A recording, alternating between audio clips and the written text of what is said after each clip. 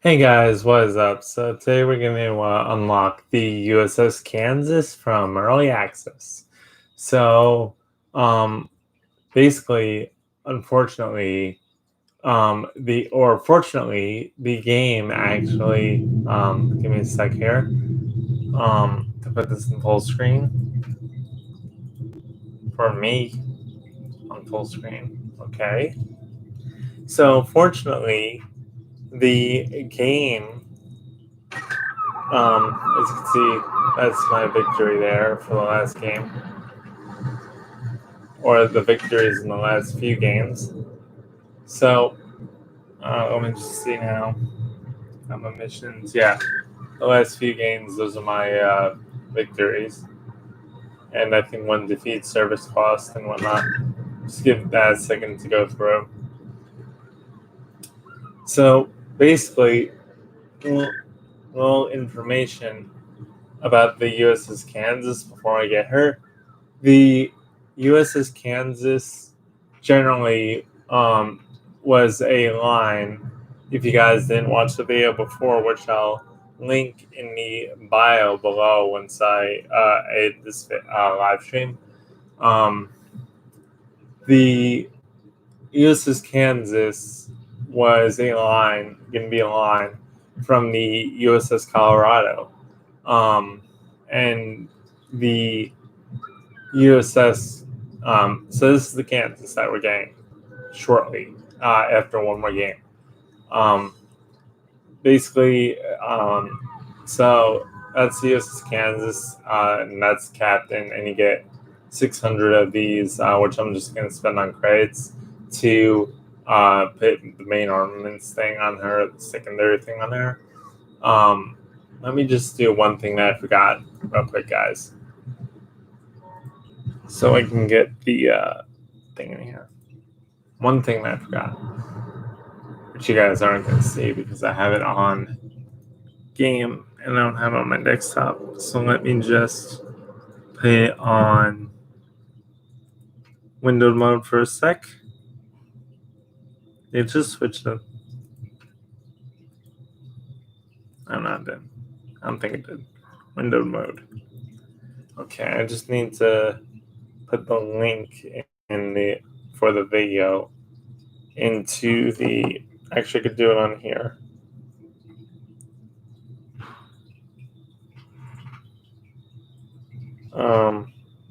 Let me see.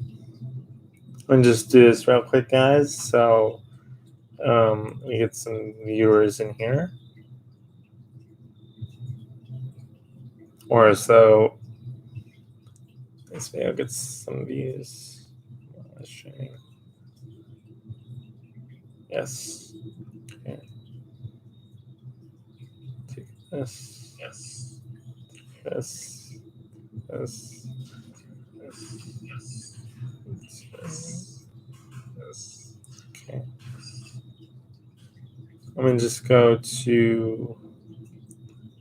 Just put this in a group, guys. So get some views on this.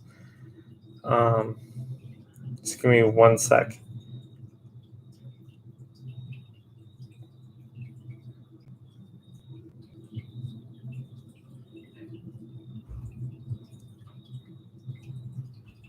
Just give me 1 sec. Yes, mommy. Hey, baby. Good night, mom. Love ya. Love you too. See you in the morning. See you in the morning. Well, maybe not.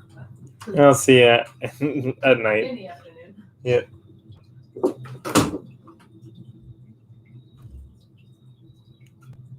Okay, guys. So let's see here. So post this link.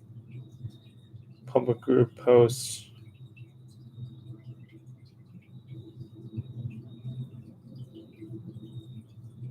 All right, we're good.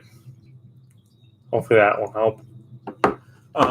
So basically, as I was saying, as I put this, oh yeah, because I was going to do it. We could put it on full screen now.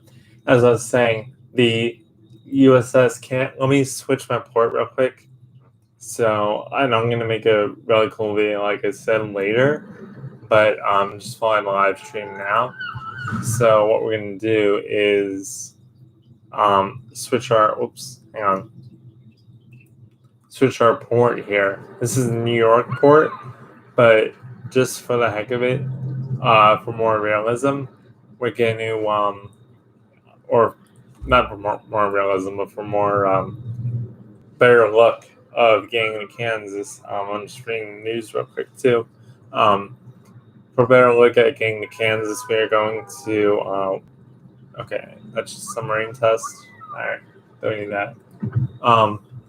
So basically, for a better look, we're just gonna switch our port real quick to the dockyard port. Just for a more realistic look, for like the finished built Kansas. No, you're not building Kansas, but just so it's more realism, like the Anchorage. I just think it would be pretty cool to have this port instead of New York port and switch ports once I get the Kansas, just for interesting kind of look to it. So basically, let's get into the info, some of the info.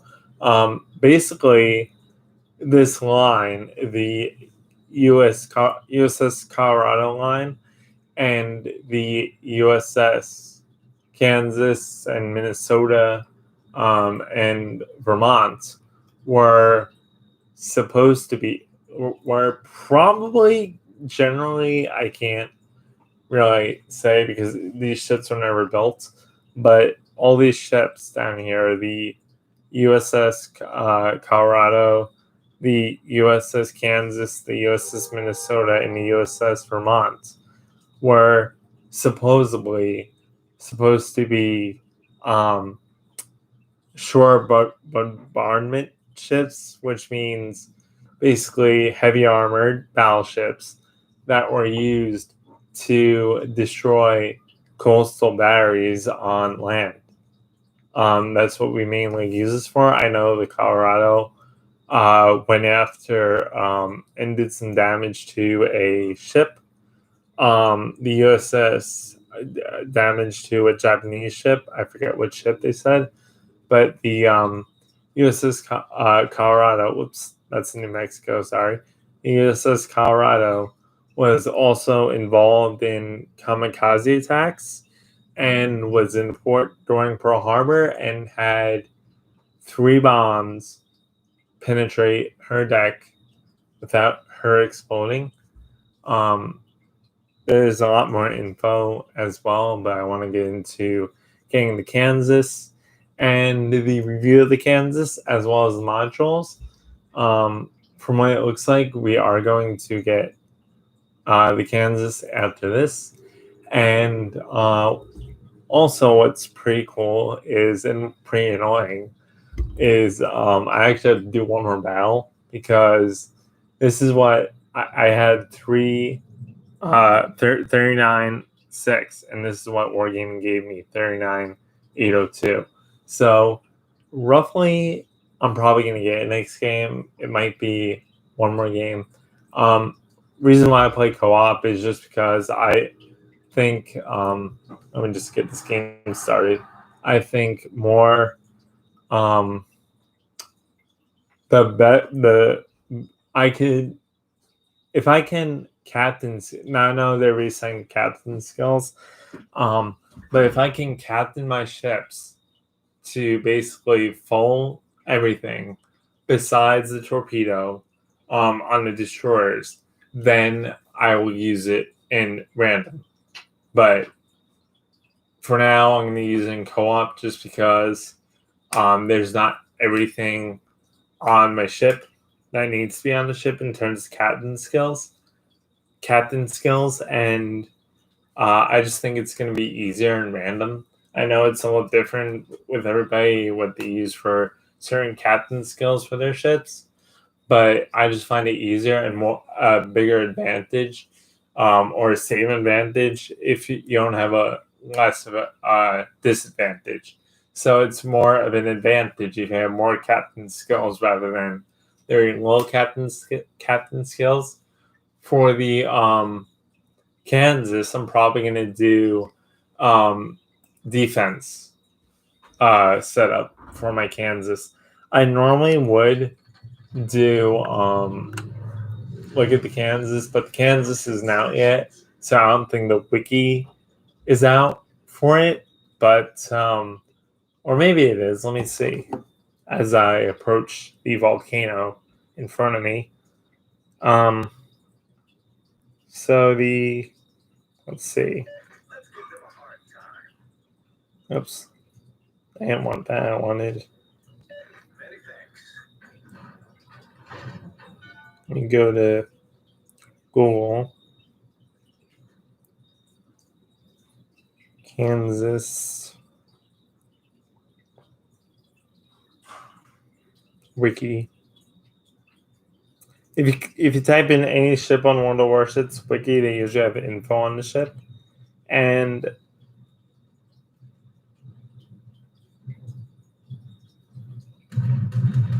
oh no, it's giving you the.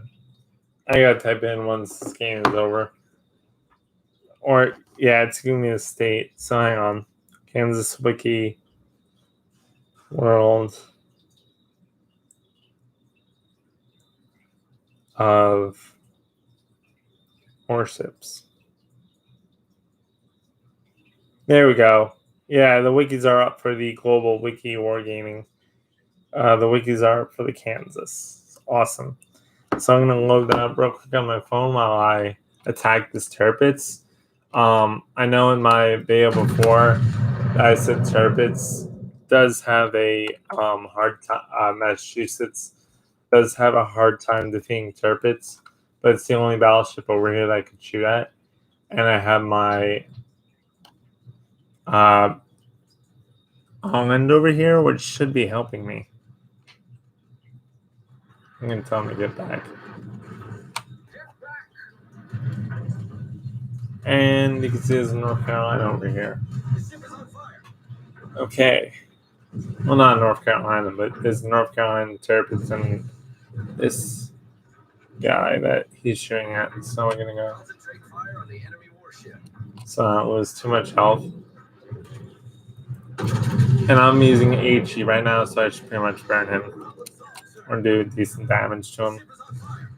And I'm on fire. Great. Okay, I'm playing, which I mean to do. I have a spire on this. I should have fire, but not so set to use fires, and it is working definitely speed wise for these.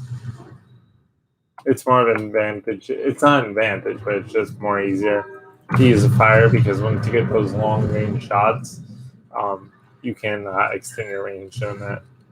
Wow. Let me slow down here. I gotta bring you behind me. Alan, get over here. I know I don't really need support, but this Tirpitz is coming up behind me. I don't need support. Alan, thank you. There you go. Get him on. Get him. I'll help you. Yeah, Alan. Woo! I love co-op. Come on, get him. Is he going to twerp me then? Concentrate fire on the designated target. Oh, no. You see, penetration-wise, I didn't do much to him, but let me see if I can get my nose towards him. The formation. There we go. So if you get them in the right area, you pretty much are able to kill them. But I was talking about the armor belt that's located right here on the Tirpitz, which you're most likely going to shoot at. And generally, North Carolina has a weaker armor belt, so we're going to go hit that. I don't know if we're going to get. I'm not sure if we're going to get Kansas in this match, but I'll see. I'll see if I can get our Citadel on this. Well,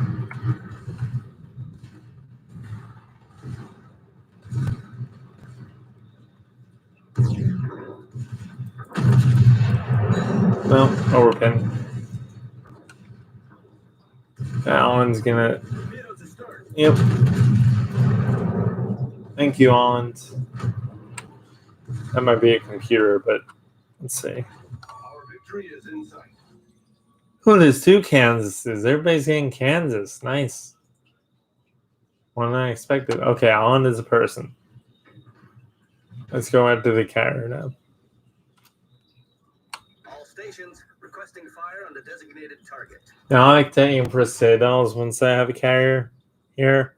And as you can see, pretty much this thing can handle itself with AA. And just turn this up a little bit.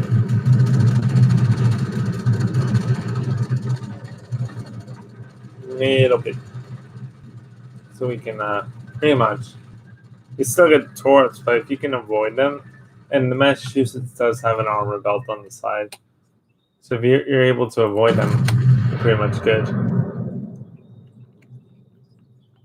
So let's see if we can hit them.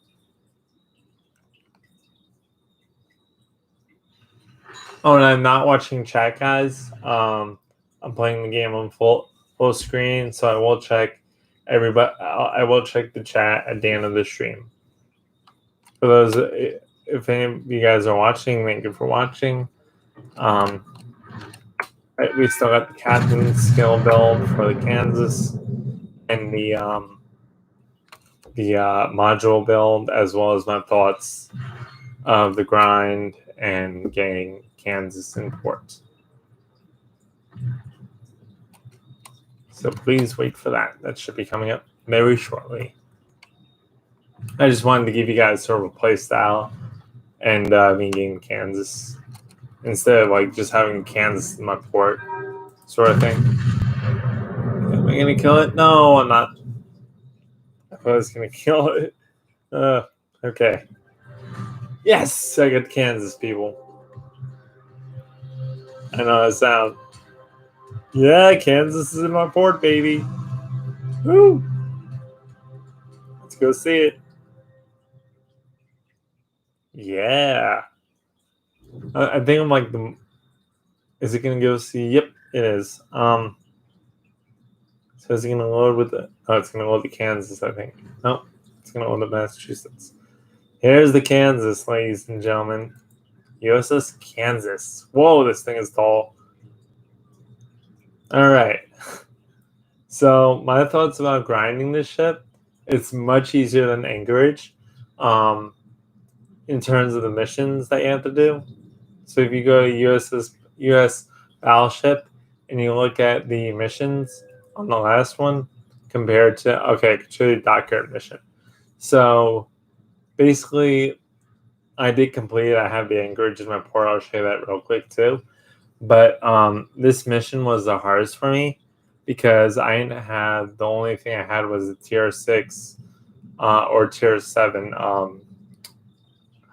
What's that ship called? The Nano. I'll show you. I only had the tier 6 or tier bad Roman numeral. Sorry, guys. But I only had pretty much the I pretty much only had this ship and the Surrey I was using. So I pretty much only had this ship in my port, and I was only able to use this ship for that mission.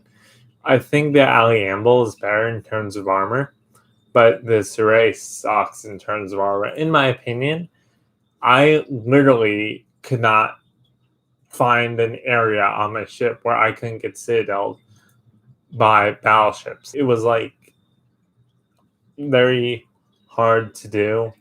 In my opinion, it was very hard to do. Very hard to grind. The that mission, so I ended up paying extra for the Anchorage, which is right here. You get 2 camos with the Anchorage. You get this camo, for those of you who do not have Anchorage yet. And you get, let me show you. Oops, that's exterior. That's where I want to go. And you get this camo. So you get this camo, and if you have the, if you completed the US, I don't know what this is, but it's like a mission in the It's like one of the missions that you complete, like the Bismarck mission. You could complete a mission as well that gives you two different looks to the camera. So, anyways, let's put the Kansas in port because I think you guys are probably all wondering what I think of the Kansas. So, this ship I grinded, and it roughly, because I love heavy battleships, it roughly took me 2 days. It's 10 o'clock now. I started not 5 o'clock, but I started 10 o'clock. So it roughly took me, I started like 10 or 11 o'clock yesterday. So it roughly took me probably about 2 days, 1 day, 2 days to get her. I really wanted to have her in early access, and that's my anime captain for her apparently. And let's do some looks at her in the New York port. Let's get her out of this dockyard here now that she's built, or now that she is available to me. Let's get her out of this dockyard. And grinders. I mean, not grinder, but put her in. You know what? Let's put her in the Hawaii port, because generally most of these heavy battleships, like the Colorado, were in the Hawaii port. So generally, I believe that if these ships were ever going to be created, they would be in the Hawaiian port with the Colorado class battleships. So here's the overall look of the Kansas. I think this thing looks sweet. I love the AA guns. These ships were supposed to be. Now I'm just checking the tech tree if this ship is available to me. I think if I sell this, it would go back into, which I'm not going to, but if I go to the tech tree here, hang on. I was just debating on selling it, but I wonder if you sell it, if it's not available to you, like if you sell the Kansas, does it go back into early access? That's what I'm curious about. Or can you just grind this again and get her in port? Okay, so I love the AA guns. I love these guns. I think these guns are going to be really fun to shoot destroyers with. Yes, 40-second reload, but if I show you guys the maneuvering tactic that I showed you guys in the last video when I reviewed the California, not the last video compared to this, but the video before this when I reviewed the California, as well as two other battleships like California, the West Virginia, the Ouija as they call it, the Arizona. I reviewed those ships and did the same maneuver in this ship, in the Arizona, the West Virginia, and the California. I did the same maneuver in all three. So if you go back, I believe 2 videos. I think I did another one that was on the play style or something, but you guys can look that up, and I can link you to those as well. Those videos are pretty cool. I did get. Oh no, sorry. The video before this one is Nagato. I'll show you that. I'll do 2 in 1. So I'll do Nagato review as well as the Kansas review.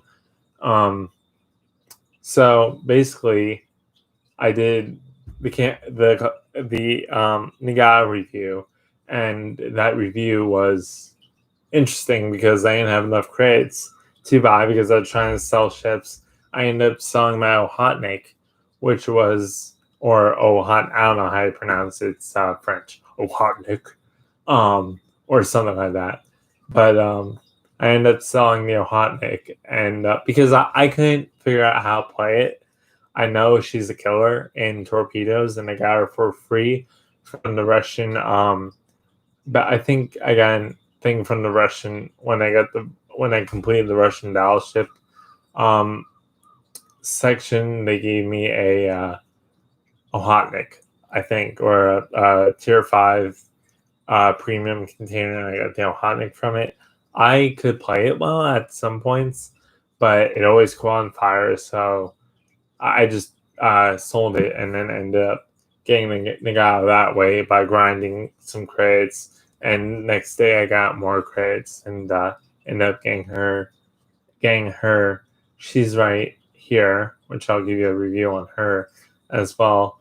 I'm going to set this as a primary ship as well, just because she's a rare ship. So she's going to go on tier 8 next to my Massachusetts, possibly, I think. Yeah, right between my Massachusetts and the Anchorage. There she is in port. So let's get into more detail on this ship. So you can see she has the USS Kansas, has a free point commander, which we're going to get to as well.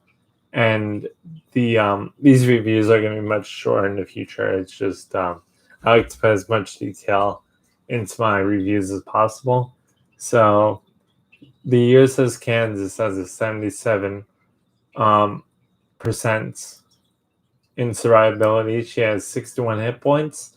Probably going to be 350 once you get the or 61 350 once you get the captain skill build here, which is if you're going into the captain skills, this is the increase. So she's probably going to be. Sorry, my dog's barking in the background. So she's probably. Max, shut up! Sorry about that, guys. So she's probably going to be I'd say probably 3. So I think I did this on my Massachusetts. I think it's a plus 350 increase. So that would probably be so she's, let me see real quick. So so it's gonna be 61 3 or 61 650 or something like that. That's gonna be her full survivability build once you get that once you get the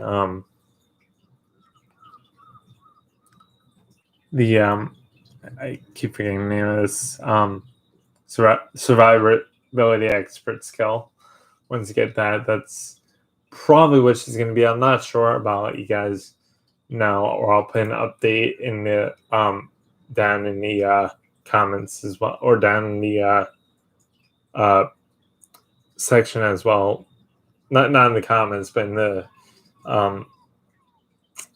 extra section that you could type in. I'm not sure what it is right now on YouTube, but if you're a YouTuber, you know what I mean.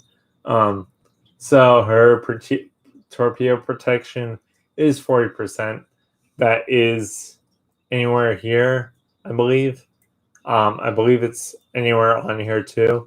But I think this is an extra armor here, so I think it cuts that in half. So basically, it cuts the torpedo damage.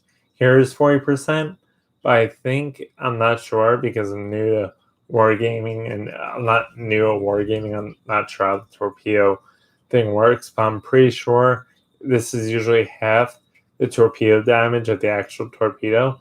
So I think this would probably be half. I'm not too sure.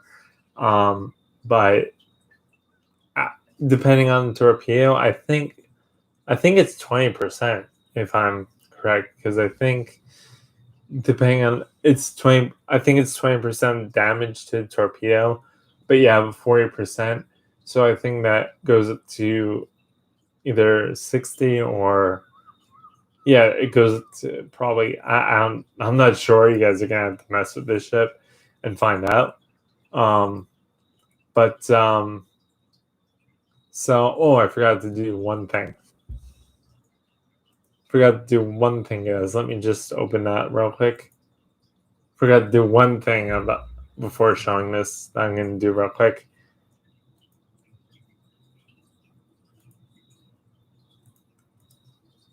I forgot to do.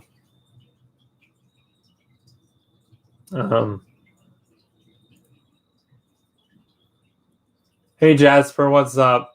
Just showing you guys a ship review here. So let's see here. Oh, here it is. Forgot to do this. It's time for the moment you've been waiting for.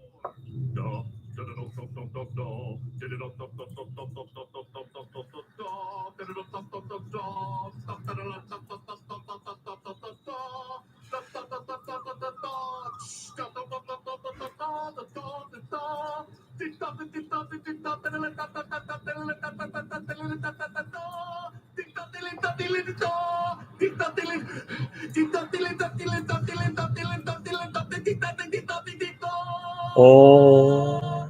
Preparing the Krabby Patty. Okay.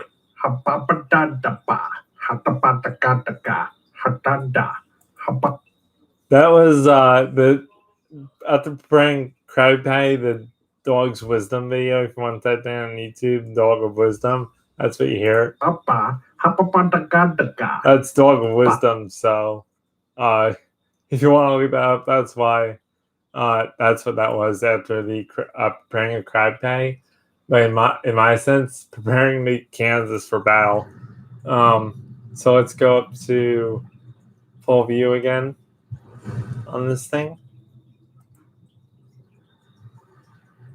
Let's go into full view. And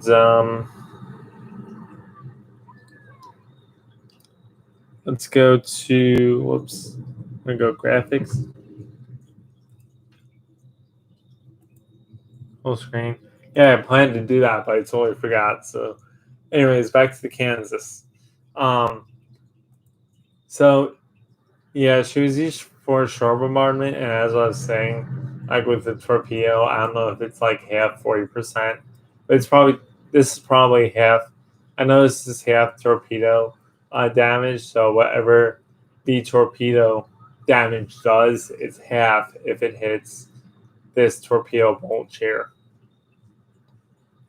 And so let's go down to the artillery of the USS Kansas. The USS Kansas has a main battery of 406 millimeter guns, 445 MK.7 in a turret. So I guess that's the caliber. Yeah, that's caliber. So the gun is a 46 millimeter gun, and the caliber is a 45 MK.7 in a turret. So in each turret, it's 45 MK.7. You get 4 turrets times 3. So you get 4 turrets times 3, 3 turrets, or turret tubes, or barrels. I think if I don't remember the name.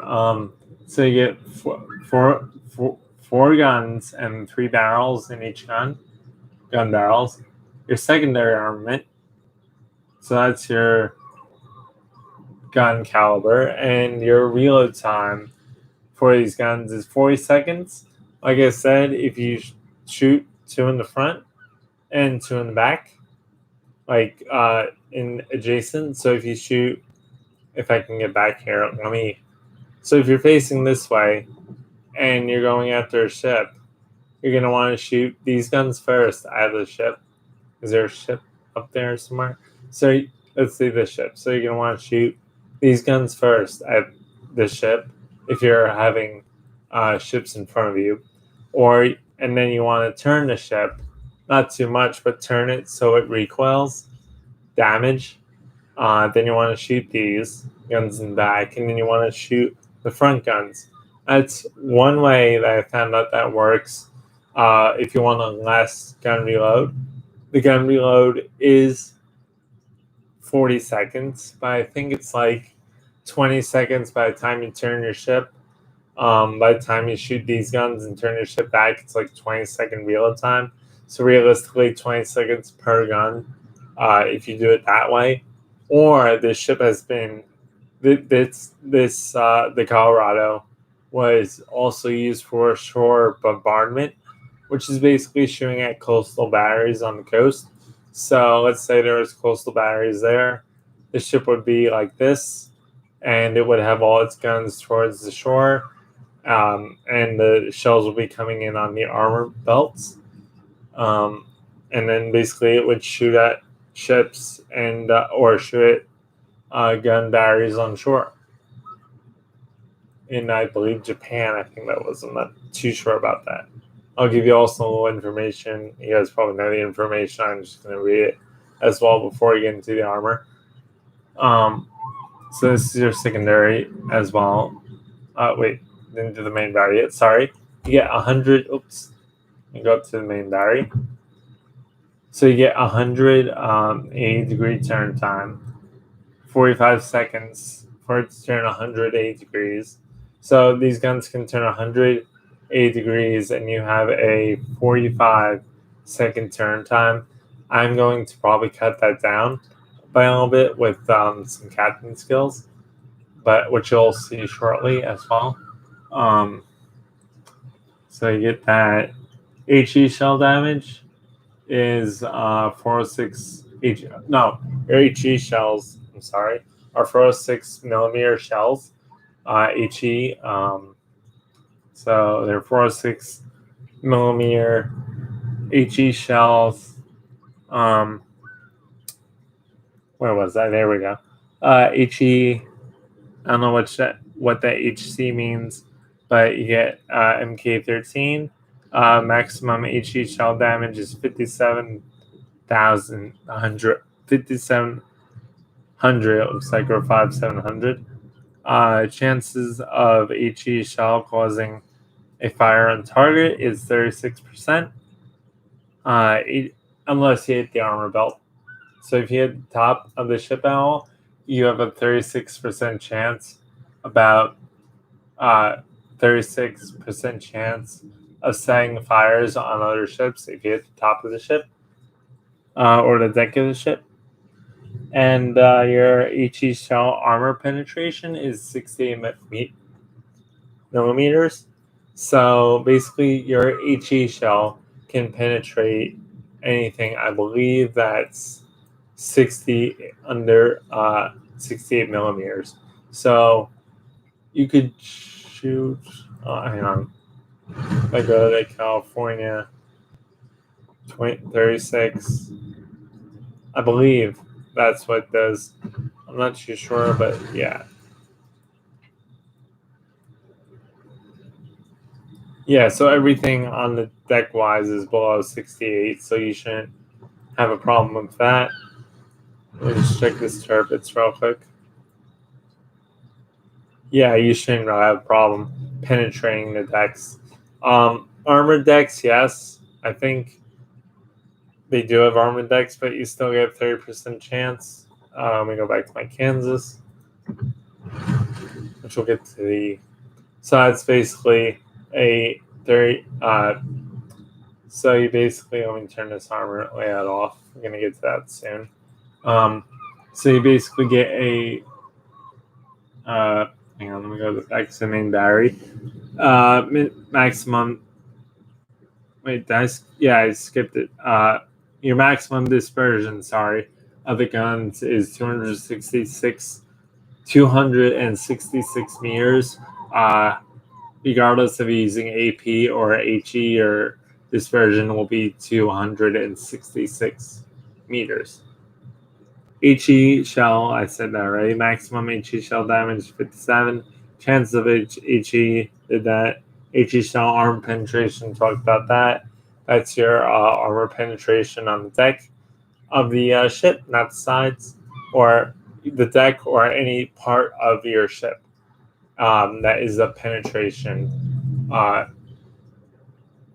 That's the 68 millimeters, or I think 68 meters. So the armor is under 68 millimeters. You could basically penetrate the ship. I don't think you'll have a problem with that. I could be wrong though, because I'm not sure so much in the armor department. I'm just going through this. And how Natsu does it, I think Natsu does it this way. But anyways, let's get back to the info on the ship. So you get a 68 millimeters on that. With your AP shells, you have 406 millimeter AP shell, and your 406 millimeter AP shell MK5 mod point 1. Maximum range of your gun. So you get 406 millimeters in your AP shell, and HE is 406 as well. And your maximum AP shell damage is 11,800. Your maximum range of these guns without the spotter, I believe, is 20.6 kilometers. And your initial AP shell velocity, your initial AP shell velocity is 768.0. I think that's miles, if I'm correct. I'm not sure. And your initial HE shell velocity is 803.0 miles. I'm just gonna say that. I'm not sure. You guys can see that, so you can see what that is. No, I'm sorry. That's the maximum range that the shell can travel.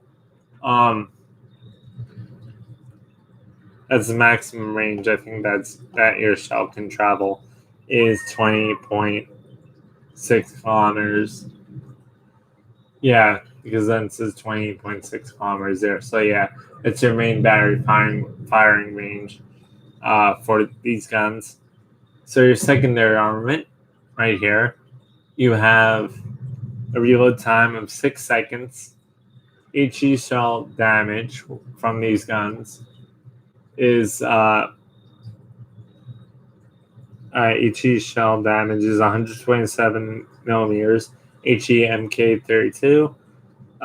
Maximum HE shell damage of those secondaries is 1,800. You get a 5% chance of HE shells causing fire is 5%. HE shells, sorry about that.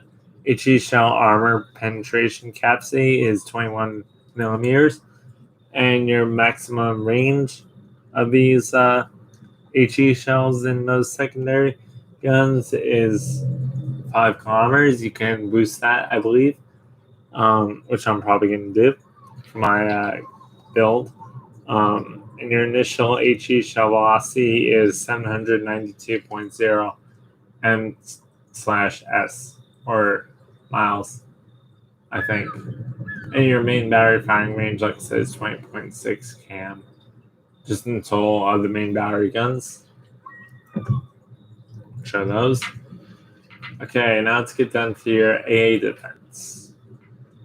Oh, and I forgot to say your secondary guns are a 127 millimeters, 38 MK.12 on a MK.32 mount.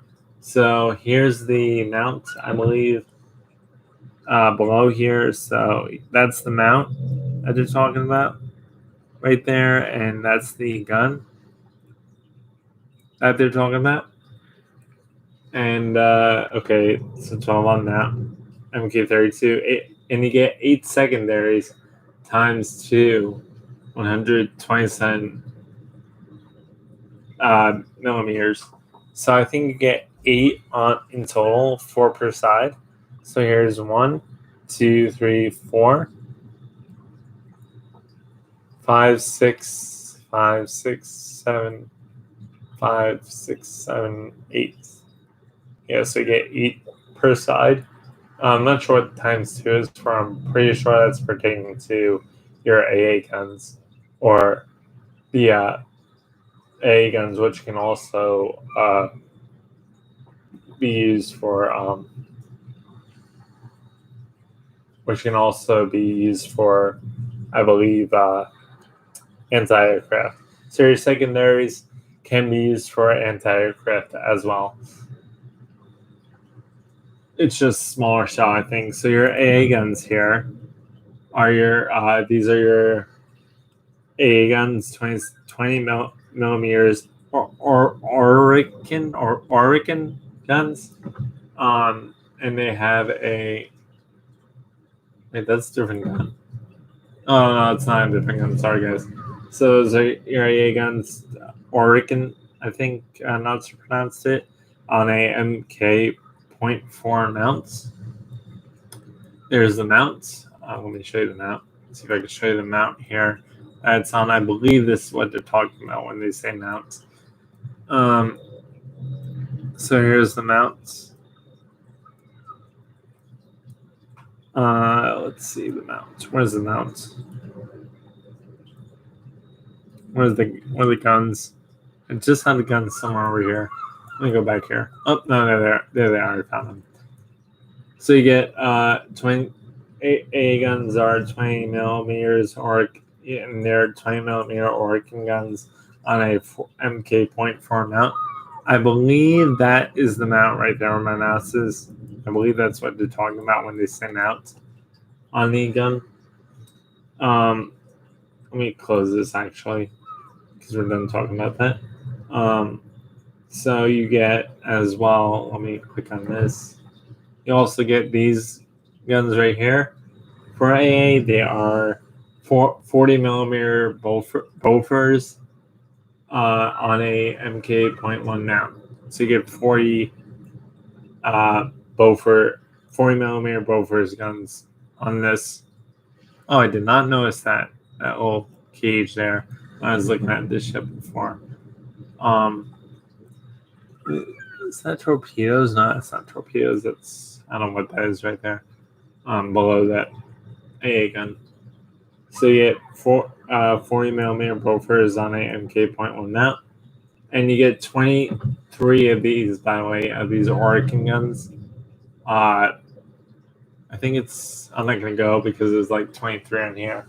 But you get a bunch. You get 23 of these guns. Of these Orican guns, and you get the Bofors back here on an MK.1 mount. There's the mount right there, I believe that's the mount for that gun. A guns, 40 Bofors on it. You get 12 of these guns right here. You get 12 of these guns, and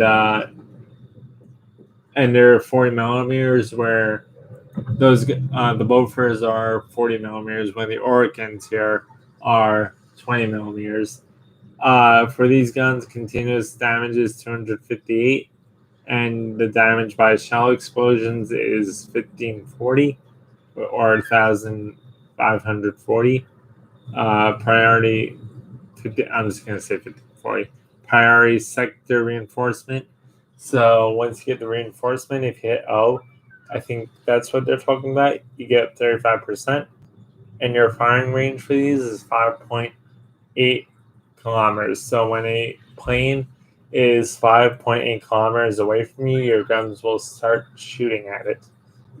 Your secondaries, which this does not have. Some ships do have that, where the secondaries are. The secondary guns are both AA and secondary, but I don't think these guns are. From what I'm looking at, I mean, I just went through all the guns here.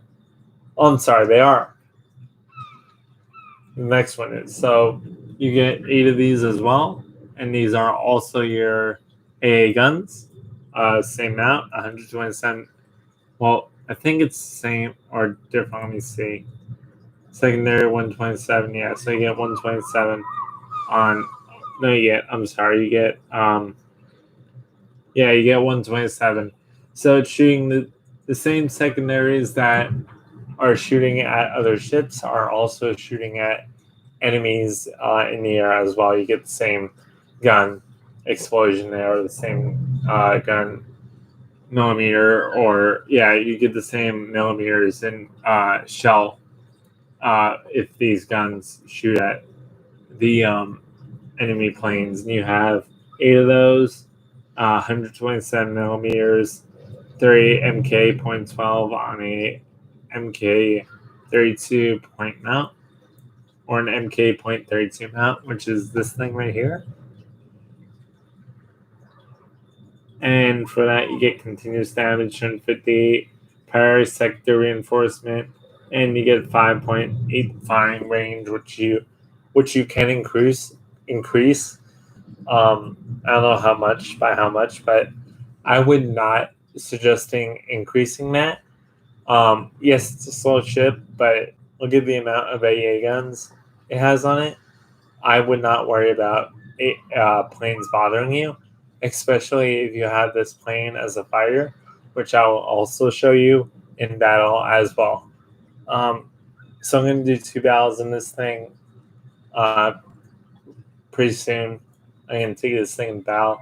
I'm going to do 2 battles in it, show you, or 3 battles in it. Actually,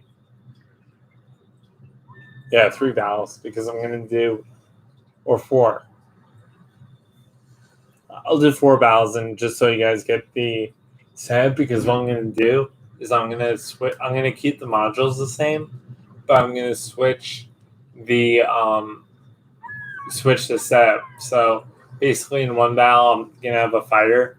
In the first battle, I'm going to have a fighter plane to knock out fighters. In the second battle, I'm going to have a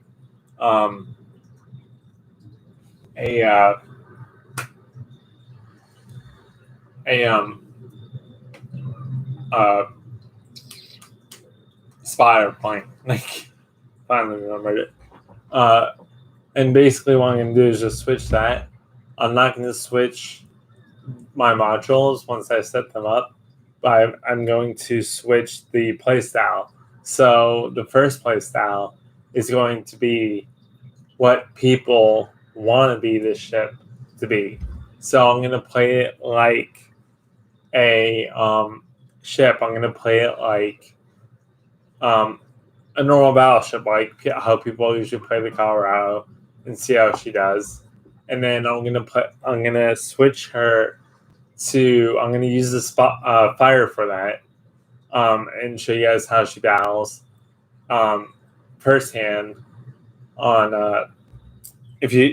how people are playing the Colorado. I'm gonna show you guys how this ship plays if you play it like the Colorado, or like how other people play the Iowa.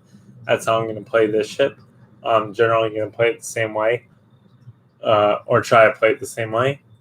I'm actually going to show you 5. Should I show you the? Okay, so yeah, I'm going to show you. Well, I can do that in the fire range as well. Hang on, I'm just trying to think how I'm going to show you this ship. But anyways, let's get down to the maneuverability of this ship while I think about that. Your maximum speed is a whopping 23 knots. Yes, this is a slow ship, but look at the Nagato. The Nagato goes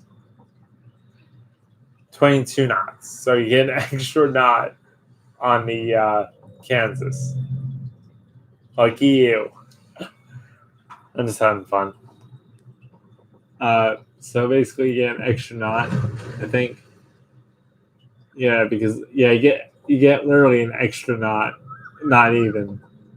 Like, it's literally, I think, yeah, you have 22.3, so you get like an extra, what is it, 22.3, so that's, you get an extra 7 knots, or basically 10, but if you go by the 22.3 knots, you just cancel that and make it like 7, kind of 7 knots, because you're not going up 10, so you're generally staying around 7 knots faster than the Nagato. So you could also see that this has a main battery reload time of 20, main battery firing range 20. Where's the reload time on the Nagato? Let me just check real quick. Reload time is 30, so it's basically a 10-second increase, or 10-second increase in the real time for the Kansas. And I think you get a bigger shell with this than you do with the Nagato as well. So let's go. Let's take out this artillery because we're not doing this. We're not doing this. We're not talking about that. Maximum speed is a whopping 23 knots. Your turning circle is 700, which I believe you can reduce as well. In your rudder shift time, you can reduce that as 22-second rudder shift time.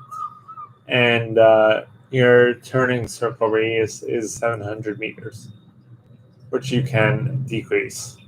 I don't know how much, but you can decrease that as well. Concealment for the ship, your detectability range by sea is 16.6 kilometers. You can reduce that as well. I'm probably not going to because I'm going to use this ship as a defense ship. So I'm going to probably not go for that concealment. And your detectability range by air is 13.5. And your assured detectability range is 2.0 kilometers. And your detectability after main guns are fired is guns are fired in smoke. So if you're in smoke and you fire these guns, it's a 16-kilometer range from you. So if you want to stay hidden, stay 16 kilometers away from a destroyer and they cannot detect you in smoke. Okay, now the fun part where I go through, the second fun part where I go through the armor layout. Now, I don't know about penetration-wise in terms of these ships. Like I said, the Massachusetts does have that kind of challenge with turrets as I've playstyled it. But as I put into playstyle and get used to the playstyle, the only ship it seems to have trouble with is the Tirpitz and the Bismarck. This ship, I'm not sure because I haven't tested it yet. But and I'm talking about the armor layout on the side that I showed you. So the armor belt that I showed you in the battle video before with the Massachusetts. That's the armor layout that I was talking about. Here, I'll show you that real quick too, guys. So let's go to this. Let's go to the armor layout. So this belt I'm talking about.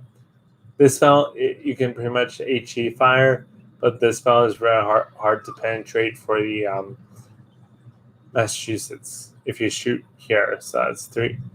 The Massachusetts can't really penetrate through 315 millimeters with its guns.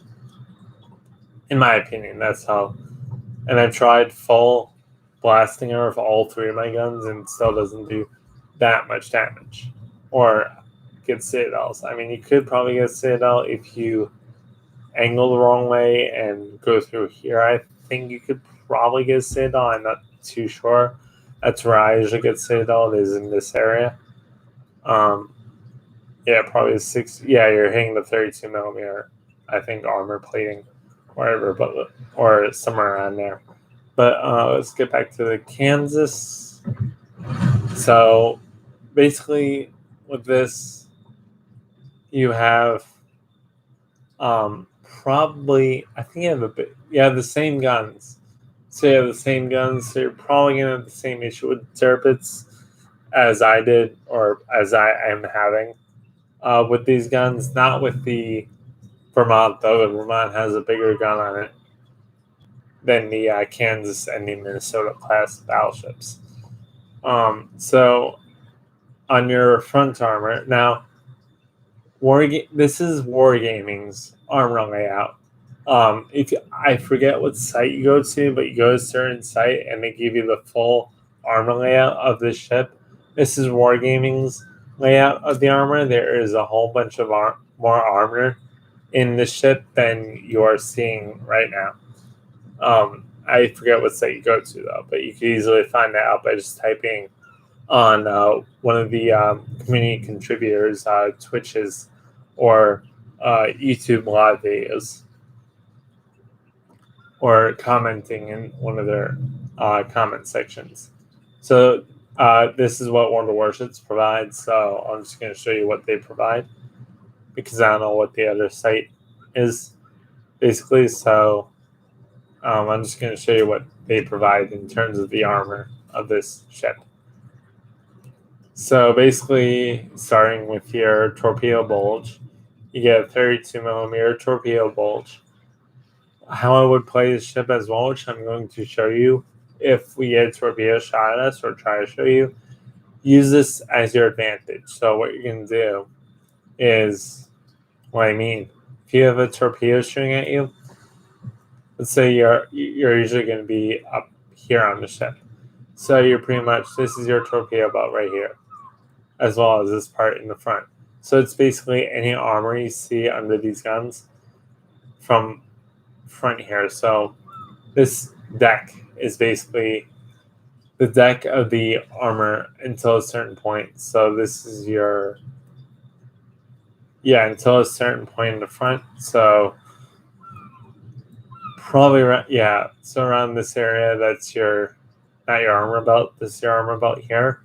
So what I would probably recommend doing is, like, if you have the torpedoes coming at you, aim some of the torpedoes, or if you're having one, if you're having one torpedo shot you or three, try to aim all of those to your torpedo, your side plating, no, your torpedo belt, your side plating or torpedo belt here. That is going to cut your torpedo belt in half, or not your torpedo belt. That's going to cut your torpedo damage in half. So if like 3 torpedoes hit you and it does a certain damage, it cuts that damage that's supposed to do you in half. So that's what you have 32. That's what somebody told me. That's what your torpedo belt does in game. But that's what you get for the armor thickness of your side plating. And that is from, as you can see, that's all down here as well. And you get this little tiny 273 millimeter armor thickness here. That's your fore end armor belts. And I believe, no, you don't get it behind here. Okay. I thought you got it behind there as well, but you don't. So we covered that. We covered this, which is 273 millimeters. And beside that is a 32 millimeter fore end armor belt as well. So this is not part of this. This is your torpedo armor. This is not torpedo armor. If you do get torpedoed here, it will be full damage to whatever torpedoes hit there. If you get torpedoed here, it's going to be half. Just to let you guys know, just in case you didn't know that. And this is your armor thickness of down here, 32 millimeters, as well as up here. This is both 32 millimeters, and your middle part here is 32 millimeters as well. So this is all 32 millimeters, including this, but this is half torpedo belt. If your torpedoes hit here, it's half damage. And I think recoils for certain guns if they hit here as well. Or non-penetration damage because you hit the torpedo belt. So up here is 32 as well. And then you go up one more. Actually, it's side armor here. 32 plating on the side. Side plating is 32. And up here, your deck plating or your side plating up here, right here, is going to be, so right here is your 32 millimeters as well. So this is all 32 millimeters here. millimeters. And then up here is 32. Your deck armor. So all this armor deck here, or your deck armor, is 32 millimeters as well. I'm just going up the hole here.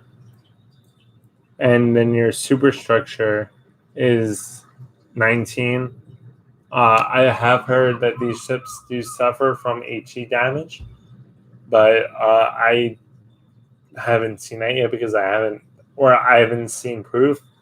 So just watch out for your superstructure here because you do get a large-ish superstructure for the enemy to shoot at.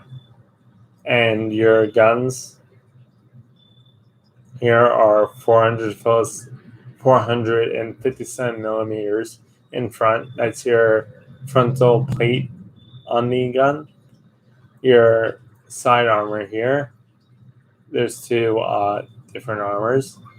You get your armor thickness on your side plating of the gun. In the front, you get 230 millimeters. On the side, you get 230 millimeters as well. So that's two different armor belts. And on top, you get 127 millimeters. And you're on top of the turret, you get 127 millimeters. That's your top plate on the turret. And your armor thickness of your bottom plate.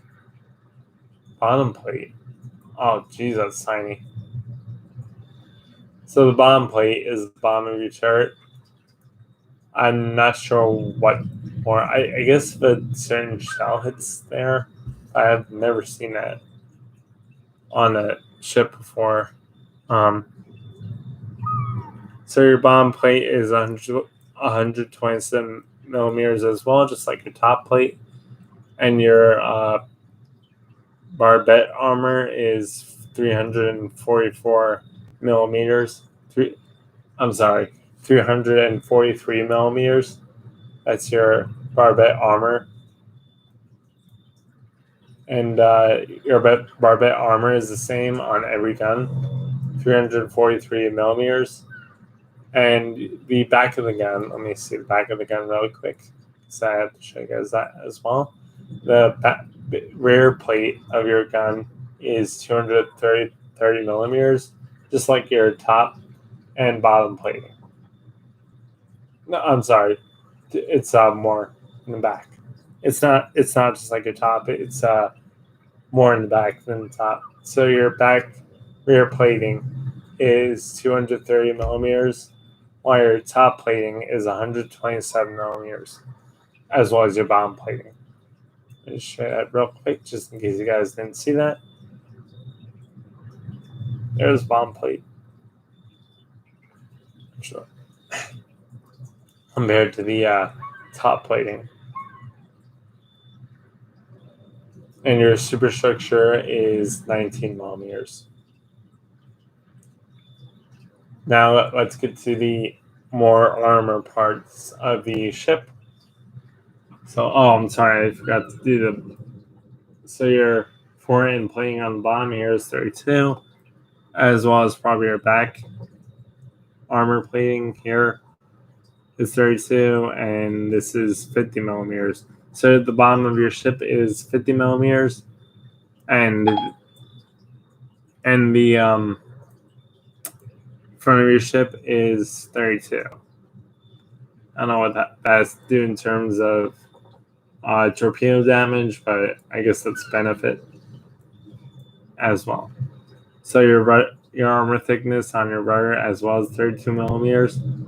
So pretty much you could use the same front and back of your ship for bouncing shells, the same amount of damage, depending on when the shells hit and where they hit. The aft deck, if I didn't mention, is 32. And top of this is 457. Is this? Yeah. So that's 457. And just checking real quick. Yeah. Okay. So the front is also the front turret. I was just checking the front turret, the frontal plate on the turret, and it's 457 turret on each turret. Yeah, on each turret it has a 457 frontal plate, and your deck is 32. Now we get to the inner parts of the ship. So let's take off the superstructure. Let's take off the deck. Not that. Yeah, I think that's what we take off, right? Yeah. So we take off that. We take off this. Not that. That we need. That we need. This we don't need. And I think that's it. No, we need. It's this as well. I think is that this armor or is that that armor we don't need. That's the armor. Okay. So, and I believe we already went through this armor. So this doesn't really have that much armor on it. It just has the plating, it looks like. Or the Citadel. So it's not... oh, yeah, I'm sorry. So here's the Citadel torpedo bulkhead. That is a 6 millimeters on each side of the ship, as you can see. The front armor thickness of the front armor of your Citadel is 38 millimeters, and your I'll get to the top in a minute. There's just an armor layout on here. So the front is of the Citadel aftward ship armor is 38, when your side armor is 86 millimeters. And you go to your back, and that is 38 millimeters, and up here is 343 millimeters. That's your Citadel aftward ship armor, and I believe you get that as the front. Oh, you don't get that armor in the front, so you get this arm. You get extra armor in the back than you do in the front in terms of Citadel, which is cool, I think, because it's an extra protection against dropping shells on your ship. So if your shells are dropping on your ship, it's just extra armor to protect the Citadel in the back. And just more info, this armor that's in the back is not in the front of your ship as well. So this armor is not in the front as it is in the back. So you get extra armor in the back than you do in the front. And let's take that off now. So let's take... now we need to discuss the Citadel plating. So I take that. Okay, let's just discuss this right now. So your deck armor, your deck armor below there is 89 millimeters, and your Citadel aftward casemate, your aftward casemate armor is 343 millimeters, and your side is 343 millimeters on the side, and you have an... let me see. No, that's the armor above the Citadel. So, casemate armor is 343. Your side armor is 343 millimeters, as well as your other side. And the top armor is 89 millimeters. Your deck armor, your second deck armor compared to the other deck armor on this ship. And now let's get to the Citadel armor. So let's put that armor on here. You get not a turtleback armor scheme like you get with the Prince Eugen, but your Citadel deck armor is 32 millimeters as well as the deck armor on the ship. Is also the Citadel armor you get is 32 on the Citadel deck armor is 32, but your your deck armor on top of the ship as well is 32 millimeters. What's up? Let me see if I can show you guys that. Plus all the other armor you get. Let's take that armor off.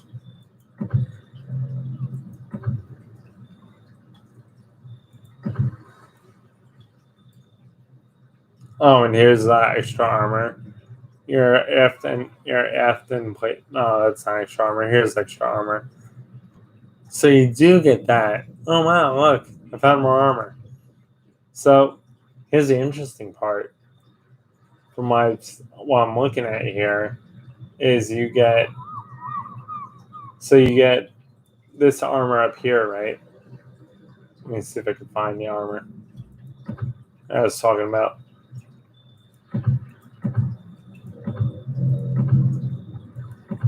Let me just turn all this on real quick, guys. Yeah, so this is the armor plane I was talking about. So you do get that in the back, it looks like, just in a different area. Let me show you, see if I can show you guys that.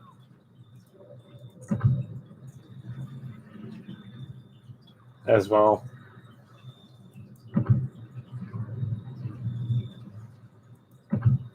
There we go. So, oops. So you do get that in the back as well.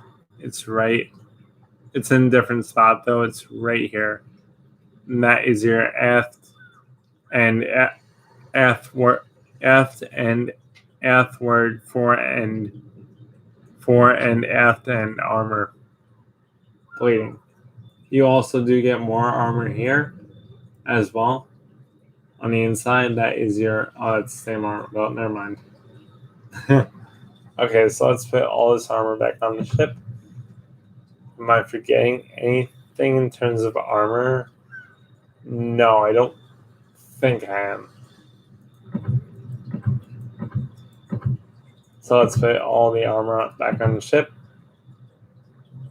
I don't think I am forgetting any armor. If I am, guys, please let me know in the comments, and I'll show you in another video if I did forget to show you guys some armor that you did find on the ship. So now let's get to the captain's skills. So these ships were or the Colorado class, which this is an add-on or addition to the Colorado class battleships. This was supposed to be the next upgrade to the Colorado class before we switched to the North Carolina class battleship line. That includes the North Carolina, Iowa, and Montana class battleships.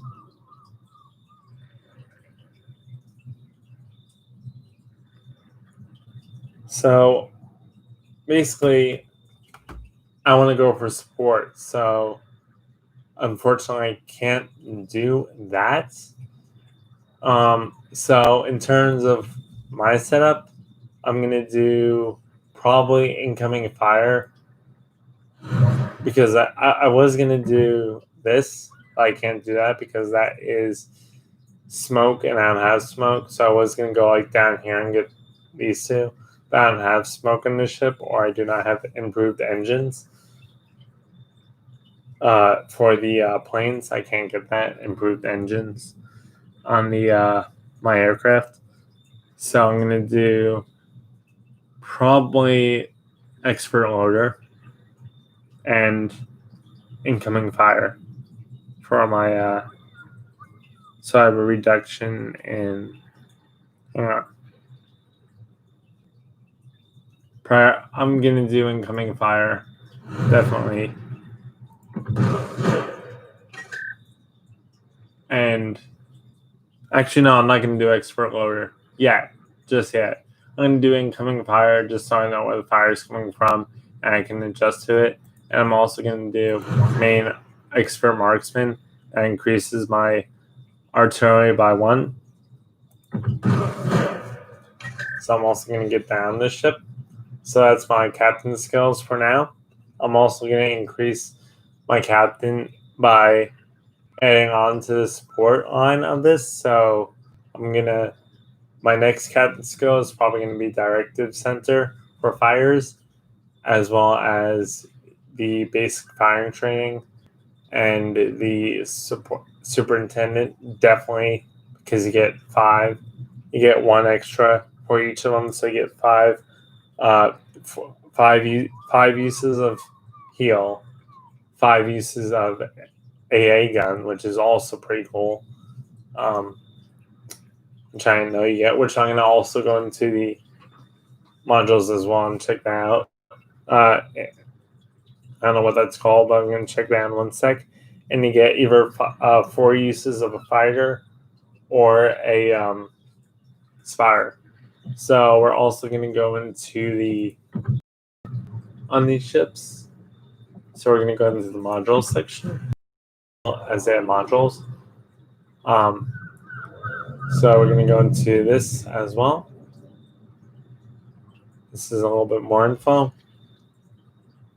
And I'm going to go with this upgrade.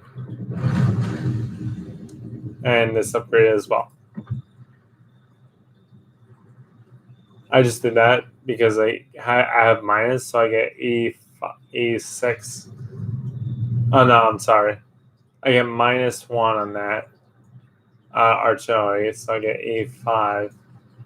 Wait, I'm not sure. Hang on. E6, yeah, so I get E5 if I use that. And I get longer range if I do that. MK8 mod 2 gunfire system. That increases my range to 22.7. So increases the range by 2 kilometers. Plus, I think this is 20. Yeah, by an extra roughly 2 kilometers, and it increases the gunfire control system. So the accuracy of the guns, the main battery firing range. I'm sorry. So it increases the main battery firing range by 2 kilometers if you have the upgrade. If you're doing short bombardment, I would definitely get that. You can also use this as well. But as you see, this also it minuses your hit points, so you get 61 with that, where you get 67 with this, 67 hit points, and the armor on the ship is 19 457 millimeters. Main turrets. You have main turrets 4. You have 4 main turrets. Your secondary guns 8, and you have 43 AA mounts with this. Whereas you have 43. Yeah, you have the same AA mounts. Yeah, you have the same AA mounts. It's just, I think, a reduction of AA. That's weird. So you get a reduction of AA, I guess, somehow. Again, this is a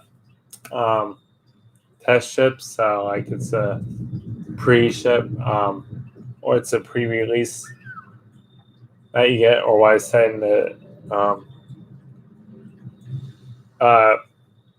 when I send the name of the video, that's what this ship is. So they still haven't set some of the things up, it looks like. Or maybe they have.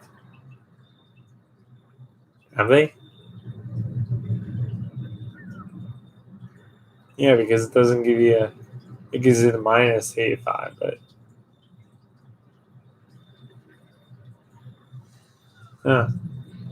yeah, because you get minus. Yeah, you get minus. I guess it's the amount of AA that it does. I'm not sure about that. And you get minus 24 in maneuverability as well. I mean, not minus 24. You get -4 in maneuverability as well if you use the Kansas A hole. You get minus 24. Maneuverability and AA defense is -4, which is 80. Your stock AA, if you increase it, is 84. I guess that's the amount of damage it does per second. Generally, I'm not sure, but and I said what the main turret is. There's just a little more info. In shorter info of what your main turret is. So basically, reload time 40 seconds, 108 turn time with 38.3 second turn time, 180 degree turn. So the turrets can turn 180 degrees with a 38.3 second turn. So it takes 38 seconds, 38.3 seconds for your guns to turn 180 degrees. And your maximum HE shell damage is 5,700. Your maximum AP shell damage is 11,800. And your propulsion, 23 knots.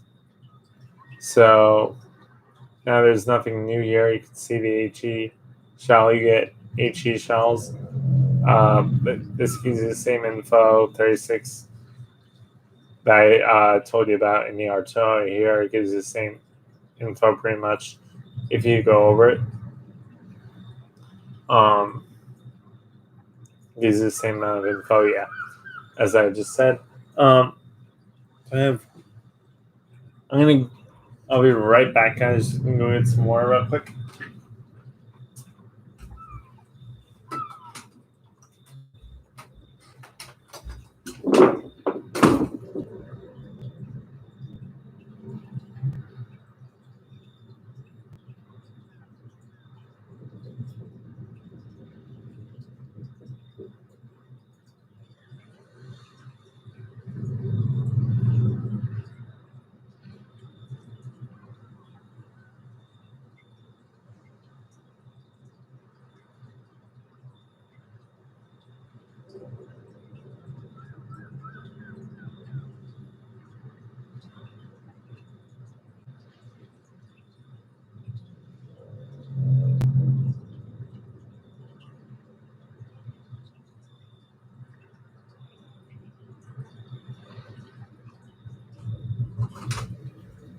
All right, guys, I'm back.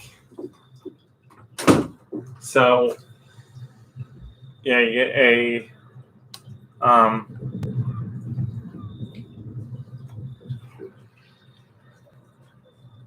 no, this is your stock before you get superintendent.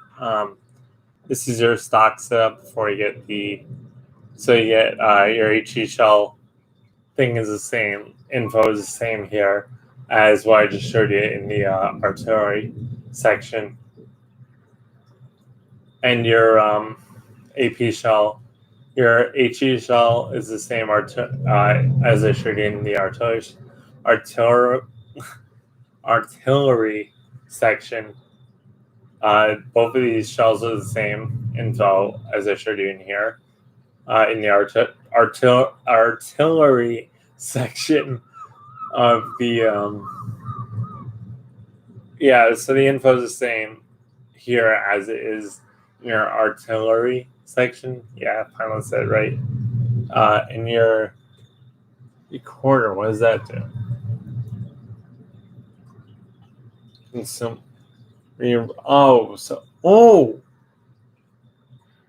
I can rearrange my consumables. Let's see. What does this do?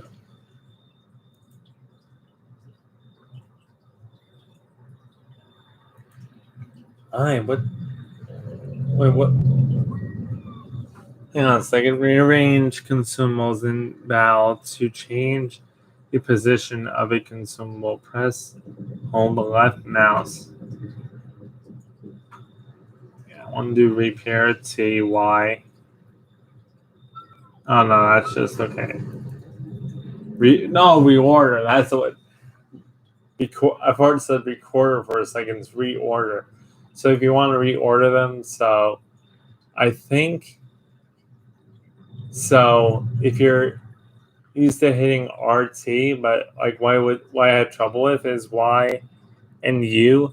So what I think I'm gonna do RTYU. I think why I had trouble if it's sending this plane up. So I'm gonna make So Y is gonna be my that, and then this is gonna be here. So basically, wait, no. I thought, so YT is my, T is, that's going to be tricky for me because I'm so used to saying T. Hang on, guys, let me figure this out real quick. Let's make, I don't want to keep these together though. I could reorder them, but I gotta figure out an order for them. But let's not do that now. So this is just the same too. The only difference is, oh no, you can't switch that. So you can't switch the AA. You get defensive AA fire. Your continuous damage once you use this is plus 50%. So 50% of the continuous damage you get with the AA defense. You can also, which is pretty cool, if you want to really knock out planes, like let's say you have the hood. So the hood also has defensive AA. But what you could do is set this up to where if you're behind a hill and the enemy carrier, just has it out for you, like they want to kill you because you're a ship that's easy to kill or they think is easy to kill, you could probably, now I'm probably, you know what, I'm not going to, hang on a second, because I want to switch this. I don't want to, no, not that. I might want to switch this. I think I'll be fine though. I have been sending out BU lately, but unless I do this. Yeah, so then Y and then T once I get that. So hang on, guys. I'm going to try this setup. Because for some reason, I always have trouble hitting this. So it's going to be repair plane and then the HE fire. I think that's going to work. So instead, T is going to be my fighter, repair T, and then I'll leave that there, and then, So that's going to be my set now. My fighter, let's try that. I think that'll work. Oh, and then let me do this, because I just realized something. Let me do this, because I have to split these up. There we go. That should prevent. Actually, you know what? Put this over here, because put that like that. Because I'm probably going to need AA fire more than I'm going to need the fighter. So generally, how this goes is you have repair party.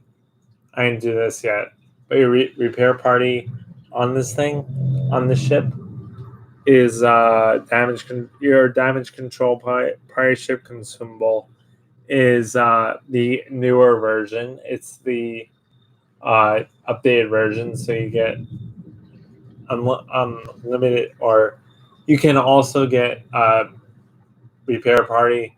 Like what I found out as well with this repair party, real quick, guys, I'll show you, is you can also go to your armory. Where's your armory? You can also go to your armory and get an upgrade to your repair party. It's your repair party, if you're watching an older stream, is the premium repair party. That they give you. That they basically, they used to have a choice between the standard and the premium, which you have to pay for. but they made it so you don't have to pay for it now. They made the repair party so you don't have to pay for it now. So it's a premium repair party that you get. So way back when, like a year ago, you used that to pay for the premium repair party to get less of the time. I think it's a quicker reload time or whatever. I don't remember, but I think it was a quicker reload time. But so what you could also do now, which I just figured this out, and I just sold it to get the a ship. So I had to get this again. Actually, was this. If you're in the armory and you go down to consumables. I'm sorry, not consumables. You go down to customization. You can actually get an damage control party modification 1 upgrade for all of your ships. This will. I'm going to use this actually for like I did before. I'm going to use this to get that upgrade as well. So you get this upgrade, and this upgrade is not. This upgrade does not go away. So after one battle, it stays in your port, and you basically have this for however long you want it. Basically increases the action time of damage control party and fast damage control team consumables. So I think from what I know, it's just the main. So faster consumable, and your it basically makes all your what I just said action time of the consumables. So your reload um, your heal is, I think, an extra 40 seconds. From what this is saying, your heal, it gives you a extra 40 seconds, 40% on your heal. I would definitely recommend getting this. I definitely benefited from getting this. The reason why I sold it was to get the Nagato and to get enough credits for the Nagato. So definitely highly suggest getting that. That's one change that you could do. If you get this, if you want to upgrade or change your repair party, you can also get an upgrade for your defensive AA fire, which gives you increases the action time and accelerates the reload speed of the defensive AA fires. So it increases the action time, makes the action time reload action time. It adds 20%, so 20% more of 20% more added time of knocking planes out of the air. And your reload time of this consumable is minus 10%. So whatever the reload time of the defensive AA, which I'm going to get to shortly, it's going to be minus 10 with the defensive AA mod. So let's go back to that. And let's go. Oh, actually, guys, I'm going to actually get a lot of it. I got all the stuff for it. Now I could save this and get the Florida, or I could save this these US or US American tokens or American tokens. I could have saved it for the. I could have got the. Let me go to the thing here. So I could have got the this camo, the Golden Eagle camo, but I ended up trying to get the Bismarck for it. Selling the Bismarck to get the Nagato. Long story, but I do like this camo. This is the camo that you can get. I don't think you can get anything after this camo if you're completing the things. But this camo looks nice, and shiny and stuff. But the only thing I don't like on this camo is I probably showed it. Oh crap! I was looking at a different ship. There was a. It showed a woman here. I think it's on the USS Florida. I was looking at a different ship, but I didn't really want to do that. But I realized that I used like credits to buy the Bismarck, and I'm like, ah. So I used this to get credits. And I was like, I need a new ship or something to grind something, and I end up using the credits for the Bismarck. But I do like the camo. It's just I like more natural kind of look to my U.S. Navy battleships. I mean, I don't the camo I was talking about before. I'll show you real quick. Then we'll get back to the uh, module layout or the module set for my ship. The camo that I was looking at was, I think, the wrong camo. It was the Florida camo.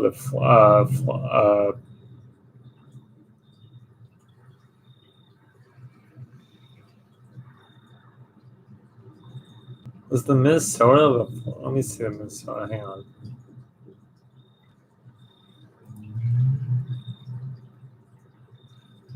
No, I think it was the Florida.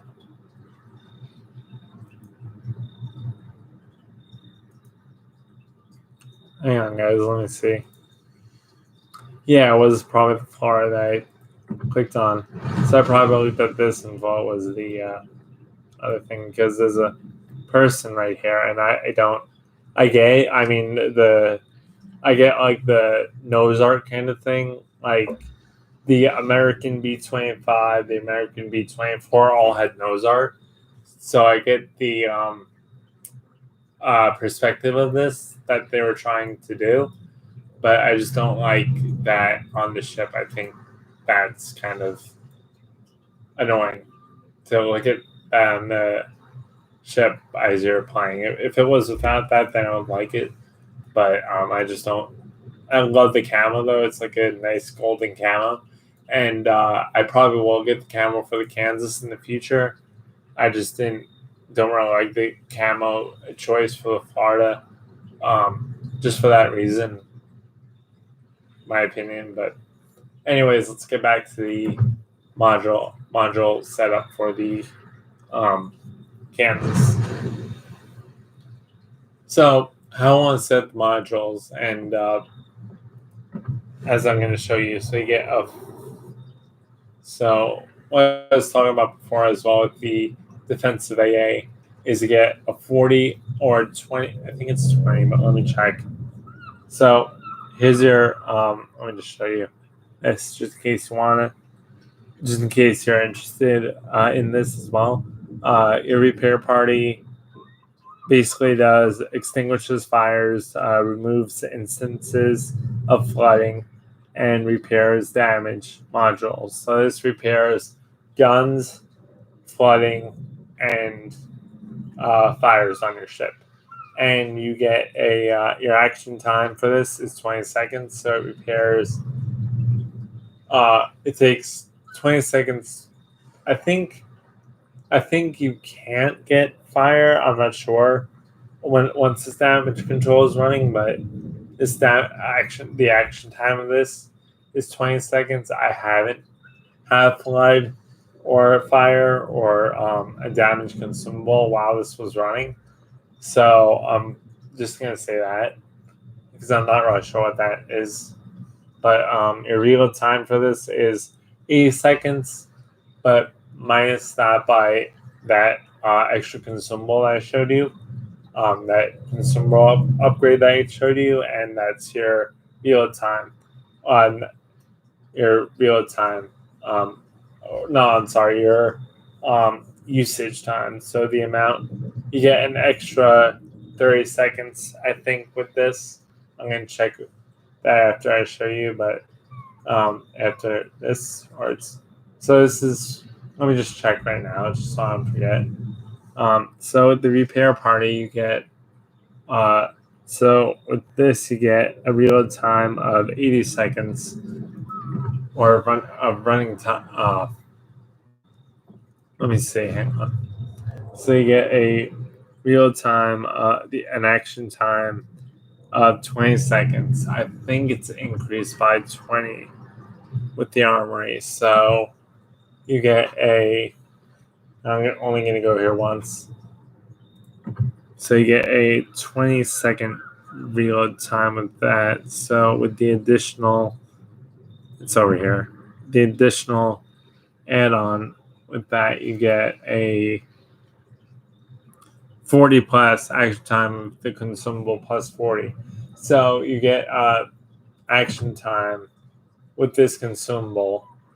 So plus 40. I'm not good with math, but plus 40 reload time or action time. So your action time is plus 40. So that would be 80, 40 plus 20. So 40 plus 20, 60-second action time with the repair party. And I believe it's 40 on the defensive AA as well, which I forgot to check. Give me one sec. So it's 40. Not wrong place. Let's go to the. And you can fast forward this, guys, if you don't want to see this. The battle video is going to be shortly. If you're watching this not on live, you can fast forward this. I'm just checking the reload time for those of you guys who are interested. So you get a additional running time or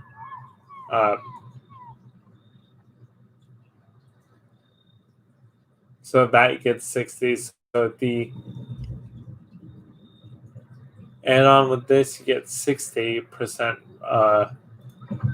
So this add-on, you get 60% of so 40 plus 20 is 60, or 60.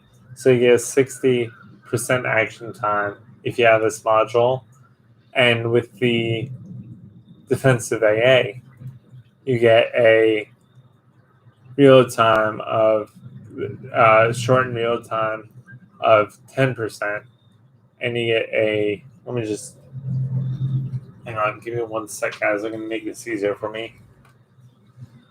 And screenshot this real quick with my phone. So that's that. And let me go back to the, just to make it easier for me so it's less confusing for you guys. Right here. Wait, what one did I do again? I did the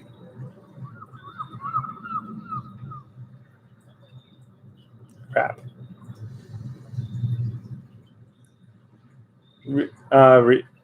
Hang on. Let me just the right way, guys, and take a picture of the. Give me 1 sec.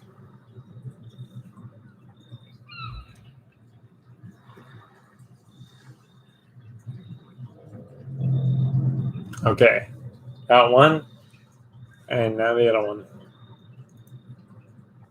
Just so it's easier for me, I have to keep going back here to get.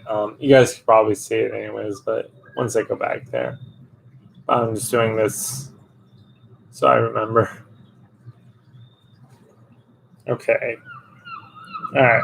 So let's go back to the ship. So for your AA gun, for your guns, if you for your damage control party, you could have a action time of the consumable of 20. That goes up by. So if you have the upgrade to the damage control party, you get a reload action time consumable for 40. So you get 60 per second action time for the damage control party, and whatever else it gives you, and fast damage, whatever else it gives you, you get a 60% action time for that, and an 80-second reload time. and before you can use it again, and with the defensive AA, with the upgrade. So without the upgrade with defensive AA, you get a continuous damage, but with the action time, you get a 40-second action time with the defensive AA. But with the additional AA, you get a real time. It minuses the real time by 10. So with the defensive AA, the real time with the add-on is 70 seconds, and the action time is. Oh, I'm sorry, hang on a second, guys. The real time of the consumable minus 10. So the real time is 70 seconds, and your action time is 40 plus 20, which is 60. So you get a 60-second action time for both the repair party and the defensive AA, and you get minus real time by 10, which is 70 seconds for the defensive AA. And your continuous damage with defensive AA is 50 plus 50%, and damage from shell explosions is plus 300% when you're running this defensive AA. And your repair party is I don't know if this is the upgrade repair party, but you could figure that out from another video of a person that reviews this that talks about that. I haven't been in the game long, that's why I do not know. But if this is the enhanced repair party, but you get or this is the faster reload, faster per second HP reload. I'm not sure about that, but your HP per second reload time for this repair party is 300 plus 355. What do they call it? Ship XP. So you get ship health. So your ship health increases by 355. That's what I'm trying to say. Your hit points increases by 355 every per second. So your HP goes up 300 plus 355 HP per second, or your hit points goes up 355 per second when using this module or consumable. And your action time of this consumable is 28 seconds, and your real time is 80 seconds. Number of consumables 4 right now, but when you increase it, I believe it goes up by 1. So it's if you have the upgrade or superintendent or whatever they call it. Let me just go to that real quick. So if you have the increase, your superintendent. That's what it was called. If you have superintendent on this ship as a module, you get an extra one. So you get 5 consumable uses for defensive AA. You get 5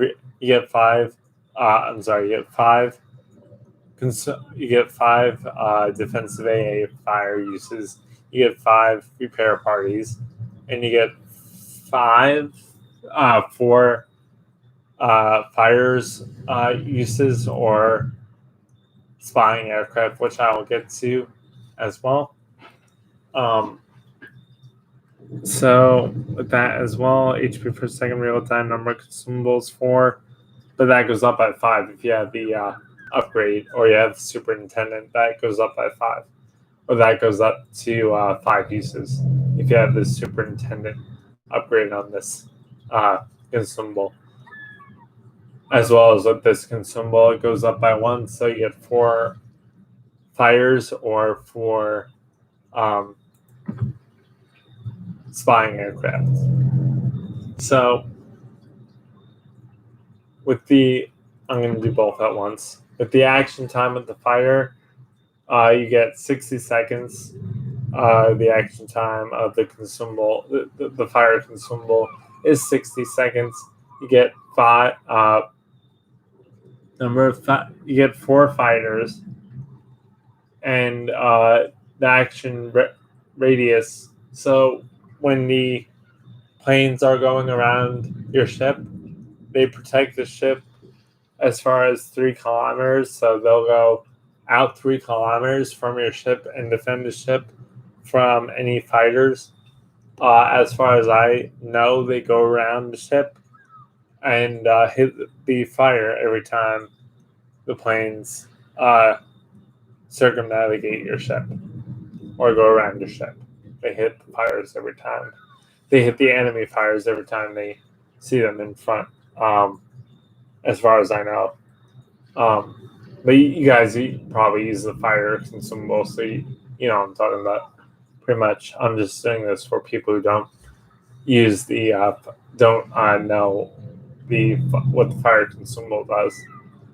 So you get number of fires, 4 action radius, which is your the rate how far away from your ship that these fires will patrol, is 3 kilometers. Your real time is 90 seconds, and for this, and your number of consumables is 4 is number of consumables is 3. Yeah, your number of these consumables goes up to 4 if you have the increase. If you have the superintendent, it goes up to 4, but if you do not, it goes up to it stays at 3 consumables uses.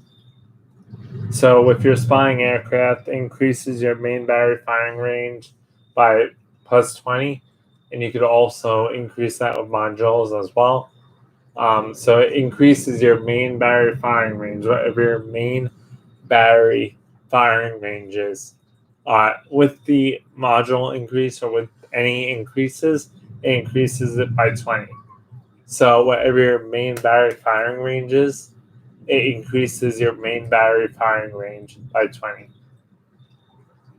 including increase and including without increase. And your action time for this is 100 seconds. Your ships are in the air, your planes are in the air, the spying aircraft or is in the air for 100 seconds. So pretty much a minute. Or no, wait a minute and I don't know. Basically, your spying aircraft is in the air for 100 seconds. And you have a real time of 240 seconds. And your number of consumables for this are 4 without superintendent and 5 with superintendent. I would highly suggest using the spying aircraft if you're going for a shore bombardment. Basically, I'll show you what I mean by that in the next few minutes after we set the modules. I will show you what I mean by that. So first, we're going to do fighter. Actually, we're going to show shore bombardment first. So we're going to switch this to a. No, you know what? We're going to do, yeah. So we're going to do fire first. And what I'm going to do, guys, as well, is I'm going to use the fire in 1. So I'm going to show you, we're going to do 4 battles. So what we're going to do in those 4 battles before I set the modules is I'm going to show you shore bombardment, what you could do with this ship if you do it that way. And then I'm going to show you how people usually play the Colorado class battleships or how people expect to play them generally. or how people play the Colorado class battleships now, since this is generally an upgrade from the Colorado class battleships. And then I'm going to show you. So I'm going to show you how they. Actually, I'm not going to show you that. I'm going to show. So we get that out of the way, then I can show you the. So we're going to switch to. Yeah, we're going to stay at fighter for now, and then I'm going to switch to spotting once we do that shore bombardment thing. So I'm going to show you how put the play style it's going to work with the fire and without the fire. So it's going to be roughly 4 to 3 battles. So just sit back and relax and enjoy after I set these modules. So what my plan is actually, because we do have a defense of 84, which you can increase, I believe, with certain captain skills as well as modules, which you will see shortly. So what I usually do with these ships, now I am going to go with Auxiliary Armaments 1, just because, actually wait, I have to do something real quick, guys. I'm going to use, this as extra credits, so I'm going to use the tokens, the American tokens, for extra credits, so I can show you guys more consumables. So let me do that now. I'm going down here. And this was talking about by the symbols. I call it symbols as well that they give you. So we're going to do this, and we're going to increase this. Use all of them. Confirm. So I can show you guys everything. And then that's going to use up all of my, that should use up, yep, all of my American tokens. I'm totally fine with that. Now we're going to go to the port. And should give us the increase. 290, yep. Okay, so we're going to pretty much do a couple things. So let's go back to modules, and then I'm going to set this up as auxiliary armaments, because basically you have 4 main battery guns. So how I look at it is risk of so if you look at this main armaments 1 modification 1, this risk of main battery becoming incapacitated -20, main battery survivability +50, main battery repair time -20, risk of torpedo tubes becoming incapacitated -20. This thing doesn't have torpedo tubes, so that's 1 minus. So if you take out that percentage, and torpedo tubes survivability, so really minus the this is giving you 1, 2, 3 percentages of what you can do without these other 3 here. So this gives you 3%. Hang on, my game froze. Oh no, it didn't. Maybe it didn't. I don't know. So this gives you 3 percentages of usable armaments or usable modifications. It gives you 3 advantages with having this modification, regardless of because you don't have torpedo tubes. You don't have torpedo tubes, so it gives you 3 percentage advantages if you have this modification on your ship, which I think is downfall kind of. I mean, in terms of, yes, your main armaments can survive longer, and yes, this is a good thing as well, but you're not using half of the modules here, so why would you need that? Need that module?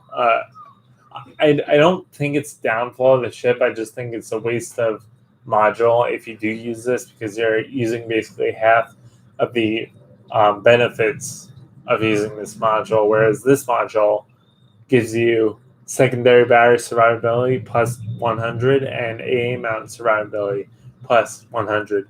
So with your AA guns, you have a lot of AA guns on the ship, and your AA defense is 84. Whereas the Massachusetts, let me just show you the Massachusetts real quick. AA defense with the I did the same thing with the Massachusetts, so it's not going to give you the module reload, or it's going to give you the upgraded with the module how I had it. But so I have this as well. So with this, it gives you a defense 91. With that increase as well as other increases with my captain skill, but so it gives you an AA defense of 91, and including this as well to I think artillery applying room also increases your range. So if you go back to the Kansas, you have the it's going to increase your A defense. So the Massachusetts has 91 A defense.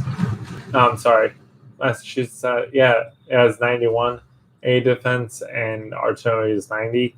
This has a artillery of 86, and A defense is 84.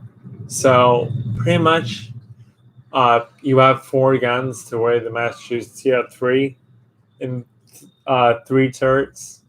No, 3 turret tubes, or whatever you call it. So you have 3 turrets with 3 turrets, barrels. So on the Massachusetts, you have 3 turrets with 3 barrels, 3 barrels of where bullets can come out, and on the Kansas, you have 4 turrets with 3 barrels. So you basically have 1 extra turret.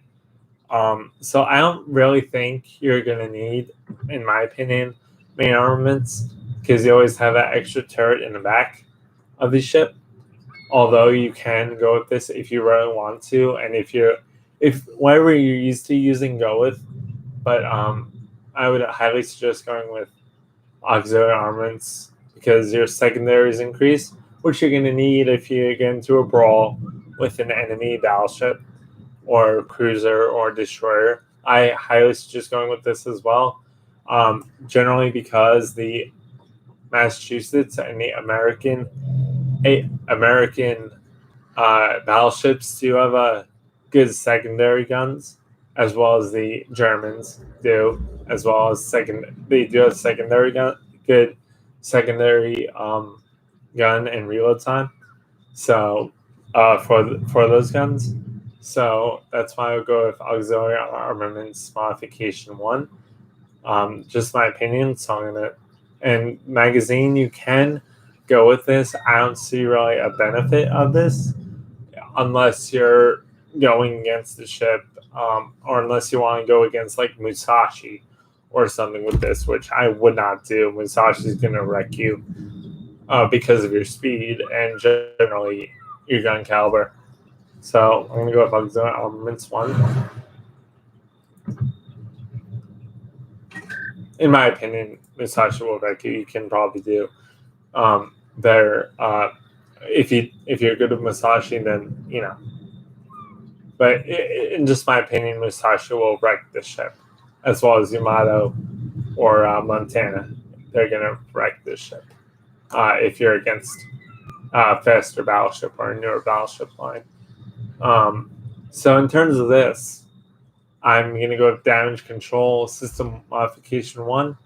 You do have that heal, but this is a slow battleship. So if you're going to another shore to bombardment to get closer to the enemy, so if you want to switch shores or switch mountains or switch islands, to shore bombardment from, let's say the enemy moved, you're putting your ship out in the open. You want this rather than this, because generally fires are going to do damage, not your engine room. So engine room is going to be less of a benefit for you, because normally with battleships your engine room does not go out. I've had only rare times where my engine on my turbines, I think, went out, and I didn't have any power in the engines until I repaired it. But if you have the increase, that should be no problem. You could probably decrease that amount. So I'm going to go with damage control, which is risk of fire by -5 and risk of flying -3. Always a benefit to a ship that has a torpedo belt as well. And if you want to see the increases that you, I got 266 actually, so it did go up. So if you want to see the what this gives you as well, risk of engine becoming incapacitated, which you generally don't need because you have enough armor, in my opinion, to protect the engine. Unless you're getting torpedoed. The only time that I've noticed that you can get pretty much where you lose your engine is if you get torpedoed on the engine room. That's the only time that I've seen with battleships that you generally lose your engine, unless it's a Musashi or a better ship like a Musashi or Yamato that penetrates your engine room from the side. Then you can also lose your engine, but generally you're gonna see mostly Massachusetts, which or generally you're going to see torpedo ships, which is generally going to be your main threat when you're slow. So generally, I would not go with this unless you're having a problem with it. But I think this is going to be more of a viable option for you because it's risk of fire. So generally, the fire HE shells hitting your ship, it's -5% of that fire chance. So I'm going to put this on here right now, which I did. So it's remember, if you go earlier in the video before I put this on, the fire chance of your ship. Let me see if it tells you. No, I think I don't know how you can find out, but it's basically the fire chance. So how I look at it is, let me just hang on a second. Here we go. How I look at it is it's the fire chance of the shell itself. So basically, let's just use Kansas for example. If you're getting HE shelled and you have or secondary armament, if you're getting HE shots through secondaries and you're getting main battery shots through HE, your HE shell. Hang on a second. Let me find this again. Chances of causing fire. So it's going to be if you're against another Kansas, their HE shell chance on your ship is going to be -3, right, or -5. Yeah, it's -5. So your HE shell, your chances of HE fire on target. So let's say Kansas shooting at you with HE shells. It's going to be 31% chance from that enemy Kansas that you will get fire from the HE shell. So it's going to be 31% chance instead of a 36% chance if you have that if you have this module on your ship, or risk of fire chance. That's what it's going to do. That's how it's going to benefit your ship. Now, if you go for, let's see, if you go for risk of flooding, I don't know really, and I'm not going to look into that because I'm not sure where the flooding is on this. I think it's in concealment. No, it's not in concealment. So I don't know whatever the risk of flooding is on your ship, it's gonna minus by 3. So it's gonna minus your risk of flooding by 3 if you get hit by torpedoes. It's gonna minus the chance that you're gonna get flooding when you get hit from torpedoes by 3. So every your torpedo flooding percentages on this ship. So whatever the chance of you getting a flood in any of these areas is, it's going to minus that flood chance by 3. Not the damage, it's going to minus the flood chance by 3. So your risk of getting a flood in the Kansas, if you have this module on, is minus 3. Just wanted to make sure that it goes on it. Let me see if you do get actually. Oh, yes. I like that. I like that upgrade, but we're not going to do that. I'm just going to show you what I suggest and what I think works with the Massachusetts as well once we get up there, because we're not going to be able to get that with the amount of money I have. But what I would do with this, I think I did auxiliary plying room, but main battery modification 2, traverse speed, so it minuses the traverse speed of your guns. So by what? Let's say by, so your traverse speed, it's plus 15%. It doesn't add it, it minuses it. So it makes it faster. So your traverse speed with your guns, with your main battery guns, here, I'll show you if I can get this up. The traverse speed of your guns is, if I find it,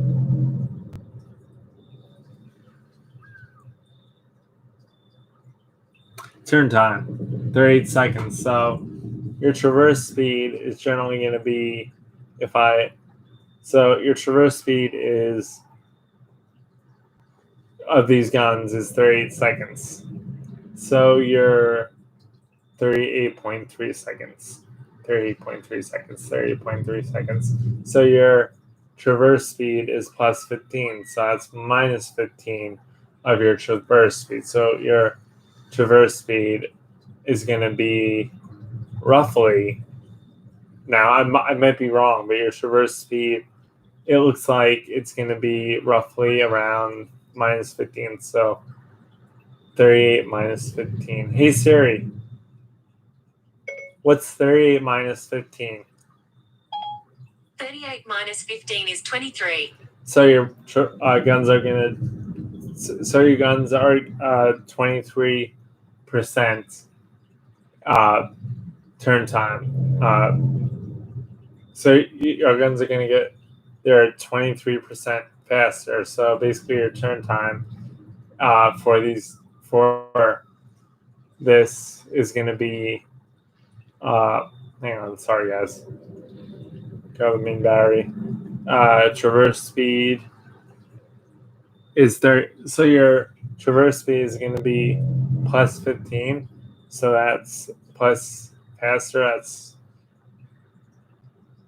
so. Hey Siri, just making sure. What's 38 minus 15? 38 minus 15 is 23. So by adding this, it's going to be 27. 27 or whatever Siri just said. It's going to be that. It's going to be a 23-second turn time to get to from what I'm seeing. I mean, I'm not sure if that's exactly what it is, but that's what I think it's going to do. Yeah, so it's going to be a 20. Oh my gosh. Yeah, it's going to be like a 20. I think, yeah, it's a 23 or something. Whatever Siri just said, it's going to be that the amount of, it's going to be that traverse speed. It's going to be that traverse speed for your guns if you have this upgrade. But I think you could either, okay, so here's the interesting part. I'm not going to go with this just because I don't want to really go with that. Just because of the generally how I play my ships. I generally make the turn time faster because I turn the ship with the guns to get a faster turn radius towards the enemy. You guys might have seen that in some of my videos. If you guys notice, when I have an enemy ship, sometimes I turn the gun. When I'm playing a slow turning radius gun, sometimes I'll turn the ship to get that gun on target faster, so I don't need to run this. That's what I do. If you guys like running this, then run it. That's what that just does for your ship, from what I know, or from what I think it does.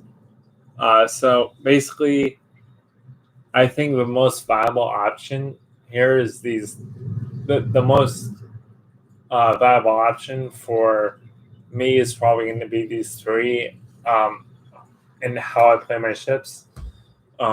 So secondary battery, the secondary battery modification one is going to give you a firing range of plus 20 on your main battery guns. So that secondary range is 5 cans, so it's going to give you a plus 20. So you get a 25. You get basically 25 maximum 25 kilometer range on your secondary guns. From what this is saying, your minimum dispersion, maximum dispersion, the max your shells can disperse, goes minus 20 with the maximum dispersion. So you get a maximum.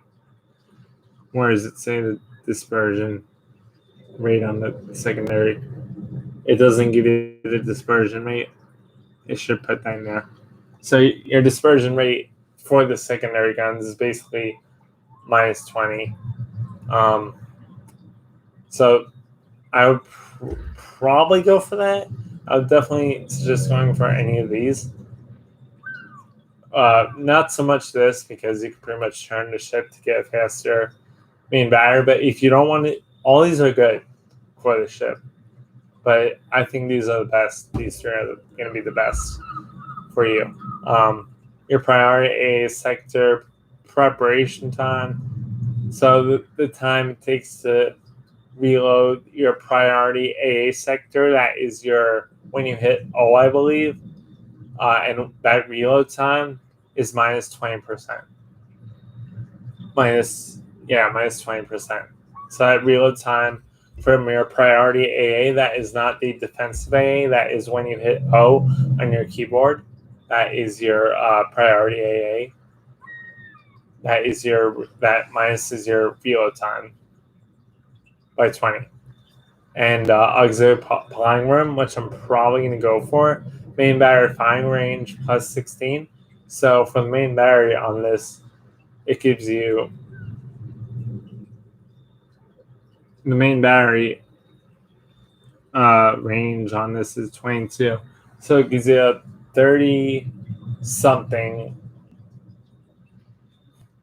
Hey Siri, let's get this right this time. What's 20? Oh, bad. Hey Siri, what's I forgot the number again. So with the artillery flying room, it gives you a plus 16 main battery firing range. So that's plus 16 of this your main battery firing range. So if I remember, hey Siri, what's 22 plus 16? 20 plus 16 is 36.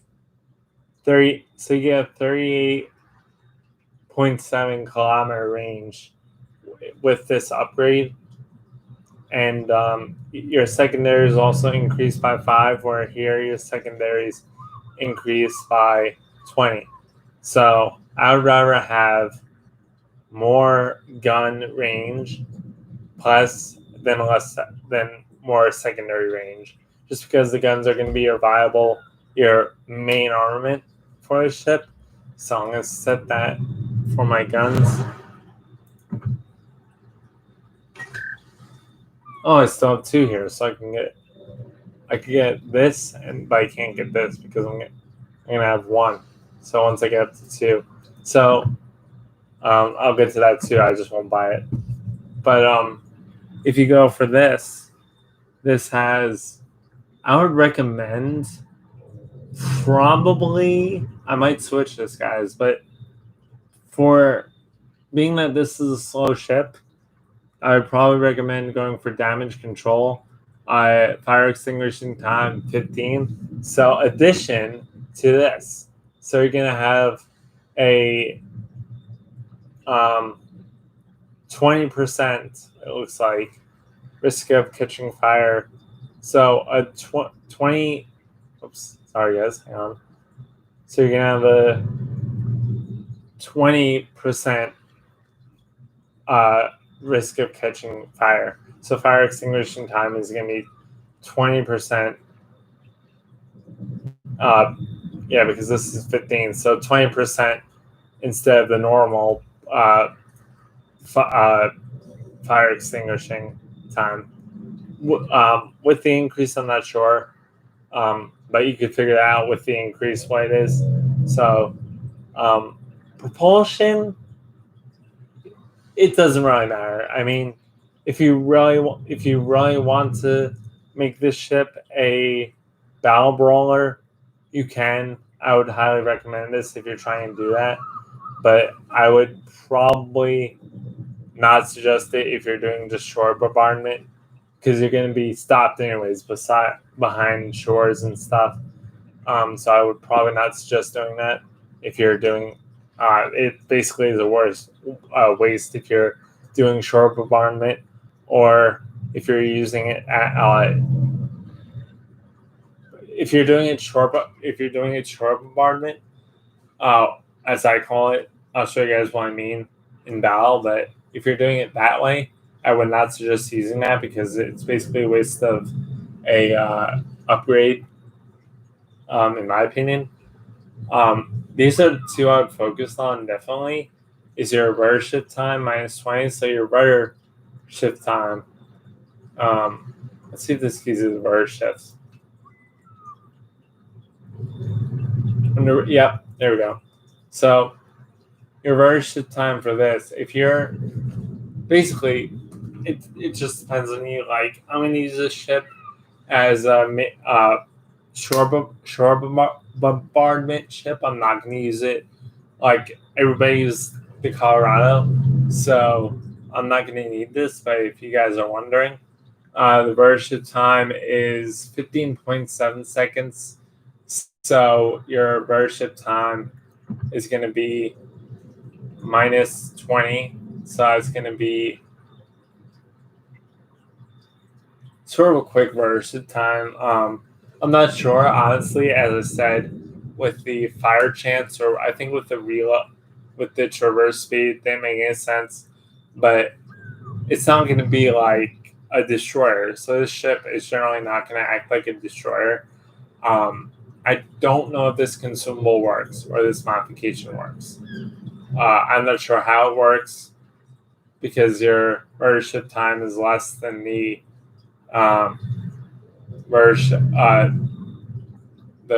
your actual rudder shift time is less than the percentage that it's taking away. So I don't know really what that does. So I would not suggest this really. But this is highly. I wouldn't suggest it because I don't know how much it takes away for your bird ship time. But I would suggest this as well if you're trying to maneuver torpedoes, or you're in battle, like you want to make this a battle brawler. I would highly suggest steering gears modification one if you're trying to make this a battle brawler. But I'm going to go with, because I'm using this as short bombardment ship, so I'm going to go with fire extinguishing and flooding damage control party 2.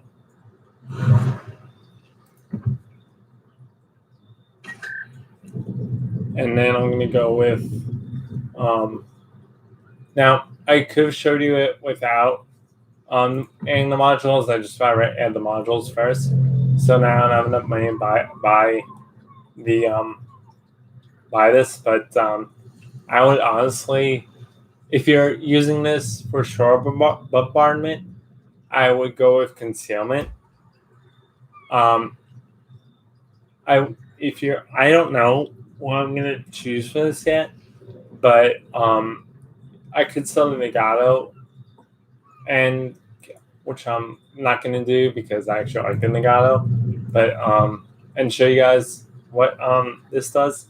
But basically, two things I look at here: torpedo, or I think this is ship consumable modification one, action time. So it adds the action time to your ship consumables. So it adds, if you want a longer consumable time, even longer than I showed you earlier, go with that. That's for all your consumables. So that's for the defensive AA, the repair party, this works for all your consumables. Basically, it adds an additional 10% to the percent of the action time of all these consumables here. Right here. So you can go for that. I'm generally going to go for concealment or torpedo lookout system. Generally, I think I pretty much, let's see,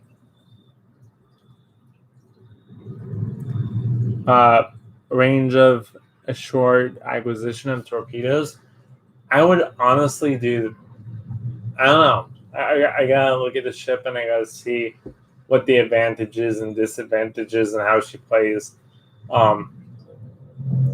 in battle to actually choose that. But right now we're gonna put her on some flags. Actually, I'm gonna just show you her without flags. So basically, first battle is gonna be with the fighter. So this is how I've seen people play the Colorado class battleships. So I'm basically going to show you the same way that I used to play the Colorado class with the fighter. So let me just give you a little information on the ship, so I don't have to give you. Let me just give you a little information on the ship, so I don't have to give you it at the end of the video.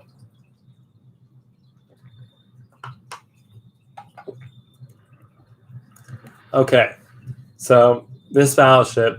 Oh, and by the way, these ships were never created. They were planned so that there was blueprints, but they were never built because we chose this line of battleship, this line here, which is the faster battleships instead of going the slower route of battleships.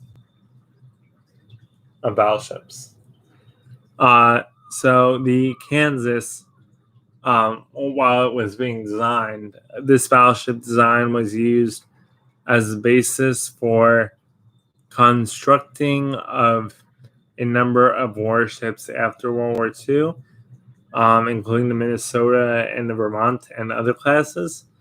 Just so you guys know, the Kansas, Minnesota, and the Vermont are from the same class of battleship. They all the same, roughly the same speed. Besides this, because I don't know what the Vermont is. So basically, that's what they're talking about, of a number of warships after World War II. So constructing the Minnesota, constructing the Vermont, if they were going to construct it, they never did. But that this was going to be the basis line for the future ships if they went down the slower battleship line of ships. Oh, okay. So that's basically what the basis, what they mean by the constructing a number of warships at the World War One. That's what they mean by the basis of what the base armor layout would be for the future ships of that class of warship. So constructing of a number of so this battleship design was used as the basis for constructing of a number of warships like the Minnesota, West Virginia, or the West Virginia, and California. Wait, let me see. Hang on a second. Let me go to the actual Colorado and see the actual California and see when this was, just for the fun of it. So the California was 1921, and the Ouija, or West Virginia, was 1923. So this was the California was 1921, and the West Virginia was 1923. And interesting part about the West Virginia, before we get back to Kansas, is we were building these ships, but we decided to put them on the back burner to build merchant ships for the U.S. Navy, because we didn't really need the West Virginia or the West Virginia class at the time. There was also other classes that were being built with the West Virginia that I forget. I think it was the you could look it up if you look up USS West Virginia info or anything like that. You will definitely find it. I think I found it under the info under the USS Colorado. If you look that up and put in info on YouTube, you'll probably find it. I could even put a link to where I found it later in the section below this video. And the Arizona was created in 1916. The West Virginia was created in 1923, and the California was created in 1921. So the Kansas was created in 1918. So this was basically going to be the basis ship if they extended the line, if they continued the line from what I'm hearing, this wasn't a real ship. So they continued the line from this was going to be the main ship from the Colorado class battleships. So this was going to be one of the main ships which they never built, but this is going to be in basically the Colorado class, the next version to all of these ships. This is going to be the upgrade version of the Colorado, basically. I don't know why they say 918, but I guess they were planning the design around 918. So generally, this ship that you see in front of you was generally going to be the basis of what the future Colorado class battleship would be, or the future Colorado class battleships would be. So let's go back into the tech tree. And you guys can look this up. I'm just generally doing it for people who don't generally play this game. So, after World War I, she was similar to the Colorado class, which is this ship right here. She was similar to this ship. So this is the Colorado class battleships. So she was similar to this type of ship, but upgraded. So she was similar but upgraded.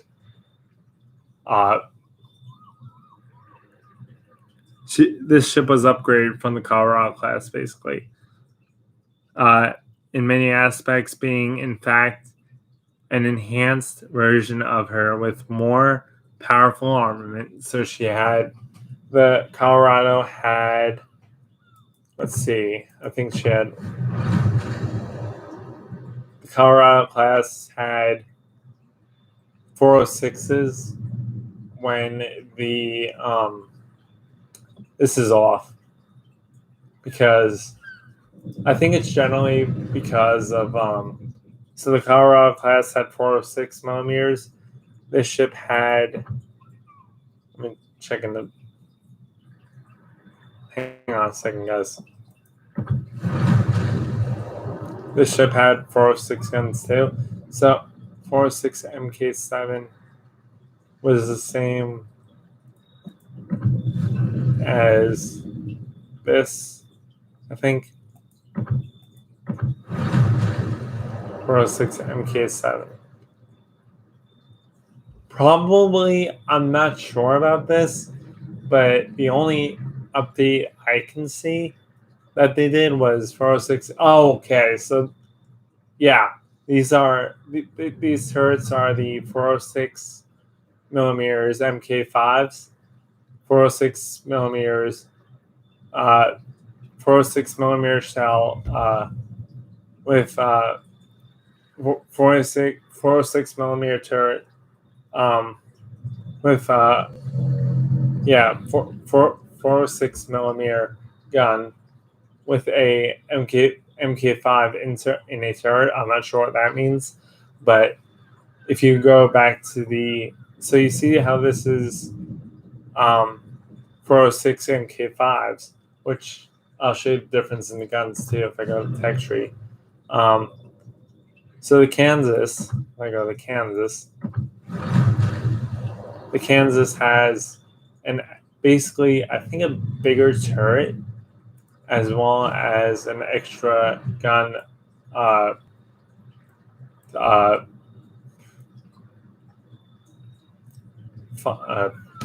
an extra gun here. So it has an extra gun on all of its guns. Extra gun I forget the name again. An extra gun here. An extra gun turret or an extra gun. I'm trying to remember the name for you guys. Hang on.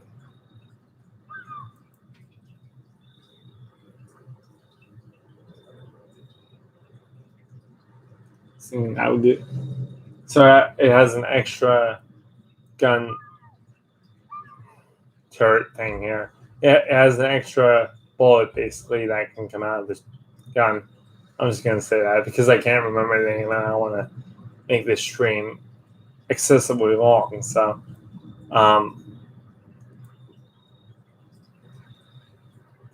so it has an extra gun turret on each of its guns, an extra gun shell to shoot out on each of its guns, rather than the Colorado, which has a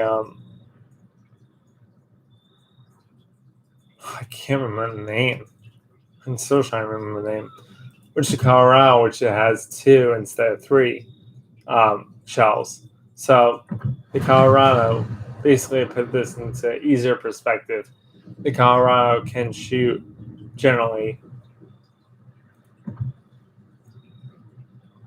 The Colorado can generally shoot 1, 2, 3, 4, 8.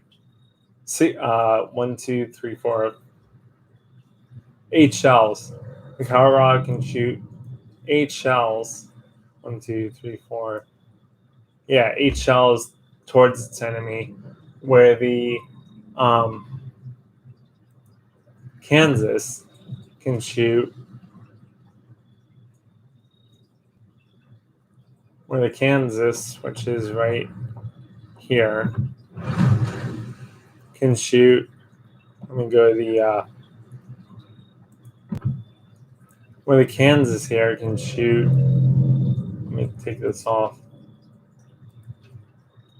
Where the Kansas can generally shoot 9, 10, 3, 6, 9, 1, 2, 3, 4, 5, 6, 12 shells instead of 8, I think. So the Kansas can shoot 12 shells, where the Colorado class of battleships can shoot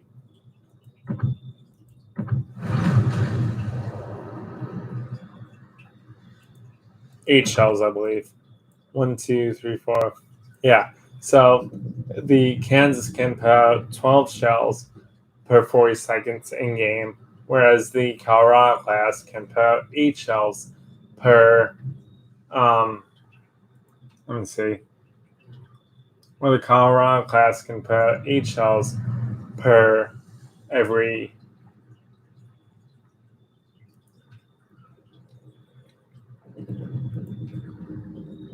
Where the Colorado class can put out 8 shells every 30 seconds, according to the information I'm looking at. So let's get back to the info on the. So that's what pretty much they upgrade. Let's go to the Kansas again, just to make sure we didn't miss anything. So if you go to Kansas and then you go to the. No, I want to go port. I don't want to go to texture. I'm sorry, guys. So the Colorado can put out 8 when the Kansas can put out more shells. Powerful armament, the warship. So when this warship was being created with the Colorado class, this was the main ship that they were going to start with if they were going to build this line, which they never did. But the main ship, the first ship that they were going to start with building if this line was being created. If this line of battleships was going to be created, which never was, because they went with the North Carolina, Iowa, and not the Montana. The Montana was never created. It wasn't needed. So this line was going to be created instead of these 2 ships. We chose to create these 2 ships instead of these ships, generally, from what I'm hearing. But these ships were made in blueprints, so they're not like the Russian battleships, which are basically, I would think, copies of the American battleships in terms of armament, in terms of like North Carolina, in terms of like armor layout on the sides, compared to the Massachusetts and the North Carolina class battleships. So, am I missing anything in terms of the info here? Powerful armament. This warship crowned the development process of standard battleships. So this was going to be the standard crown, the standard battleship that was going to be created after the Colorado class battleships were going to be created. That was planned for us around 1918, or around between 1918 and 1923. I think that was, but in terms of dates, the dates are off. So I guess what happened was we went with this setup, 8 shells instead of this setup. But I'm not sure. Again, I'm hearing this from a guy, but that's what. But they said like we planned to go with this line of battleships, but I'm just going to include this. So we were planning to go with this line, but we decided to make this line because I guess our enemies had faster battleships than we would if we chose to go with this line. a battleship instead of this line. But basically, also, an interesting fact, which I just found on a post on World of Warships North America, in the U.S. Navy. So, yeah, so that's basically all the info that they gave you. Basically, as well, guys, an interesting fact with the with this line of battleship compared to the Massachusetts. So, if I was to take this off of the Massachusetts, so let's say I would take this camo off of the. Oops, let me take this camo off for a minute. So, in terms of between this line of battleship and this line of battleship, the Kansas and the Massachusetts, you kind of see a different color in their guns and the way they are, the metal look to it. You kind of see a different color in them, a little bit of a different color on the turret. So you could see it's a little bit of battleship darker gray on the turrets, whereas that's the most place I see it. Whereas with the Kansas, it's a lighter gray. It's a little bit of a lighter gray. So basically, what the guy said, and here's a little information if you like camos. If I can find his post, and just find his post.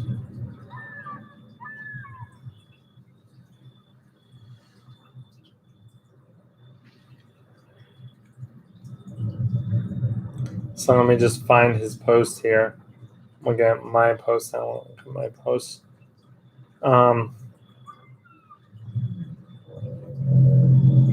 So if I go on my post, oh, somebody else got it. Nice. And they have the camo on it. So I'm looking at this on a group on Facebook called World of Warships North America. Thank you guys for letting me live stream in your group, by the way. And yeah, I'm looking for the post. Here it is. So somebody else got the Kansas. So two of the people in the World of Warships groups, in the World of Warships North American group got the Kansas. Awesome. Congratulations, guys, on the grind for that. And those people are Patrick Polson and one other guy got it here. And I'm going to butcher your name, but Grizzer.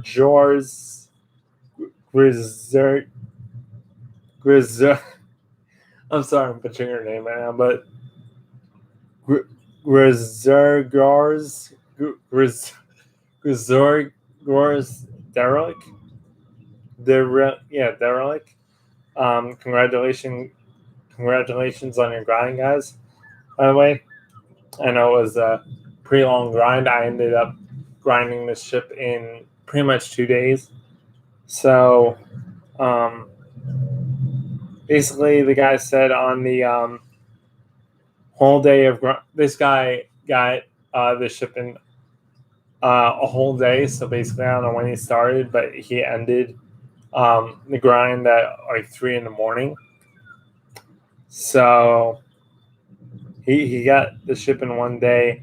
And what one of the comments said is actually pretty interesting about the camo of this ship, or of the so you can get this camo as well. Oh no, you can't get the. I'm sorry, you can't get the.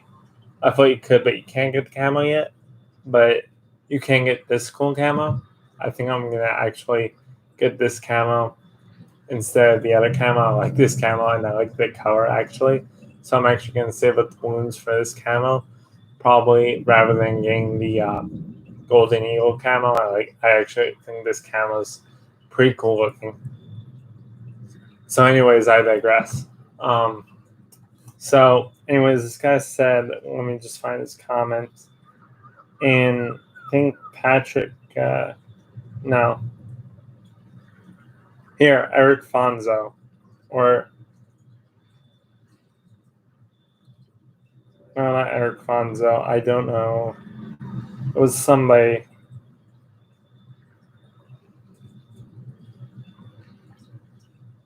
So I said, hang on, let me see.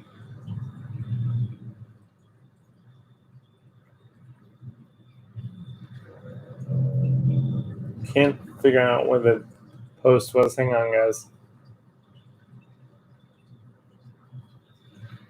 Here it is.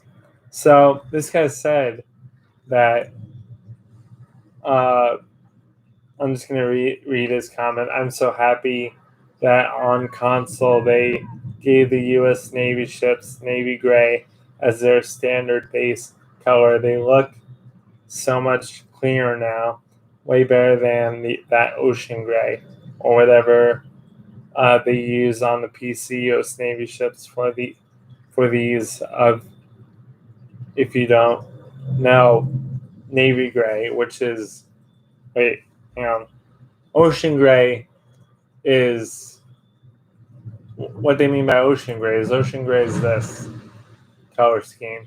Navy gray is this color scheme. I think that's what the guy is talking about. But oops, let me get off of that. So in terms of the two camos I just showed you that they used on these ships, PC US Navy ships, for those of you who don't know, navy gray, which is this camo that you're looking at now, is the clean whitish paint scheme used by the U.S. Navy in the interwar period, sometimes referred to as neutrality gray. So that's a little bit of information on the two different camos that our Navy used on these ships. And now we get to the fun part. So I think, yeah, I told you guys I was going to use this ship. Hang on a second. I told you guys I was going to use this ship. Sorry, just drinking water.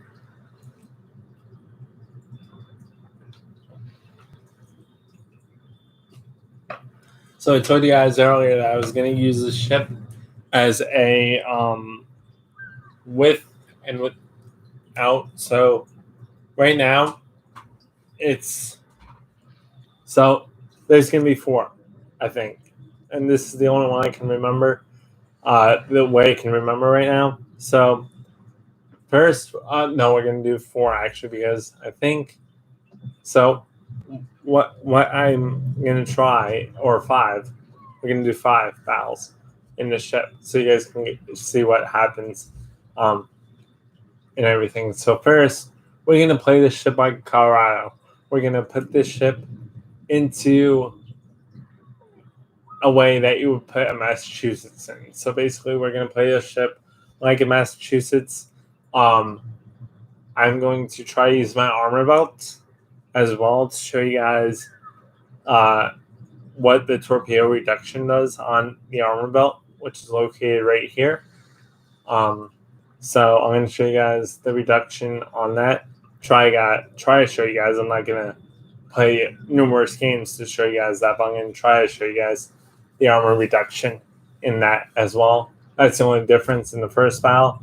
So I'm going to basically play a ship like how I've seen people playing the USS Colorado class, as well as the USS Massachusetts class battleships.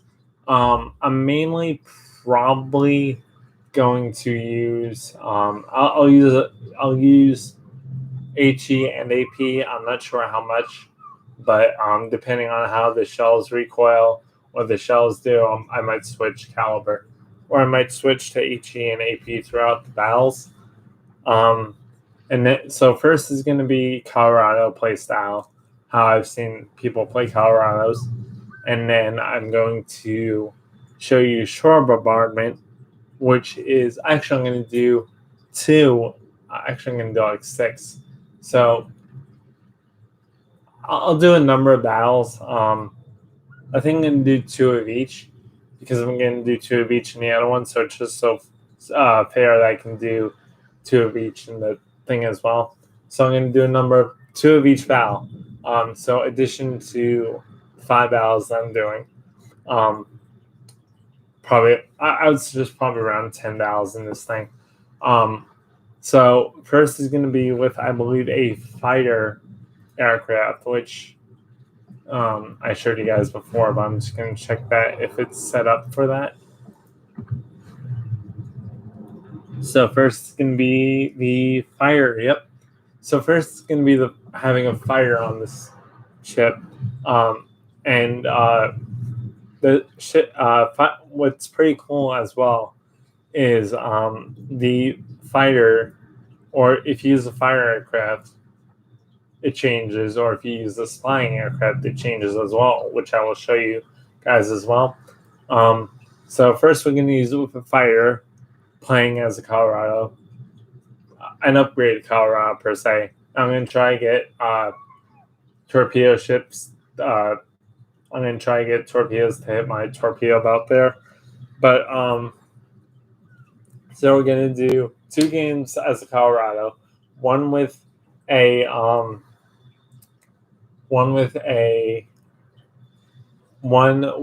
fire and one without a fire. So one with a fire and one with a spying aircraft. Then we're going to do shore bombardment with a fire. I'll also show you that you have to switch islands sometimes if you don't have that spying aircraft. So we're going to do shore bombardment with a fire as well as a spotter aircraft. Then we're going to do the other play style that I showed you roughly, with generally a spotter. I forget what I used. Let me see what I used for that because I want to do the same thing as I did with California when I showed you. Let me just see.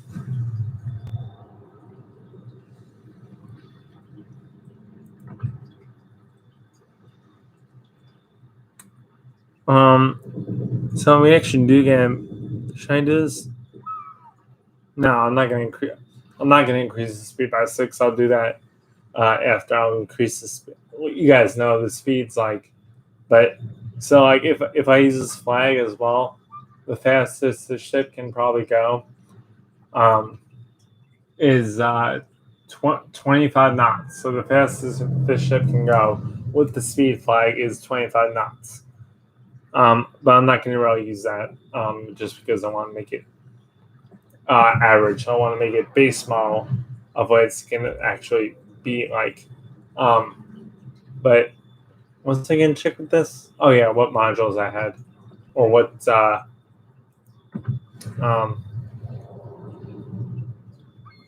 thing I had with it. I forgot what I was going to check. I think if I can, no, I can't do that with this. But I can do that.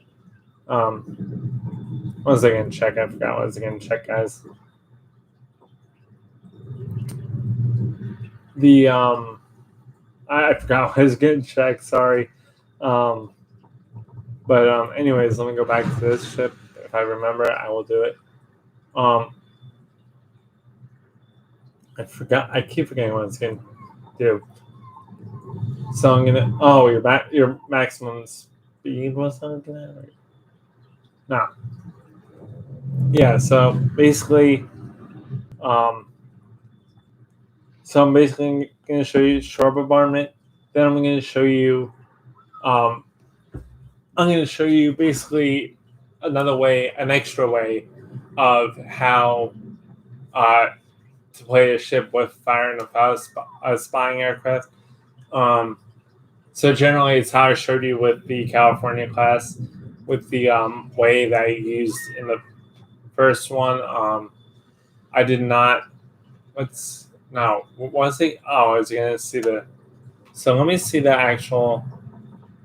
See if I can actually do this, because that's what I think I was looking at. The 20. So this goes 25 knots. 25.5 knots. Your turning circle radius is going to be 640 meters. Burst ship time 11 So look at that, and then look at this. So let me see. I'm gonna go with turning radius because that's what we're trying to do. And so with this, it's 11, 640. I think this is tier 7, so it might be an extra with the Kansas, but let's see. So 7. Oh, it gives you less turning radius. Yeah. All right, that's what I'm liking. It gives you less turning radius.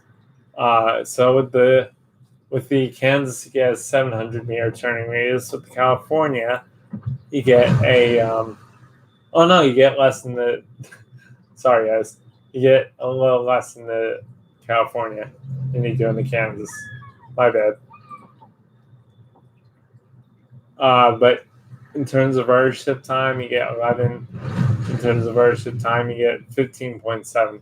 So I don't know how well I'll be able to do that, but I'll try my best with what I showed you guys before before I had the Kansas. So with and without fire, I don't think I need to show you that with and without a fighter, or maybe I'll show you guys that anyways. So probably around 10 battles we're gonna do. And I'm not gonna. It's gonna be short bombardment, the way I did it, the way I showed you guys earlier before I had the ship, and playing this thing like Colorado. So it's gonna be 3 turned into many, because it's going to be 3 main things we're looking at, 3 main things I'm testing, including the torpedo belt. But I don't know if I'm going to be able to show that in these battles, but including the so it's going to be 3 battles, plus including the turning. You know what? I'm going to make that an extra one so I don't forget how to do that. So it's going to be 4 plus fire or plus your spying aircraft. So it's going to be 4 plus 2 valves per each setup that I showed you guys. So first is going to be regular Colorado gameplay, and I'm going to show you how to avoid I'm going to make that an extra one. So the 4th one is going to be just turning radius. So basically, how I showed you guys before in my last videos, just going to shoot the back guns and shoot the front guns. I'm not going to do that in every video because it's kind of complicated this way to show you guys, but I will show you in, you might see it, but I'm not focusing on that. In all my battles, main thing I'm focusing on is short bombardment, which I'll show you guys. It's actually pretty interesting how I thought about setting the ship up for that. And short bombardment, the way the Colorado class plays, and the way that I forgot now. The actual way of the turning, I guess. So it's 3 or 4. Short bombardment, the way the Colorado class plays. So I guess it's 3 times 2 or something like that. If I remember, I'll tell you guys, but I can't go back in the video and see what that is. Plus, it's going to take longer. So enjoy, guys, and please leave a like on my Facebook post or leave a like on my videos as well. Thanks for watching. So the first battle is going to be Colorado, how I see people playing Colorado ships or type ships. And I'm going to switch between AP and HE, and we're using a fighter aircraft right now for this battle. And we're on the map Northern Waters.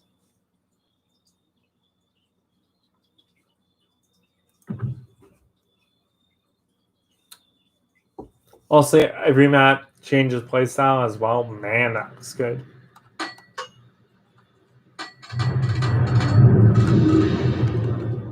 Horn test. Oh, not yet. I have to wait until the time goes out. Horn test. Jeez, sorry.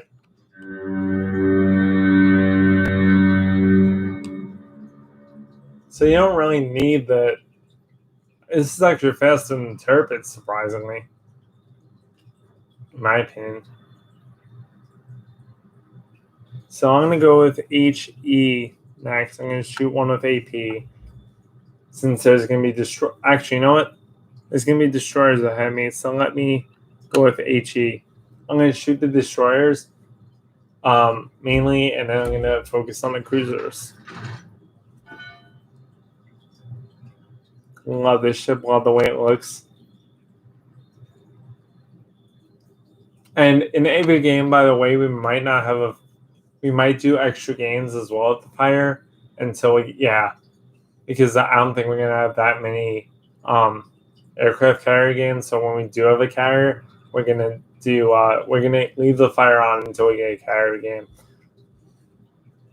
Okay, so I have another Moscow over there, which I can't shoot at.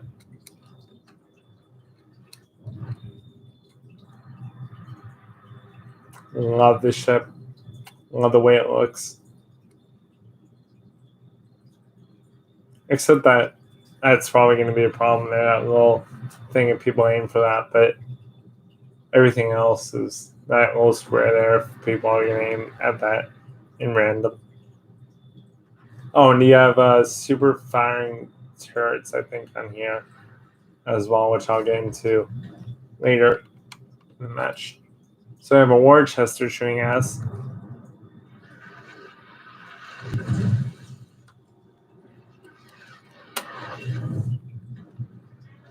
So I'm going to stop that Worcester. I'm just going to switch to AP. So that's your gun dispersion, too. Pretty nice. Penetration on that. So now, I have 20 seconds. No, I've only had 40 seconds. So now, see, I'm getting close to the enemy, right? So I'm going to go, I'll show you this real quick. You're going to use your back guns. You're going to turn the ship. That's why I had faster Warship time. It'd be easier, but you're going to turn your ship pretty much broadside, which is bad, actually. Well, not bad, but shoot the back guns.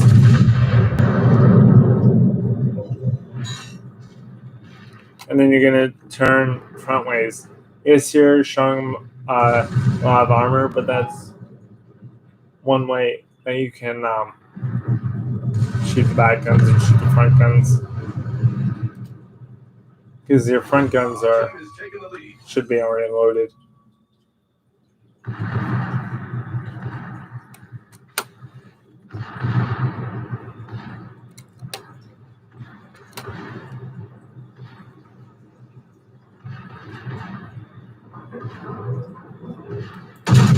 Okay, that Conqueror.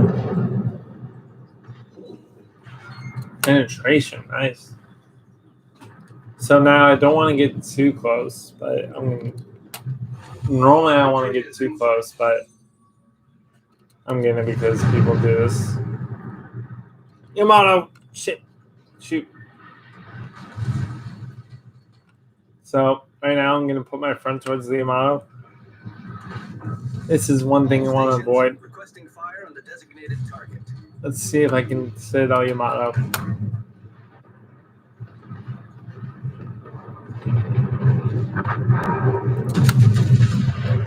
All right, oh my gosh, wow, 3 Citadels in the fire. Nice. That's nice, actually.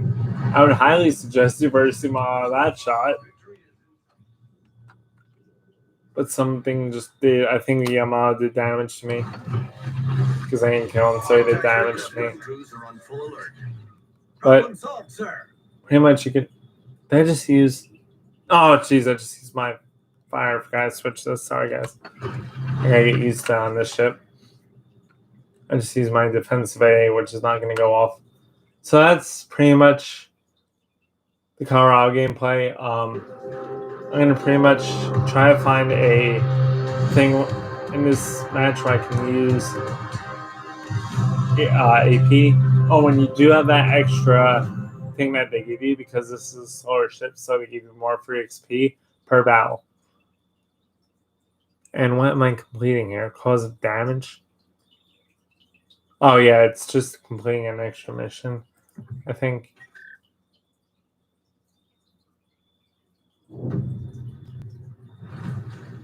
So now we're gonna go to wait, can I show you guys that without the fire, or no? Let me just jump in the game until I get a carrier in here, so I can show you guys that. It should be shortly. It's usually doesn't take too long to get a fighter, to get a carrier in a game.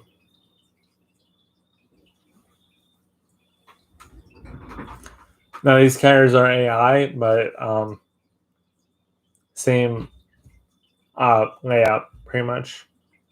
Different playstyle though, because it's going to be an actual human that's playing the carrier against you. But if you're playing in random, or if you choose to play ships in random, well, let's see if we get a carrier. Yes, finally, yes. Okay, I don't have to go through many games. This is the German carrier Wesser. Wieser. I think Wieser?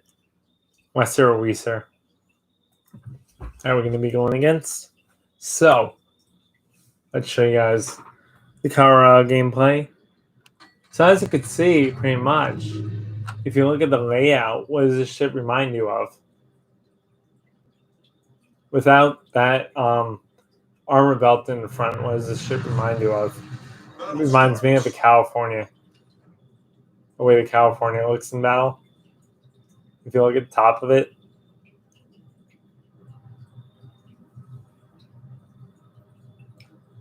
So I'm going to stick with AP shells.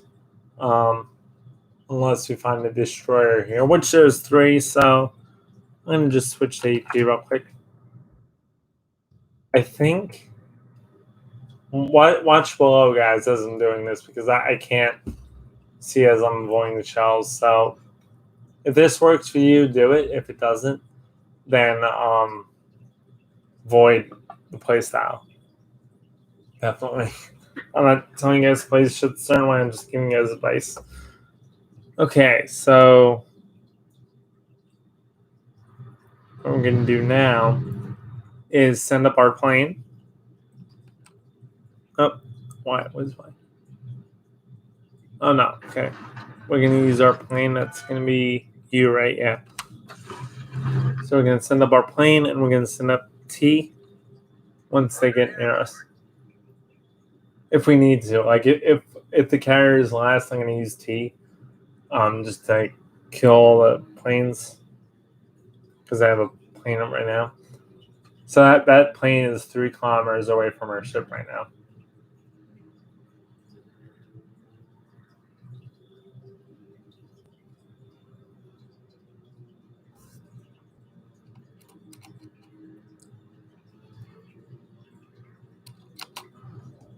So I'm going to shoot HE at that destroyer.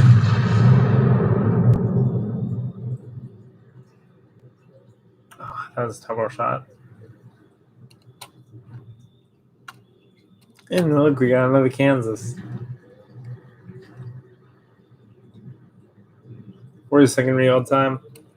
I wouldn't suggest adjusting or using that method that I showed you guys, because the ship does have torpedoes, so let's try and make it. Oh no, it's behind the rock. So I'm going to shoot HE at the Kansas and then switch to AP. I'm just watching this ship just in case it pops out again. It shouldn't.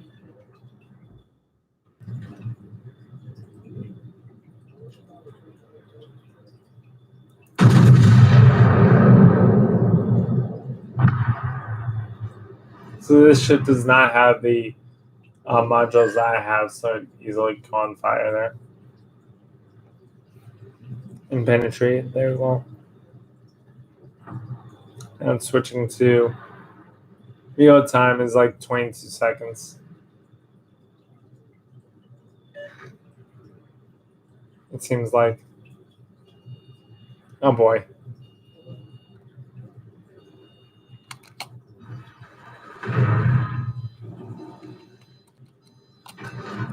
Queen Elizabeth.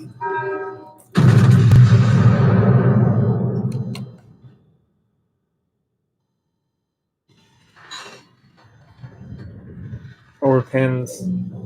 Good. Ooh.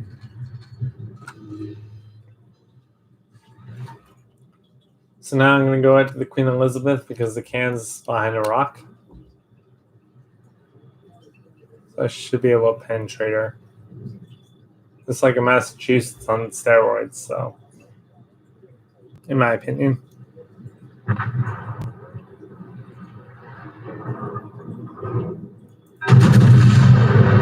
I'm actually thinking of doing this if I don't get the oh, nice pins. If I don't get a plane flying over me, I'm actually thinking of putting this in co-op with a bunch of planes and showing you guys. I mean, training room.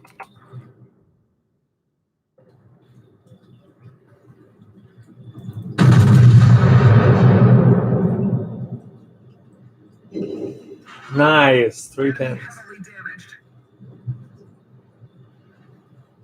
There we go. He's the Kansas again.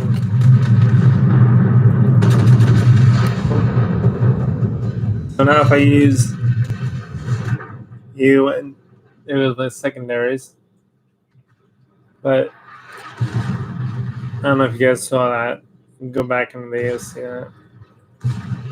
I got my secondaries and my guns. What I'm gonna do is now don't send up a plane here, but what you're gonna do is you're gonna hit T. Oh, Anti-aircraft gun crews are on that wasn't good at all. I'm gonna have to show you that. So let's see where does this thing say though.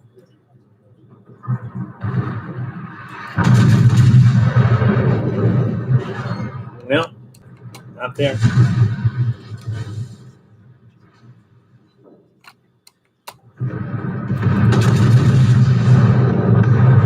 Killed it. Nice. We destroyed an enemy battleship. Our team is taking the lead. All right, so we're gonna go after the carrier now. We should be able to do that. The anti-aircraft has reload, so we're just gonna use the plane right now. Let me see if I can get to it before anybody else does.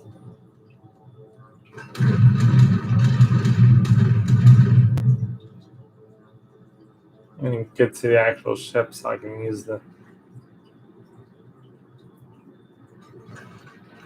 plane. So I'm gonna plane up.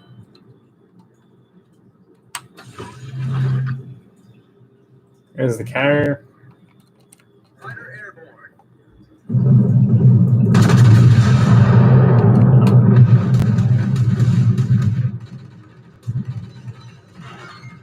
I'll see. Oh, at some point, I'm gonna. What I'm gonna do is I'm gonna put a bunch of carriers in co-op and show you guys the actual. There's the OQ with this priority AA. But I'll actually do a co-op match. I might be able to show you guys the. Might. Is the defensive AA, and here goes the engine. I showed you guys, but Flooding quickly. one of those torpedoes was half, the other one wasn't. So I got half damage from that one torpedo, and I got over pins on this. So Problem solved, Is sir. that okay? So I'm gonna use again. It's your priority AA. Anti-aircraft gun crews are on normal alert.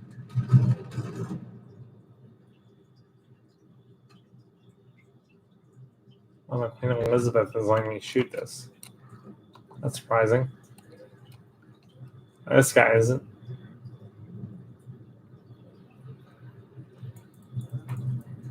Come on, give me a gun.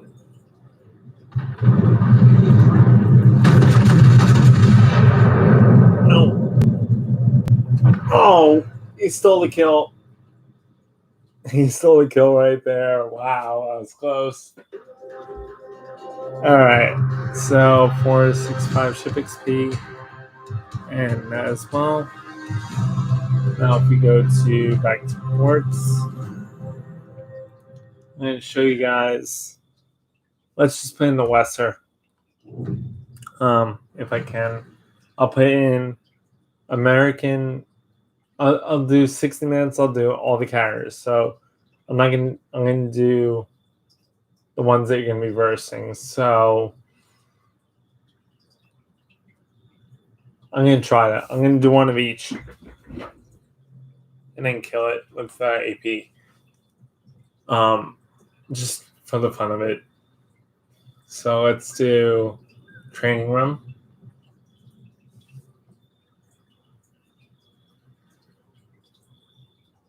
I should just show you guys this in training room, but I'd rather show you in battle. So let's go to the training room and create battle.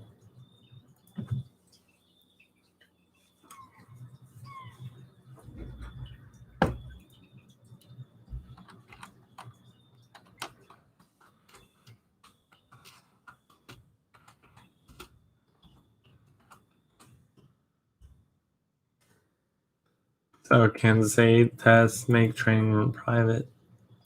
No. Forbid the commanders to invite players. No, you can. Hide enemy ships. No. Allow spectators. Yes. Battle map is ocean. Sand armor realistic. Domination. Battle time 60 minutes. 1 versus 1. Actually, let's do, because that one being the training room, it's probably going to be boring. Let's do 1 verse. Let's do 3 versus 3. You can create this. Okay, so I could put 3 on my team, but I'm not. I'm gonna put a because you got 3 carriers. I'm gonna go American, Japanese, and Germany. So with the, or vice versa. So I'm gonna go with Germany first. Battleships. Now these are all fake aircraft carriers. Germany did not have any aircraft carriers in World War II.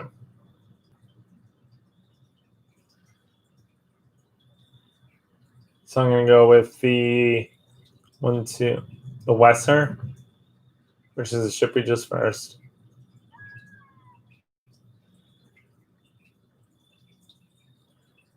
Hi.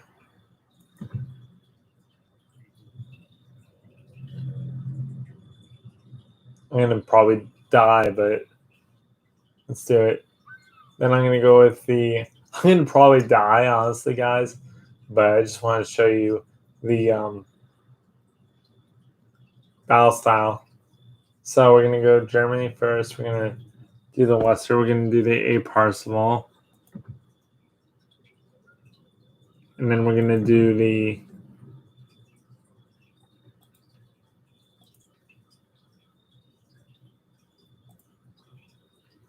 We're gonna do Germany, and then we're gonna do.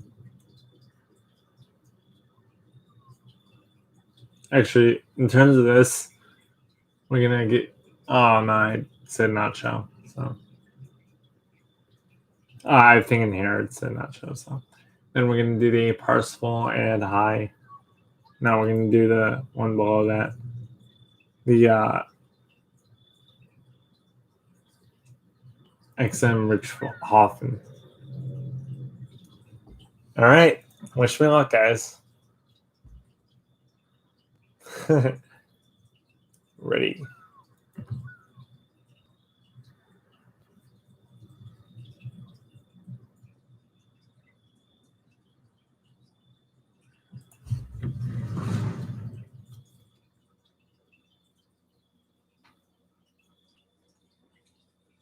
I'm probably gonna die, but just trying to show you guys the hate defense between this and these carriers.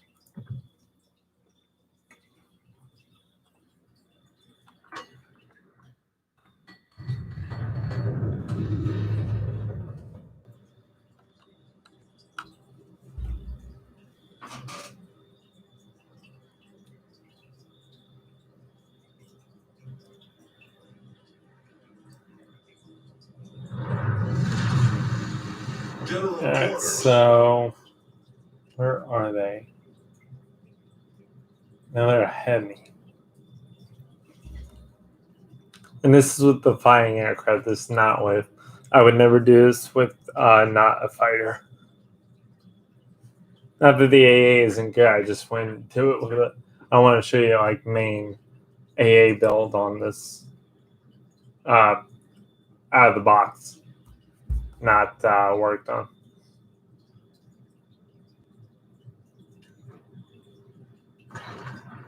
Like I know you can get better AA with captain skills. I think. Let's see what we can do here. Here we go. So I see that detected, so I'm gonna put my fighter once I see planes. There we go. And I'm gonna put on my AA once they get into range. Watch this.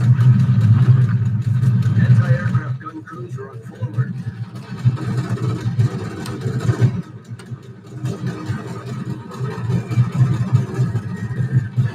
Oh. I guess this was a bad idea, huh? 20 aircraft knocked down, baby.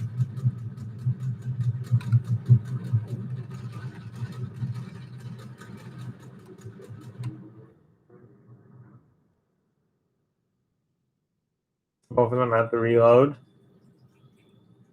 So I'm going to keep my Anti-aircraft gun cruiser on normal. get close to the enemy as they reload.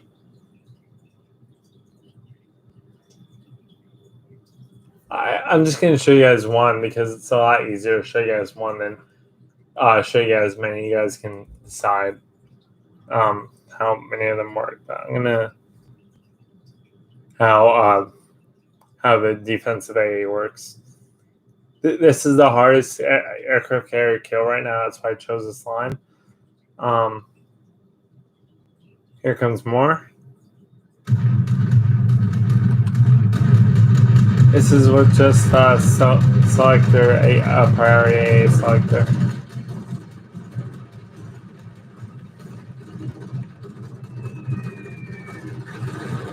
Oh.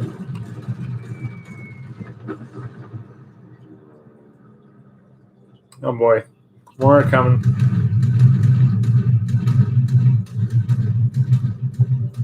I'm going to probably use HE to stop half the fighters. Oh, jeez.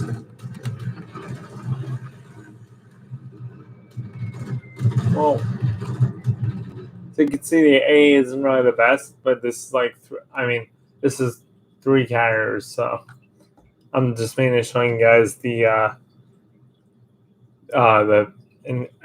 A defense on this. Here comes another one.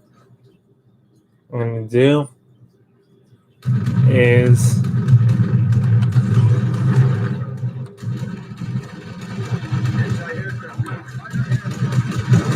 there you go. Oh boy.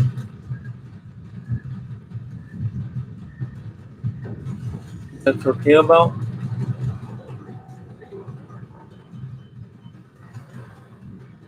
Reload on this, yeah, as well as everything else.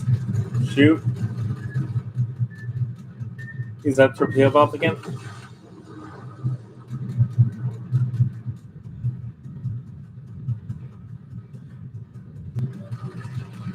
I'd probably be able to just kill one of them.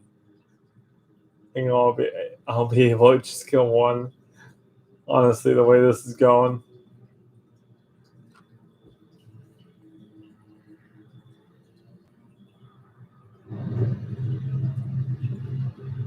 Fighter returning to ship.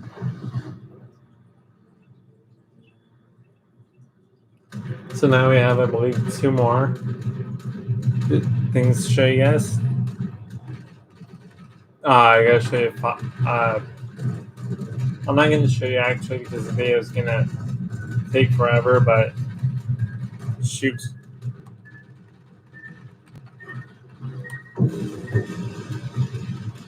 Oh, I got them on torpedo bomb that time.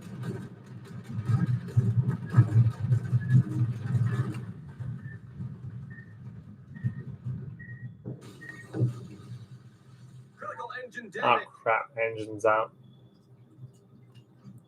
So that's just generally if you're going against a bunch of carriers, but I'm trying to find them here. Hope they don't come back here until I get the reload. Yes. Whoa, hello. Here they come.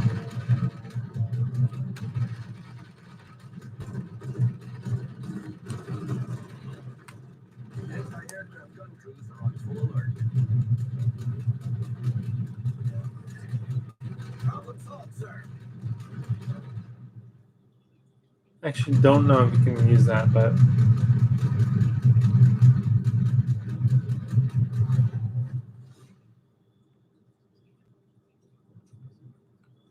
you gotta find one of these ships.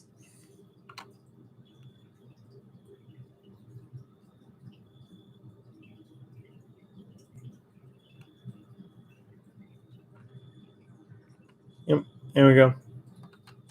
Anti-aircraft gun crews are on normal alert. I don't think you can use though, from what I can see. When you use defensive AA, I don't think you can use that. Oh, hello.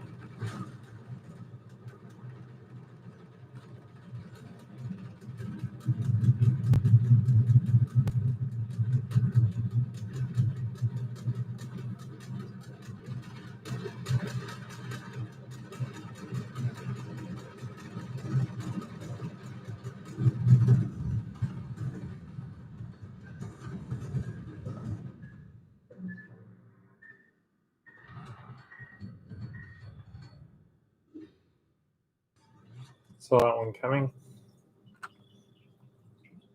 I had to get closer, but I can't because they keep firing. So I'm out of the thing, and I got one more of that. So pretty much that's how the defensive AA is, and with the airplane, I don't think you can use it all at the same time, but I can use it now if I'm loading up, which should be. Oh, about come on, wait, no. All breach. Taking on water quickly. See if I can find at least one carrier. You think I'll be able to?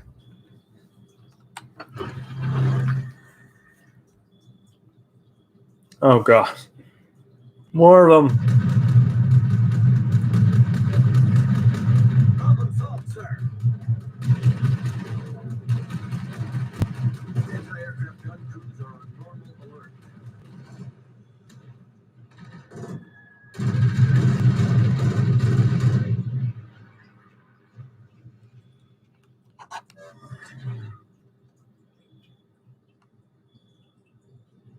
Let's see. Oh, there's one. I know where one carrier is.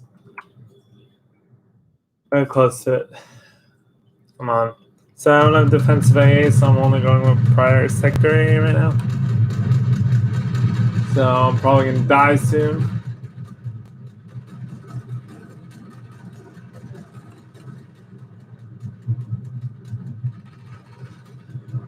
See if I can get 200.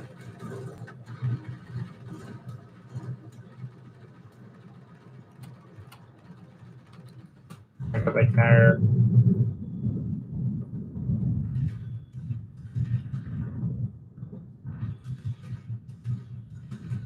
There's the other one.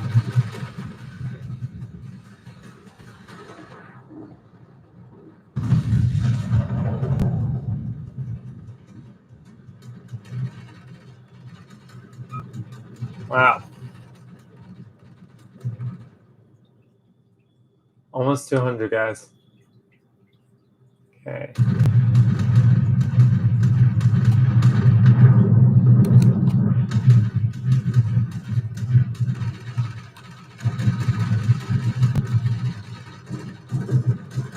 It's crazy.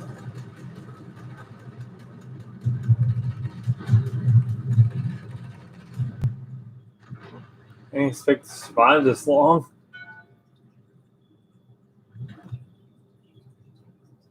Mainly focusing on the western right now. Even though there's probably more planes coming. It's just closest.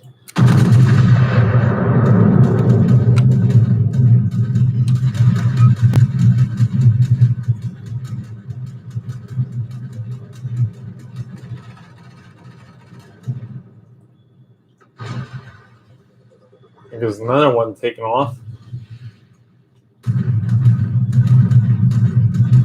On time, come on. 10 seconds.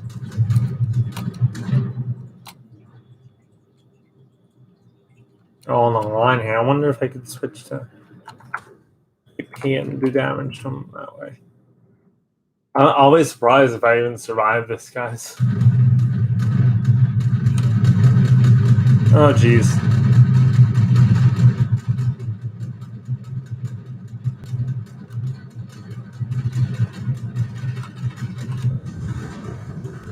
Oh, no. Oh, no.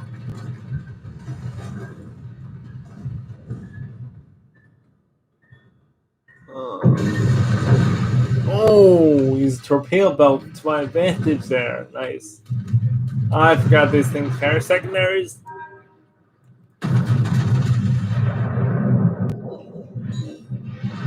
Crap.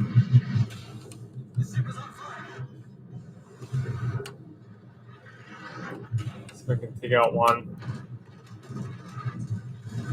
Oh boy.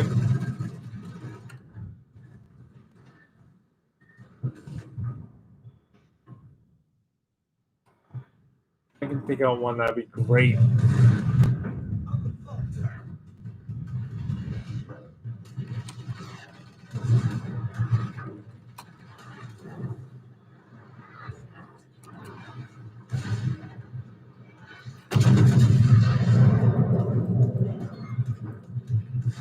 I think I can take out one, guys. Let's see if we can take them out all. Oh no. Fire. No. Come on.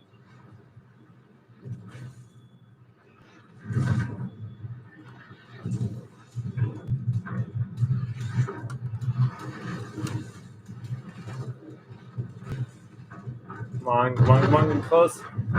Yeah, let's go on. Enemy aircraft carrier sunk. That's all I was trying to do, honestly. Let's take out one of them. Oh. That was pretty cool. That was pretty cool there. 207. So this thing can take out 207 planes. And the fire took out 6. That's insane. All right. So now I don't need to show you guys the defensive AA anymore. So let me just get out of this. And next is the shore bombardment thing. I forgot. I gotta show you guys the spying aircraft. Well, you don't really need a spotter. I mean, you guys know what the spying aircraft does. So I'm just gonna make this video a little shorter and go shore bombardment. What I mean by that is basically I'll show you. Just make this video a little short because most of you guys know how to use a spying aircraft and move it around at the same time. So I'm generally going to switch this to a spying aircraft and show you guys what I mean by short bombardment. And then I'm going to just play a game where I just dodge torpedoes, and then that's it.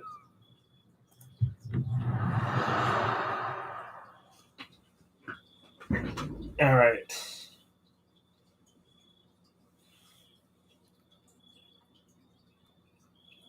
That was crazy. I'm glad I'm filming that. My gosh. The highlight of my night. That's going to be like on my Facebook, the highlight of my night. I should do that.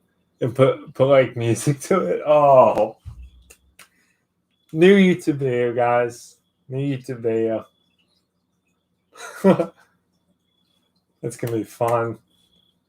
I'll definitely make that tonight. Now I have the footage. Oh my gosh.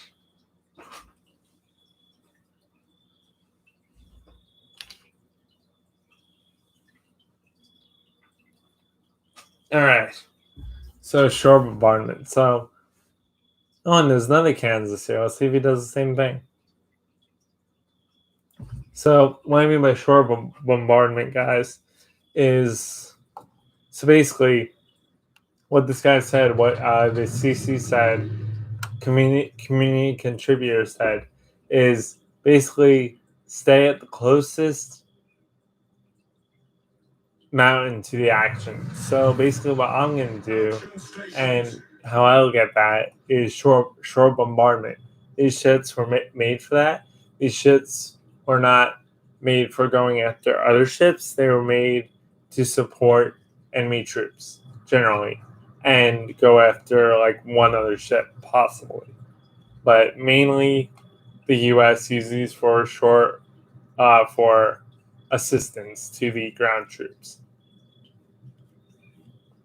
So what I'm going to do is not go exactly broadside like I told you guys before, but I'm going to do I'm going to go half broadside, so angled broadside, and I'm going to use fully HE because that's what they probably used. I'm guessing because AP just penetrates, so HE would actually be a set fires on trees and stuff. So I'm pretty sure they would use HE instead of AP. But again, I'm not sure. So I'm just going to use HE because that's what I think they would use. So we're going to park right at D, this island coming up here. It's going to be D9. We're going to park there. D9, half D9, half D8. And we're going to park at the edge of the island there. I do not have collision avoidance, so it's just going to put me there. I'm going to shoot the ship as well. And just in case this doesn't work out. Yeah, you go 3 incapacitations. Help for the team. And I have a fighter on this, which crap, I forgot to switch it. So there's going to be another game after this, guys. Same thing, it's just going to be a spying aircraft. So this is basically what was our distance, shooting at the enemy. Say park, and I'm going to angle probably towards the enemy, or away from the enemy towards our area. So, and again, they were farther distance from the shore. They weren't right up against the shore. But this is what I highly suggest to use these ships for as well. Due to their range, as you can tell. So park right here. Make sure you have good firing range. Yeah, I have good firing range everywhere. So we're going to fire on this ship if we can we? Yeah. Oh, we're backing up. Don't want to do that. We'll stay here, actually. Now you might get a less of a score doing this because it's the available ships in the area, but it's just an easier, funner way to play this ship and helps your team out by hitting what might be a secondary gun or a main gun.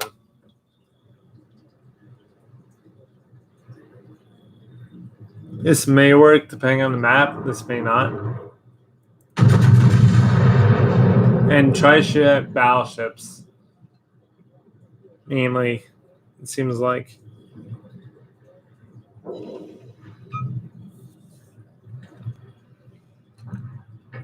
Now, you see all the ships are mainly over there, so I'm going to switch shores. Our victory is in sight.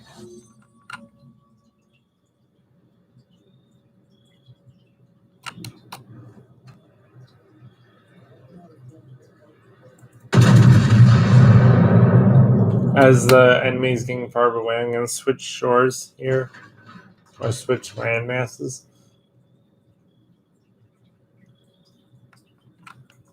We might not get there in time because of our speed and because of the way co-op goes, but I'll show you guys what I can.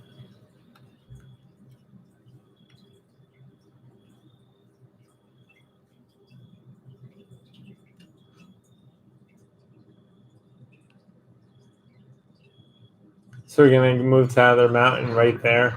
We should have better angle. I don't have a spire plane, so I just figured I'd show you this now. Just in case the other maps don't have that much mountains. Our victory is in sight.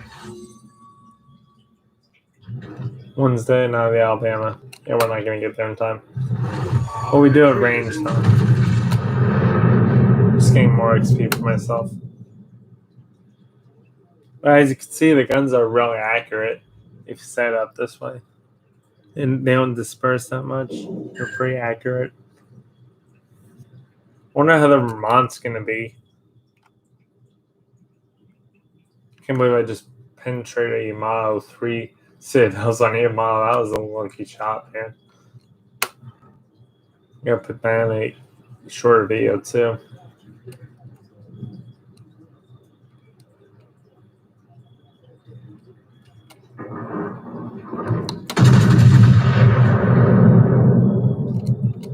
Okay.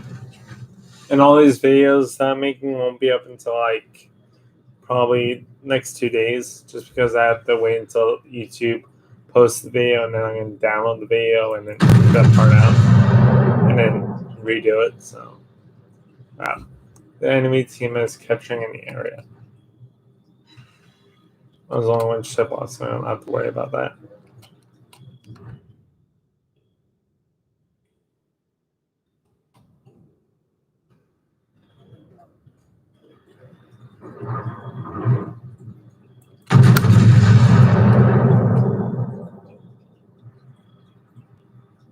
This ship is actually more than I expected from what I was hearing from people about this ship. Alright, so now we're going to switch to a Spire, do the same thing, and then switch to a, not switch, I'll show you in the Spire as well as I'm approaching the island, what I mean.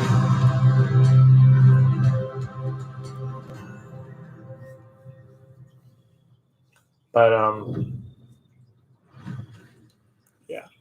So now we're going to switch to a Spire, and I'll show you the range difference.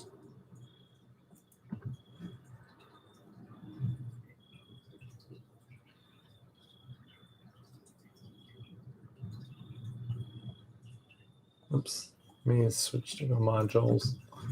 Can't wait to get to Minnesota, man. My plan is to make enough ship XP now so when Minnesota comes out, I could just scare. So what I want to switch is... Oh, I have... That's funny. I had a spotter on here. I forgot. So I was shooting it... Wait, did I switch that? I forget if I switched it. But But we'll do another battle, guys. So sorry if I thought this thing was hooked up with a fighter.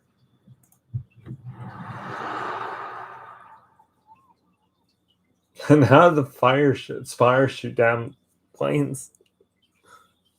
It's funny. You guys see that what I did before that? If I had a spire in the training room or a fighter.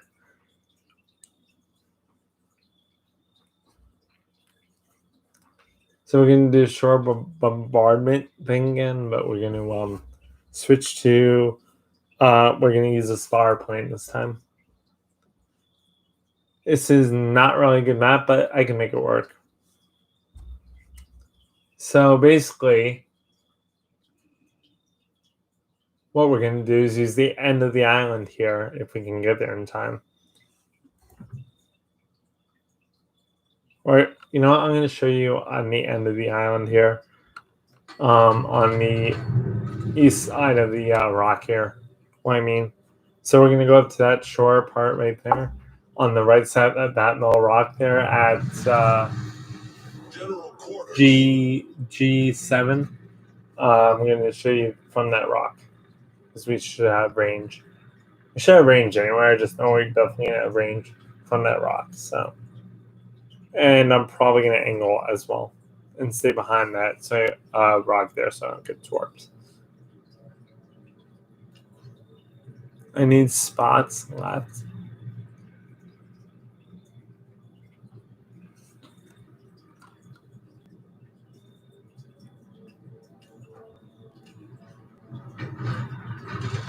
Is it raining? Looks like it just rained. And deck's all wet.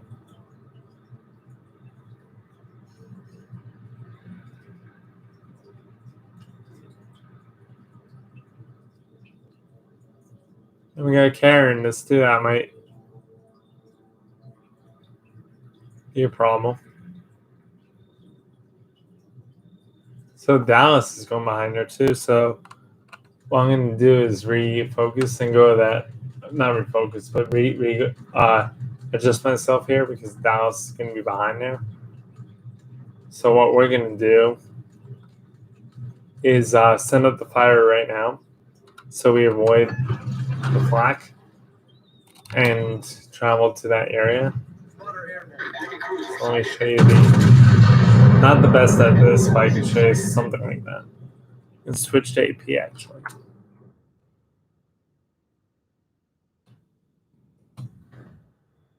Oh, missed. And go for the Pensacola.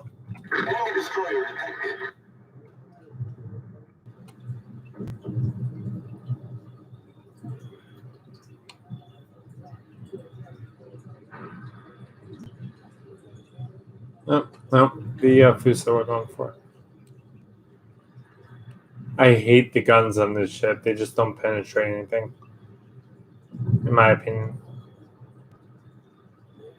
Come on, Fuso. Good shot, man. Oh, that was a nice shot of Fuso.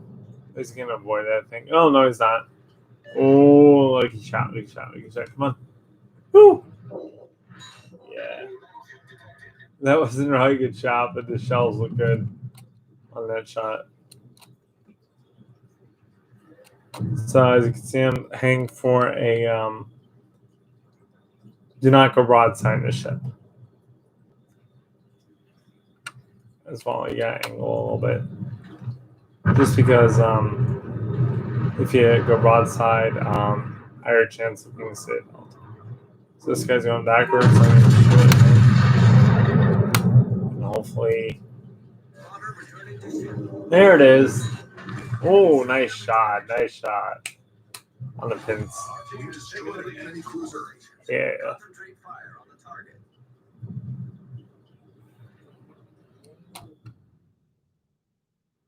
Him hang for a rock as well. This is AI, but if you use this in random, people would probably be shooting at you at this point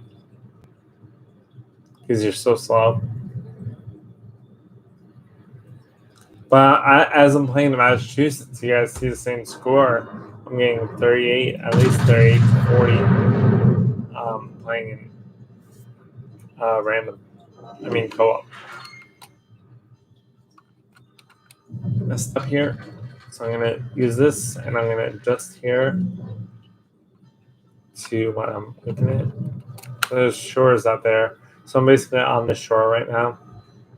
This is what I call shore bombardment in I know this isn't the actual term, but in the game. As you can see, we're avoiding shots here. And we're backing up. But we're not taking that much damage. I'm gonna go forward a little bit. You can still get all your guns out, I think. Maybe that was all the guns on the shores and do decent damage. There's many ways you can play this ship.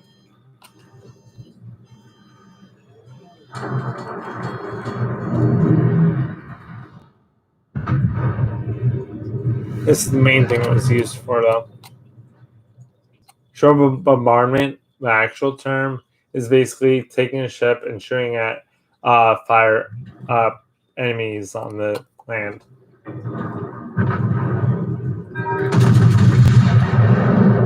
He's getting nil, so I'm going to back up. And that did not go through for some. My back gun isn't in. I see now. Did it shoot my back gun? There we go. That's my back gun, I think. Ooh, nice. Best station.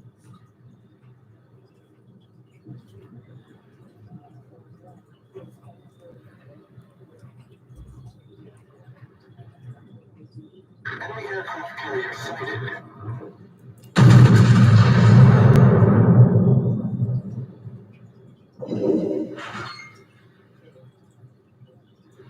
Penetration.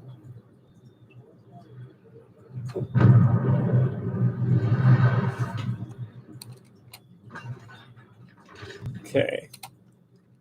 This one more ship, do I have range on it, or do I have the spying aircraft? I'm just moving because there's Normandy up there and a Wesser over there, so.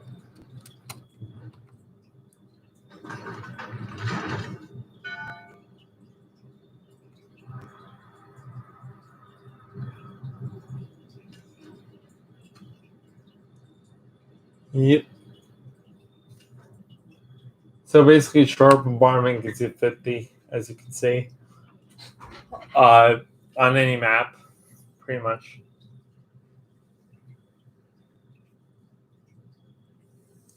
Depending, you could go back to the other map when I probably didn't have a fighter, or when I probably had a fighter and I was just using it. You check that out, and you could check this out with the spying aircraft. I'm basically going out to the Western right now.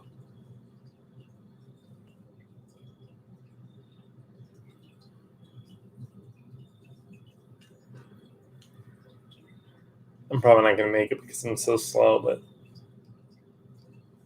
I'm still getting the same score, honestly, guys, that I was getting in the Massachusetts anyways.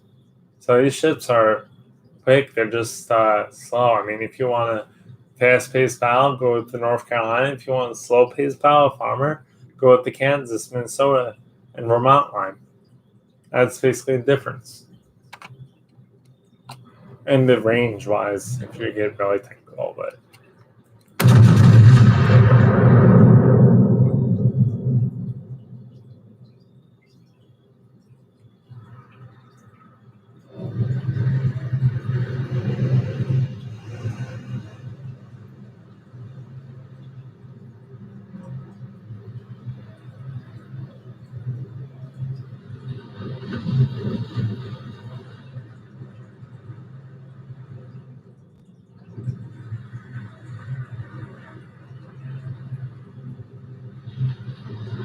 We got a nice cool shot here while we approach the Wesser.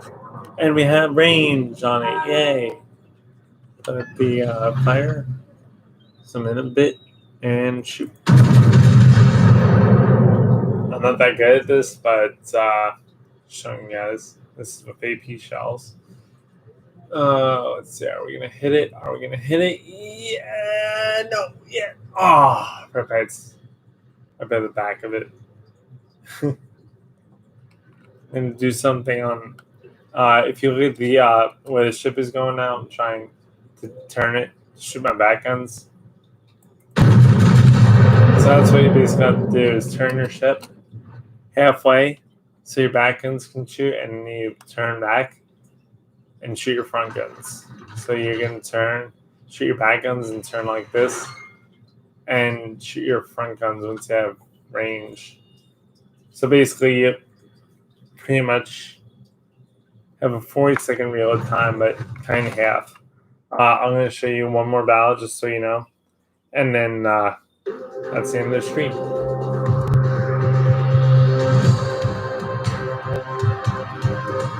one more battle for you guys.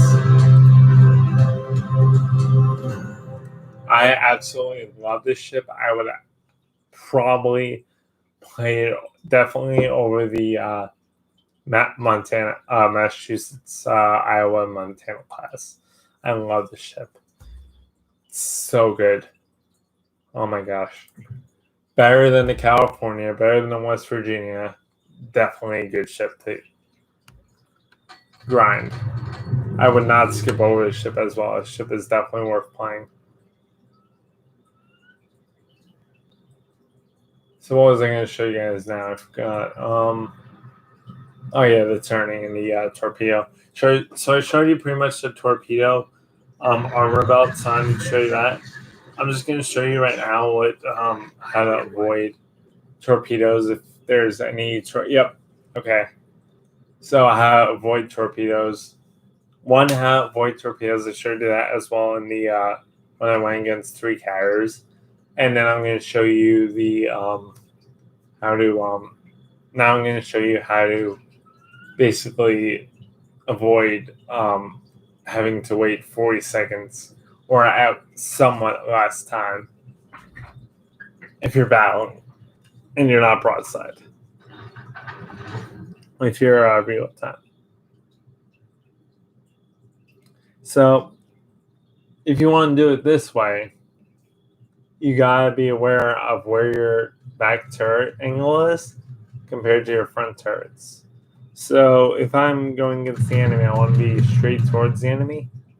Again, it depends on the armor, but so I'm gonna switch this because it's against the destroyer right now. So I'm gonna switch to AP HE and fire it.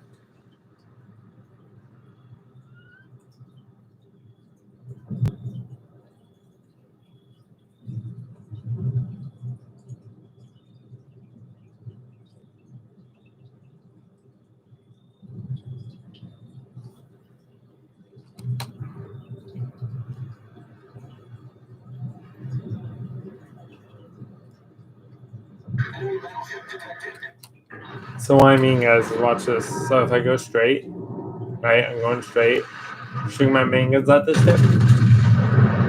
Now you see the 40-second reload time there. I still have my back gun, so I could turn my ship either way, or I could turn my turrets, but and try. Yep, there's turrets. So if I want to shoot turrets, just turn your ship like this. Hopefully not get citadel, and shoot your back guns. Now I have a 17 seconds, so it takes 20 seconds per turn. If you're okay, torpedoes I just avoided. So if you're turning, basically it's 20-second reload time per how you turn. So basically it's a little less than the California in terms of reload time if you want to play it that way, if you hate the reload time of these guns. Why is it loading 20? I think I just shot the turrets with the front guns, that's why. Is turret's friend. Let's see how these shells do against the armor belt on the turrets. I'm curious.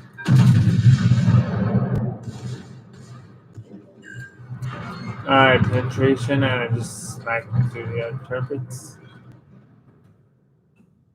Our team is taking the lead. Please apologize to them unless it's their fault. It wasn't, that was my fault.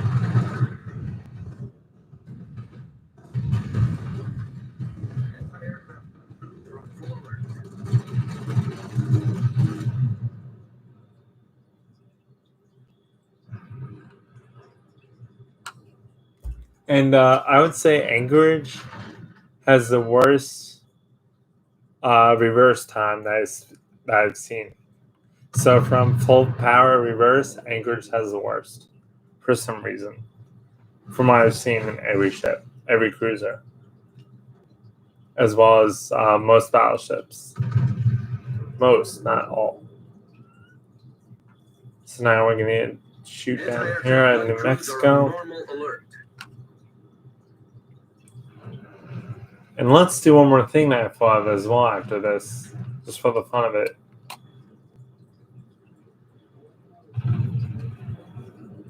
So what we're basically going to try is playing the Colorado class against the Kansas. So Kansas versus Colorado, however it is. And then New Mexico, just for the fun of it because of the guns. So, and that's how we'll end our stream, guys. So let's see. Do I want to range out? No. I'm going to aim for the carrier, which is ahead. I'm not going to extend the range just for that shot, so I could possibly kill the enemy ship. So we're going to do Kansas against New Mexico first, and then we'll do New Mexico against Kansas against New Mexico, then Kansas against Colorado. That's what we'll do.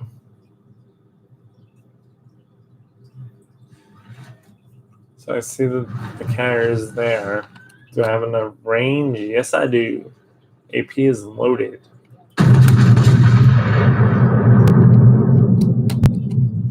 Shell dispersion is amazing. Probably definitely better than Massachusetts, in my opinion. Oh, one say though. Nice. Wasn't expecting that, but I shot it. Now I could go right, but I have a mountain here, so I'm not going to do that. To shoot my other guns. Tank 59 needs to learn to shoot and means not the allies.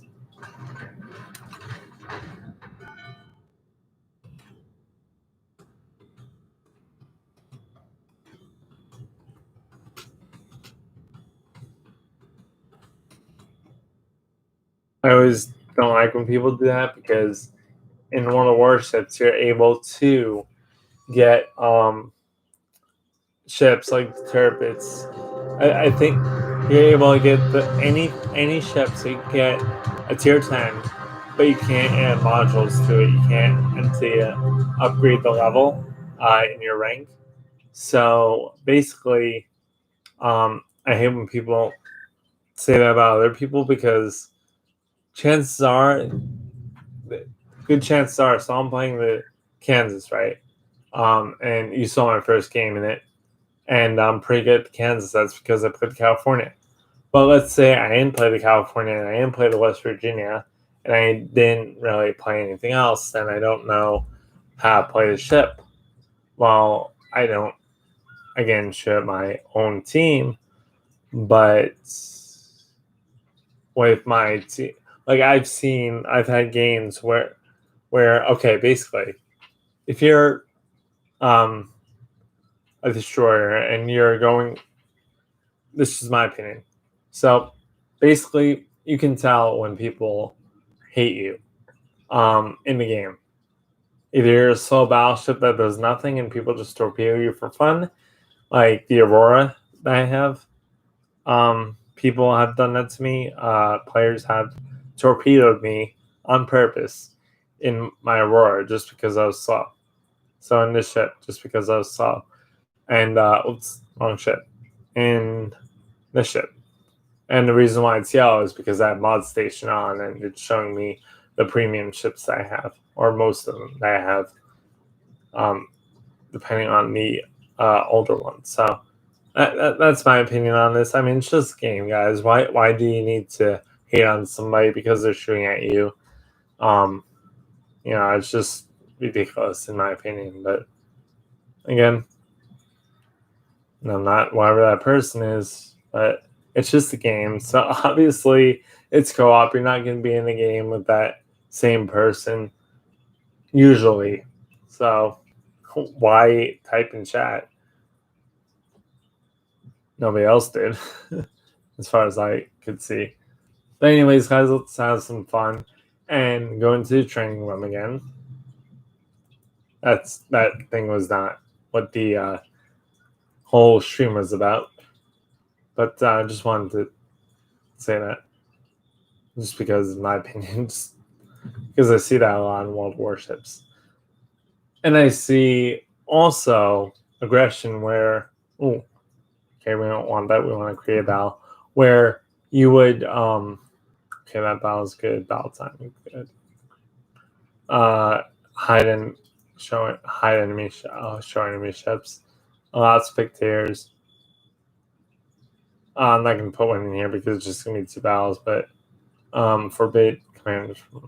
Yeah. So basically, yeah, that's just my opinion on what was up. I get it, but like there's 2 things that people do, and either they shoot at you because you're slow and because they're annoying and just want to be annoying to you, or they push you out of the way and steal your kill, or just want to ruin your day. And here's how I generally do it. If somebody's generally pushing me, I let them know in chat, can you back up, or can you do something? Well, what the opposite thing is I'm trying to do. With the anchorage, sometimes it gets stuck because of the slow background, the slow speed. But generally, hey, can you back up? Or hey, can you? I'm on your side. Can you back up? Or hey, sorry, or something like that. Because most of the time, you don't mean to smack into anybody like Turbits. They hit into with Kansas by accident, but and there's other people who are like, because honestly, most of the time in co-op, it's generally a bot. But sometimes players do. What I do often is stay in my binoculars and shoot that way. I don't look around me. I don't look at the map, but focus on shooting. So I can easily hit somebody that way. But I don't go off and be like, oh, hey guys, this guy is so stupid, he doesn't know how to play all the warships. On rare occasions, okay, that's one of my occasions where I don't do that.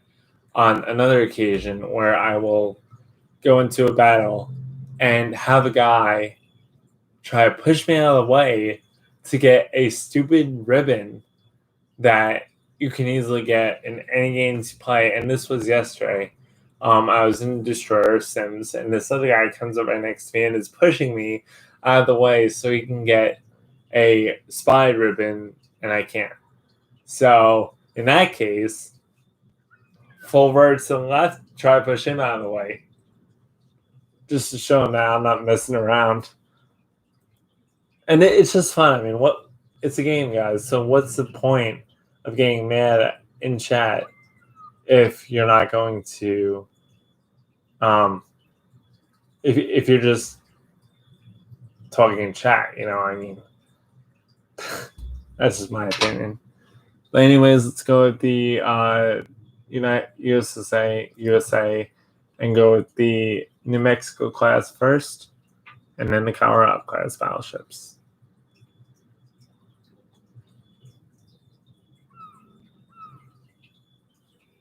So Colorado class, We're gonna go with New Mexico. Okay, add one in there, and let's do buys moving, buys armed.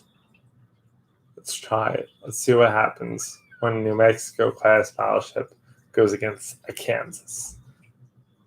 I should put like the Charleston. No, I'm gonna go with Kansas. I was thinking of just like playing Charleston and see how much damage I can do, but no, I'm not gonna do that.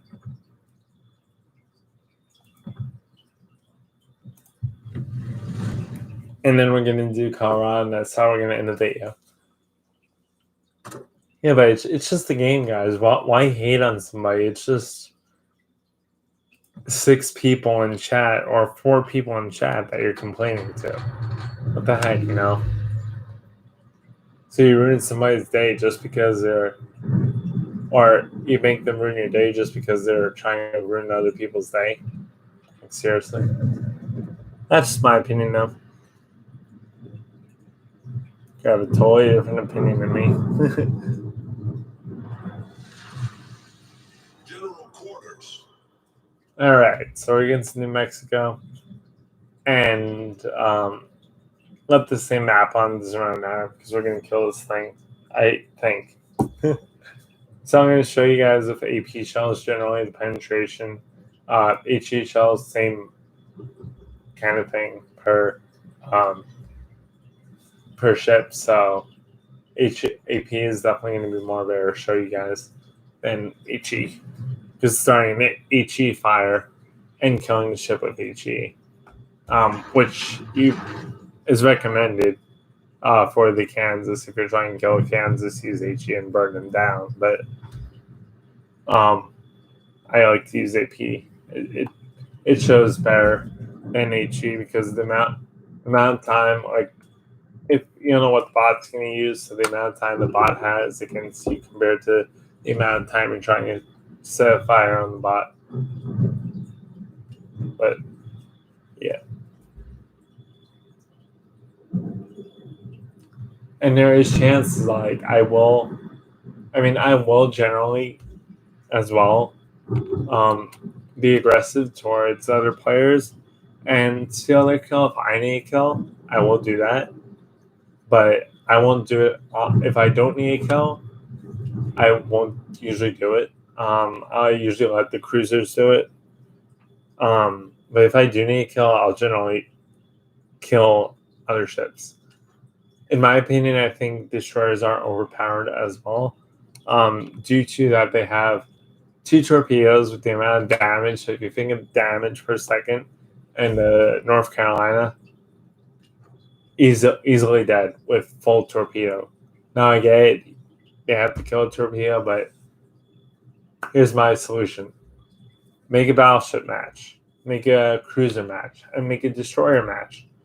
Let them choose in co-op if they want to go against battleships or if they want to go against whatever, and just put computers, put all destroyers, and have them go against battleships, or cruisers against cruisers, or slow battleships against slow battleships.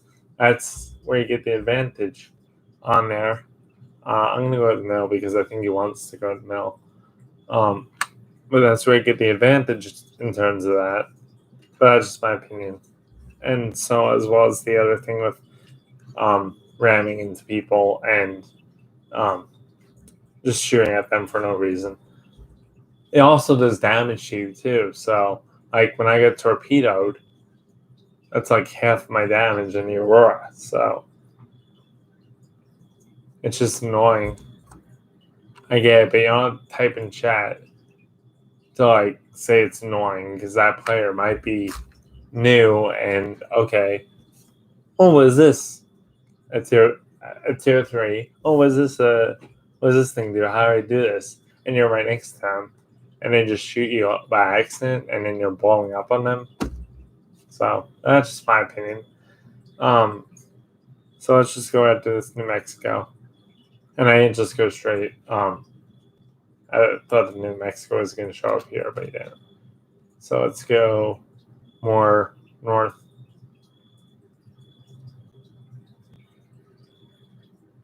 There he is. He should show up at B. I believe.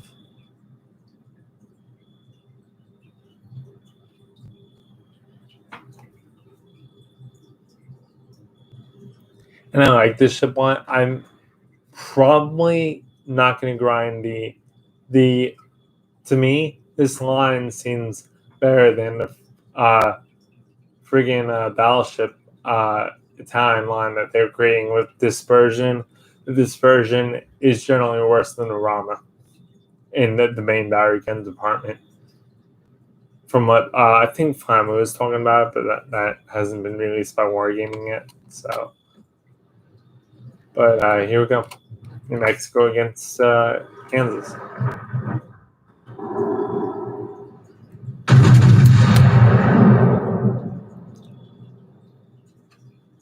This ship looks freaking sweet.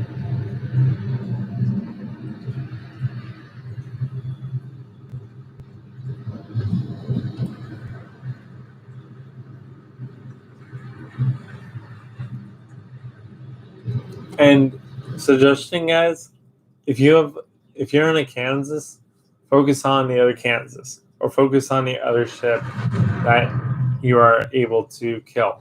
Do not go after a Yamato like I did and see if it works, because you're gonna think the ship sucks. These ships were made to go after slower battleships. They were not made to go after fast battleships like the Yamato. And I just gotta say, no, awesome.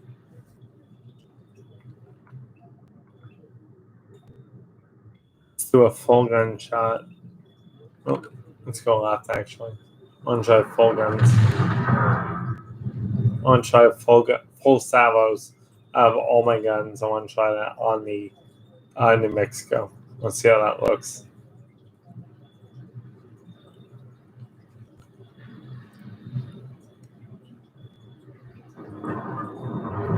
Oh, by the way, guys, Wargaming is also creating Japanese battle carriers, which means the carrier is going to be in the back of the ship, and your one gun or one or more guns is going to be in the front of the ship.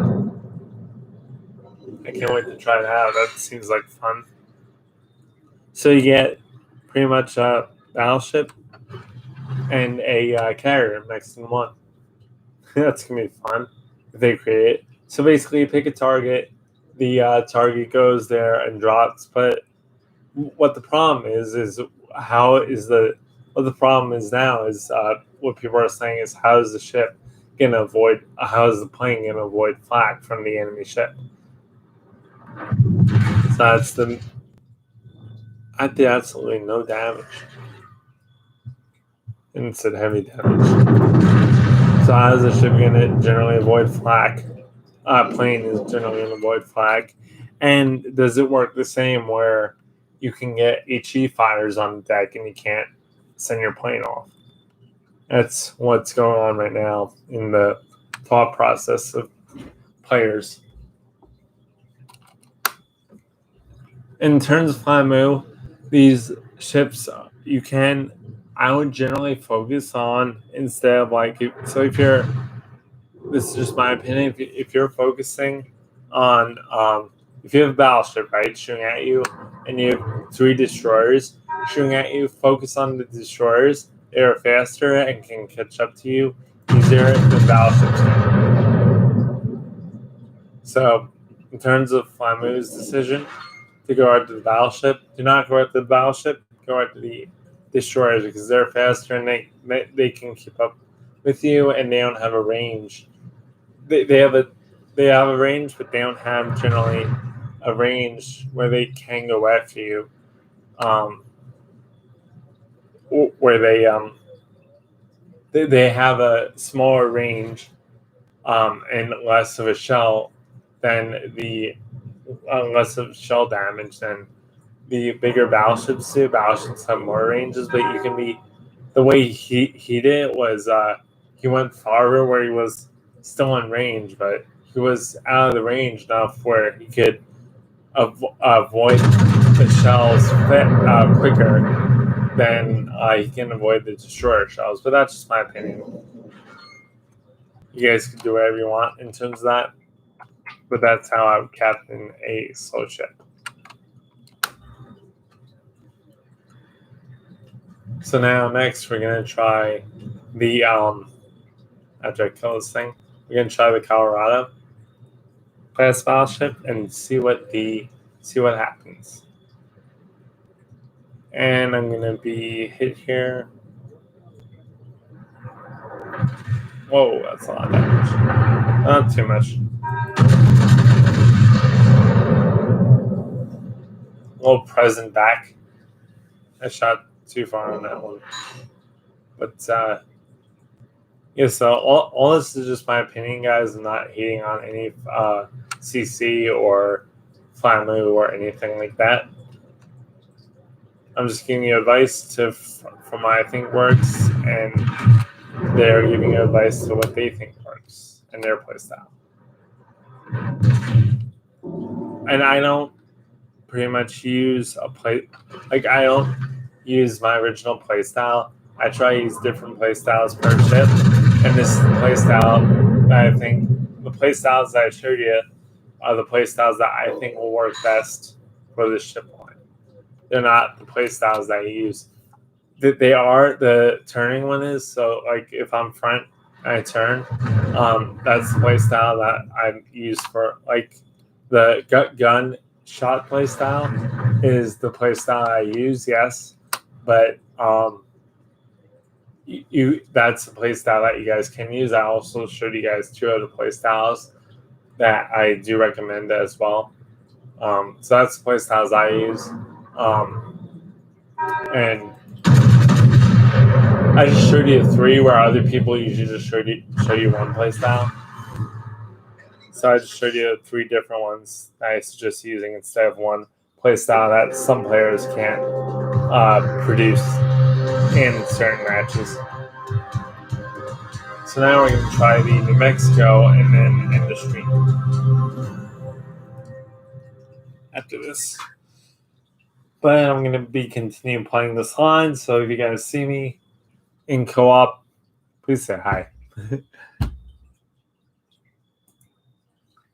And also, I've had plenty of times where I was in co-op and I pretty much killed a ship, and then the other person that was near a ship that the guy probably thought killed it, but I killed it instead of the other guy. So the other guy that was near it, the team thought I killed it. So the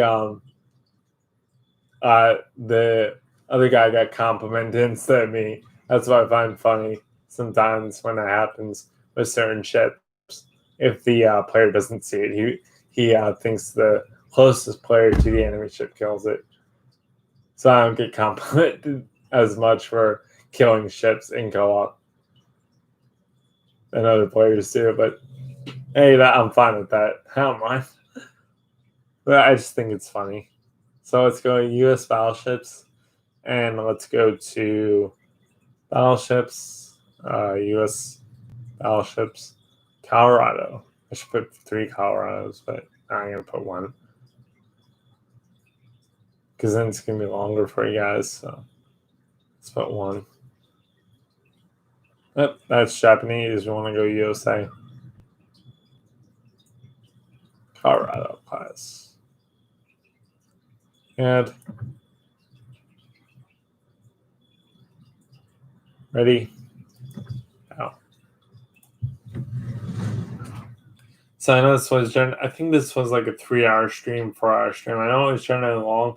I'm just trying to show you guys everything that I can show you. So the CCs probably do it shorter, but I'm just trying to show you guys everything I can show you and all the information I can give you about this ship so you guys can have success in playing the USS Kansas.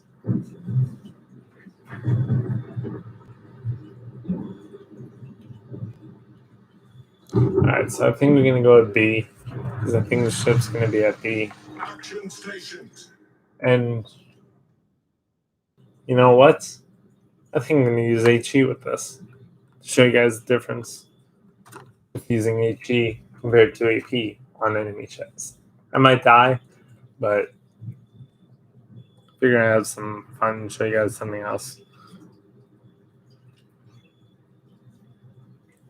in terms of what you guys can decide if you want to use HE on a battleship. I mean HE on a heavy battleship like this, or the older line of battleships, or would you rather use AP? So that's just what I'm showing you guys right now. There's one more thing before I end the stream to show you. So I just show you guys as much as I can. And Not Sir, as well as Famu. Not Sir gets gains from other people, as well as he shows you his best games. I show you every game and every play style, rather.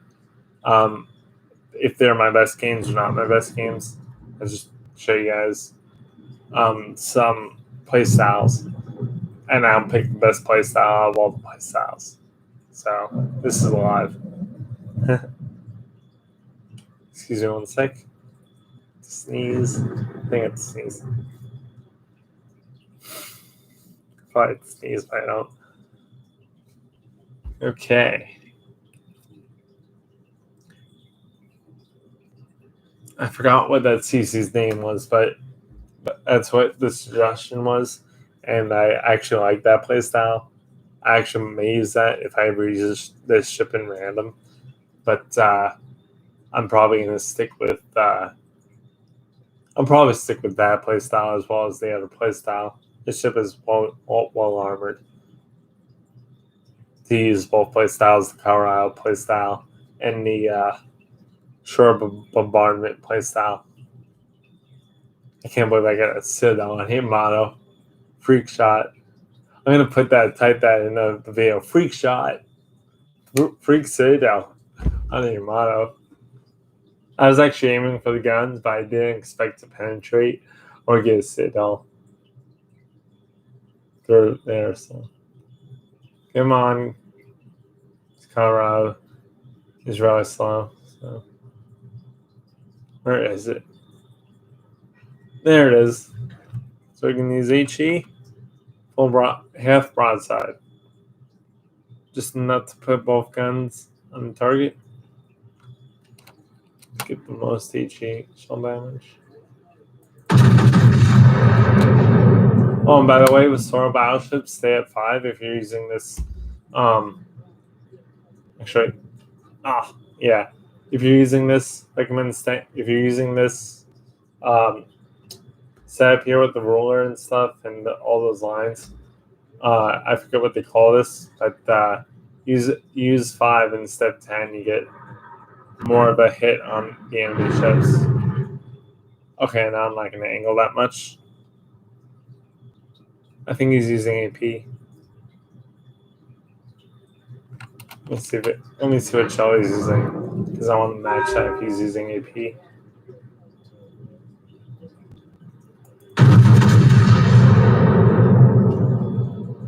Yep, he's using AP. Sorry, guys. Whoa. Okay, so the Colorado can kill you, as far as I can see. Colorado is the best ship out of this line. I mean, this should be the better ship, but I wouldn't be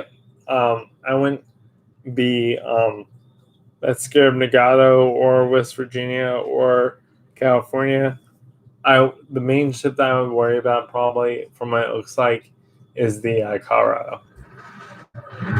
Although I haven't done playstyles with the Nagato yet in this ship, this is the main ship that I see that has the penetration to kill you.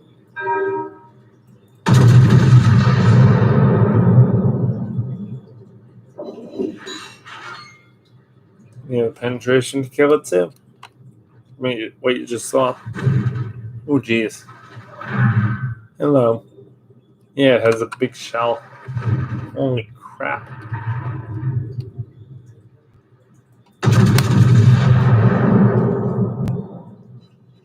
Lower the volume a little bit.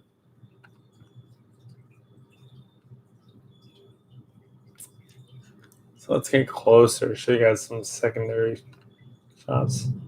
And heal as well.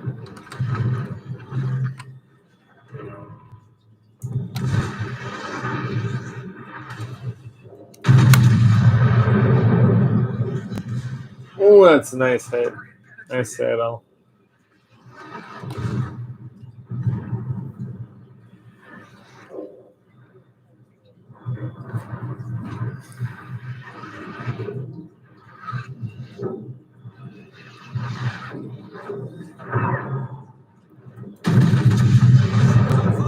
All right. So thanks for watching, guys. I had so much fun making this review for you guys.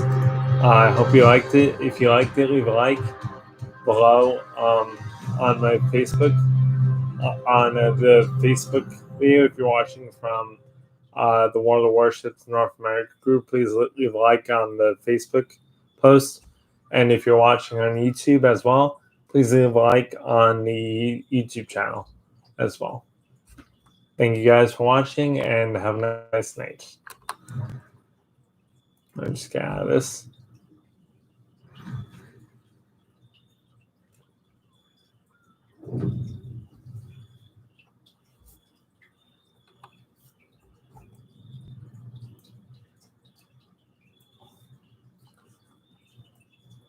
Show you guys a good view here. And then we are out. Thank you guys for watching. I'm going to actually minimize this real quick. And yeah, pretty much in terms of the Massachusetts, if I was to, oh, hang on a second. I got one more thing to do after I, so I don't have the Montana, but I can't give you a review on that. But here's my opinion of playing this ship as well.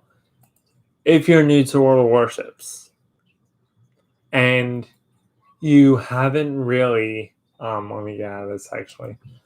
You haven't really figured out how to play the Colorado class yet, and you don't want to go to fast battleships. Go with the Kansas, go with the Minnesota, and then go with the Vermont, and then go with the fast battleships. If you want to go, this is going to be a separate line. So basically, you can go from like there's no change here. There's going to be a change here in terms of the gun, but I'm going to check on that real quick as well. But here's my opinion. These ships are good. I give them a 10 out of 10. Definitely a good ship. The Kansas. I'm going to do the same thing with the Minnesota once it comes out, once it's available, and once I have it in my port. I'm going to do the same review on the Minnesota. Hopefully not as long, but if it is as long I'm just staying in the info. It is a bigger ship, so you have the guns as well. I could do the review right now, but I could get the ship right now, but I don't have the money to pay for it right now, so I'm gonna wait till I could ship XP it. Hopefully I have the money, and hopefully it's not too much money because the Colorado is 13, so I hope this is not that much money, but if it is, I'll just gain money by playing the Kansas. And I'm going to ship XP instead of free XP. Or I might free XP, I'm not sure. It depends how much free XP I have and how much credits I have. But if you... Okay, so if you're good at playing the Colorado, go down the North Carolina line. If you still are not sure about the play style of the Colorado class, go down the slow battleship line and go down the Kansas line. Get the Kansas, get the Minnesota, and then get the Vermont, and then go to the fast battleship line. That's, in my opinion, that's what I would do. These ships are 10 out of 10. This Kansas is 10 out of 10. There is, let me read you the actual, because I have the Kansas up here as well. Let me read you the actual wiki of what disadvantages and what advantages the Kansas battleship has. Okay, so the pros about the USS Kansas is heavy broadside of 12 406 millimeter guns, excellent main battery range, tight turn radius for a battleship. The citadel is located below the waterline and is hard to hit. So you have a Oh, I forgot to show you guys that. So what that means is your citadel, which is the weakest part generally on a ship or generally on in wargaming, that's the weakest part. If you hit that, it's a really hard part to hit. But generally on some ships they're above waterline, so they're easier to hit. But you do not want to expose your citadel, which is, let me show you that real quick. This is your citadel. Now some citadels are, let me just take that. Let me just take that off. I'll show you the difference in citadels that you can get on ships. So basically, this citadel is below waterline. There are citadels that are above waterline. So this is the waterline right here. You can see where the citadel is compared to the waterline of the ship. So the waterline's right here. The citadel is just below it,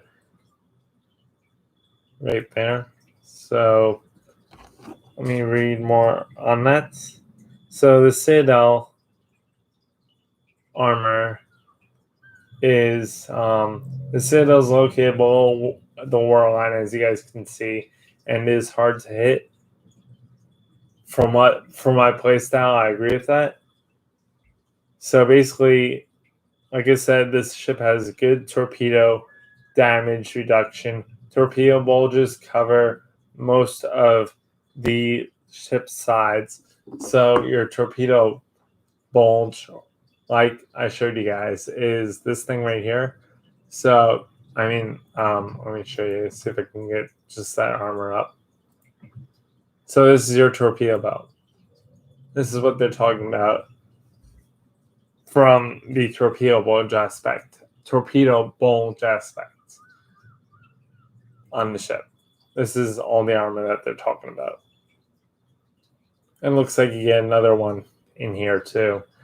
Another armor belt in here as well with the torpedo bulge, which is right here. So it covers most of the part of the ship, as you guys can see. The highlight area is your torpedo belt.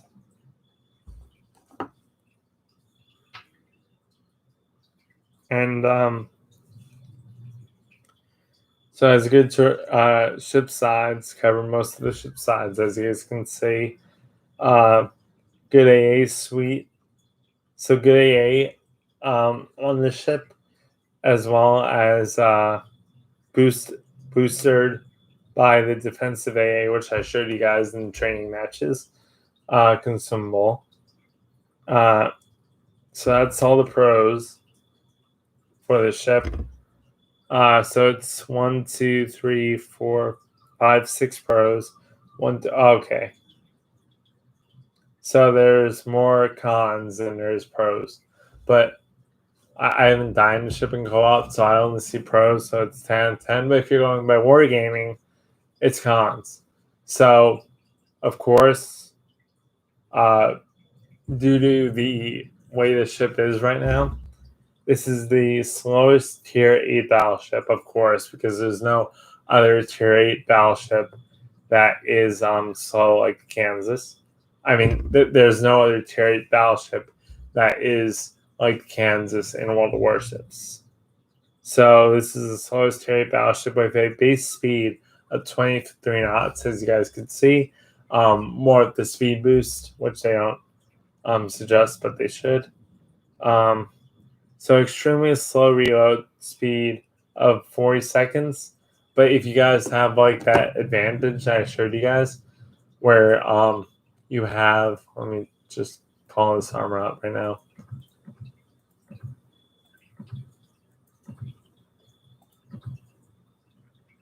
we have the so basically what they're talking about is slow reload time, but if you have half, it's usually 20 seconds, so it's half of the time from what I see from like the time I switch or the time that the guns that I have my main guns in the back ready to fire. You only generally have to wait 20 seconds for the front guns or the back guns to reload.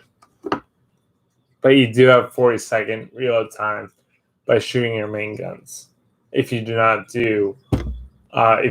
switch maneuver your ship to shoot your back guns while your main guns are reloading. Okay, so let me go back up here. Or down. Let me see where this is. Actually, I lost it. Here, let me go back up. Here we go. What is this? This is another site bounty. How do I... hang on a second, guys.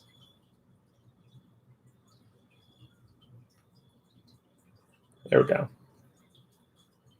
Okay, so we just talked about that. Extreme reload 40 seconds unmodified, so you can't modify the reload time of the ship. High dispersion, which I don't. High dispersion, very poor sigma. This thing has good dispersion. And low AP penetration. So low AP, I don't know what low AP penetration range means, but with this setup, you don't have to worry about missing shots. As you can see, it pretty much did the amount of damage that it should. So there's not, with my setup, how I set up my ship, there's little to no dispersion, as you guys can see. Most of my shots always hit, besides one that I can remember that fully did not hit on the enemy ship. So next con of the ship, extensively covered in 32 millimeter plating, very vulnerable to EG spam, of course, because it's a slow battleship, and large caliber AP overmatch, making her very squishy. Wow. So, how you play this, okay? So, if you want to, if you read that, and she is squishy against Colorado, from what I see. But any other ship, generally, if you play her right cruiser, she's not Yamato, she can be, but you can compensate with the armor on your ship. She's not as squishy as like forget the name of the ship that was extremely squishy. That was Russian. She's not as squishy as a Russian ship with her broadside. Russian battleship with her broadsides. Lacks the improve. Okay, so remember how I said that this ship did not. There's an improved repair party, and there's an improved. Okay, wait. Is repair party? Wait, let me see what repair party is here. Hang on, guys.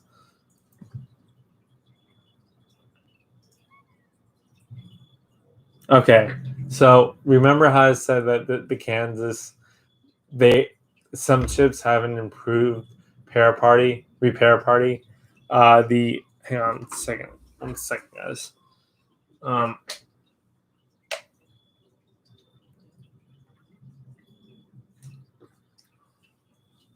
So the USS Kansas does not have a improved repair party, so it doesn't compare to certain other ships.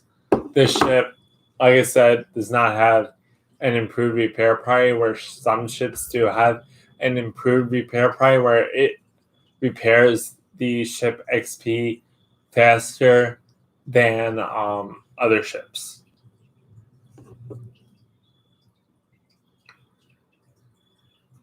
Found on other tech tree American battleships. So Other American battleships do have improved repair party. I'm not sure which ones those are, but other American battleships do. The Kansas does not, as far as I know now. I mean, as far as I can see, I don't know if the Vermont is going to, and I don't know if the Minnesota Minnesota does, but I know the Kansas does not have a improved repair party, which is found on other tech tree battleships. Most of Kansas's AA defenses are open mounts and can be easily destroyed with HE. I have not seen that. Again, that probably is true. I have a setup. If you guys look on my left, the left of the screen, there is a secondary, basically, and that's damage. It gives you damage amount. So you guys can watch that throughout the whole battle. If you guys don't know what that is, I will type in the comments below. It's basically a mod that you get that tells you how your the okay. So that's just telling me that the rented ships expired that I had in here. But basically, it's basically telling you that they're open mounts. So the amount of the AA mounts can be destroyed easily with HE. And you guys can see if they're destroyed if you get mod station and get the secondary load screen. So basically, it's secondary damage mod that shows you the percentage of how well your AA mounts and your secondary mounts are, if they're shooting, and what the percentage is in damage wise to them. And the last thing, cons of the ship. Despite underwater citadel, Kansas can take massive amounts of normal penetration damage when showing a full broadside. As you see with the Colorado, that is true. If you go, as you can see with my Colorado when I was broadside to the Colorado, you can see the massive amounts of damage to the side of my ship when I was somewhat broadside to the Colorado. So do not shoot if you're against Colorado. Do not shoot your main guns, then your back guns, then just shoot your back guns. Stay with the front guns because you're gonna just eat damage that way if you do it the way that I showed you in the last section in terms of maneuvering your ship to shoot your back guns and shoot your front guns. But again, you should have other teammates, so just tell them to assist you with that as well because you have 40-second reload time on your guns. And that's about it, guys. That's the last con. So, anyways, thanks for watching. I'm just checking if I missed anything. No, I did not. So, thanks for watching. I hope you guys liked this video. And there's definitely more to come. My next video, whenever, is probably going to be whenever the Minnesota comes out. And plus, I have to do a part 2 on the Anchorage that is also coming. Part 2. It's actually really fun. I actually kind of figure out a play style with the Anchorage, so you guys get to see a part 2 of the play style that I have for the Anchorage, which actually works very well in co-op against enemy ships. And you guys get to see the play style of the Nagato as well pretty soon. I'm going to try to actually get the current stuff done first. So probably at some point this week or in the near future, I'm going to, whenever I think it should come out at the end of this week. I think there's going to be an update, or I think somewhat when they're also making if I could find the post, hang on.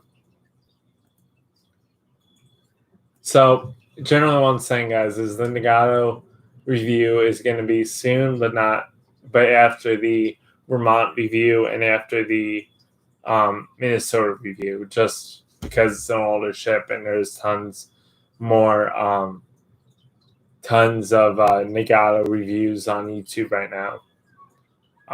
So you can always go to those videos as well if you really need help with the Nagato. So there's plenty more than there is videos of Kansas, Minnesota, and Vermont. So what I was also going to show you guys is I'm not going to do a review of the Florida. And the Tichibani is, which I also have.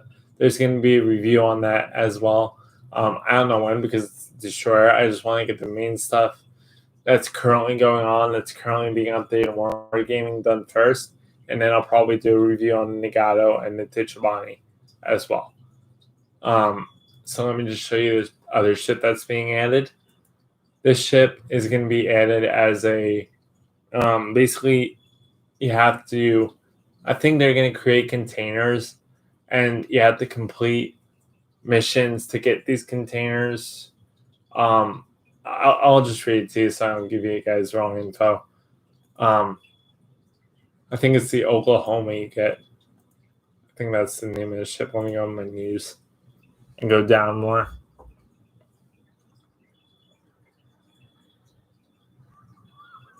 Oh, it's not here? Oh, no, yeah, it is. Weekly combat missions. Is this it or is this it? One of these is it. No. I'm trying to find it, guys. Give me a sec.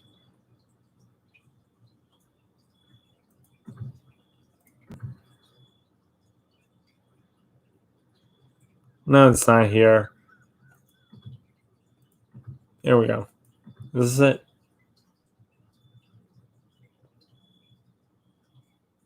No. Public test. This is not. Well, it's on the World of Warships site. I think it's the Oklahoma and a little information about the Oklahoma. And the next event that's going to be going on with the Oklahoma. I will not be streaming the whole event, or the whole mission sequence thing. I'll just be streaming the end of it, like I did with this stream, like I did with this, so it's shorter. And there's some marine testing as well in the test servers. So anyways, guys, thanks for watching. I hope you liked the stream. If you guys want to see anything else or have me talk about anything else, I'd be happy to talk about that as well in other streams. So just let me know in the comments. And thanks for watching and have a nice night.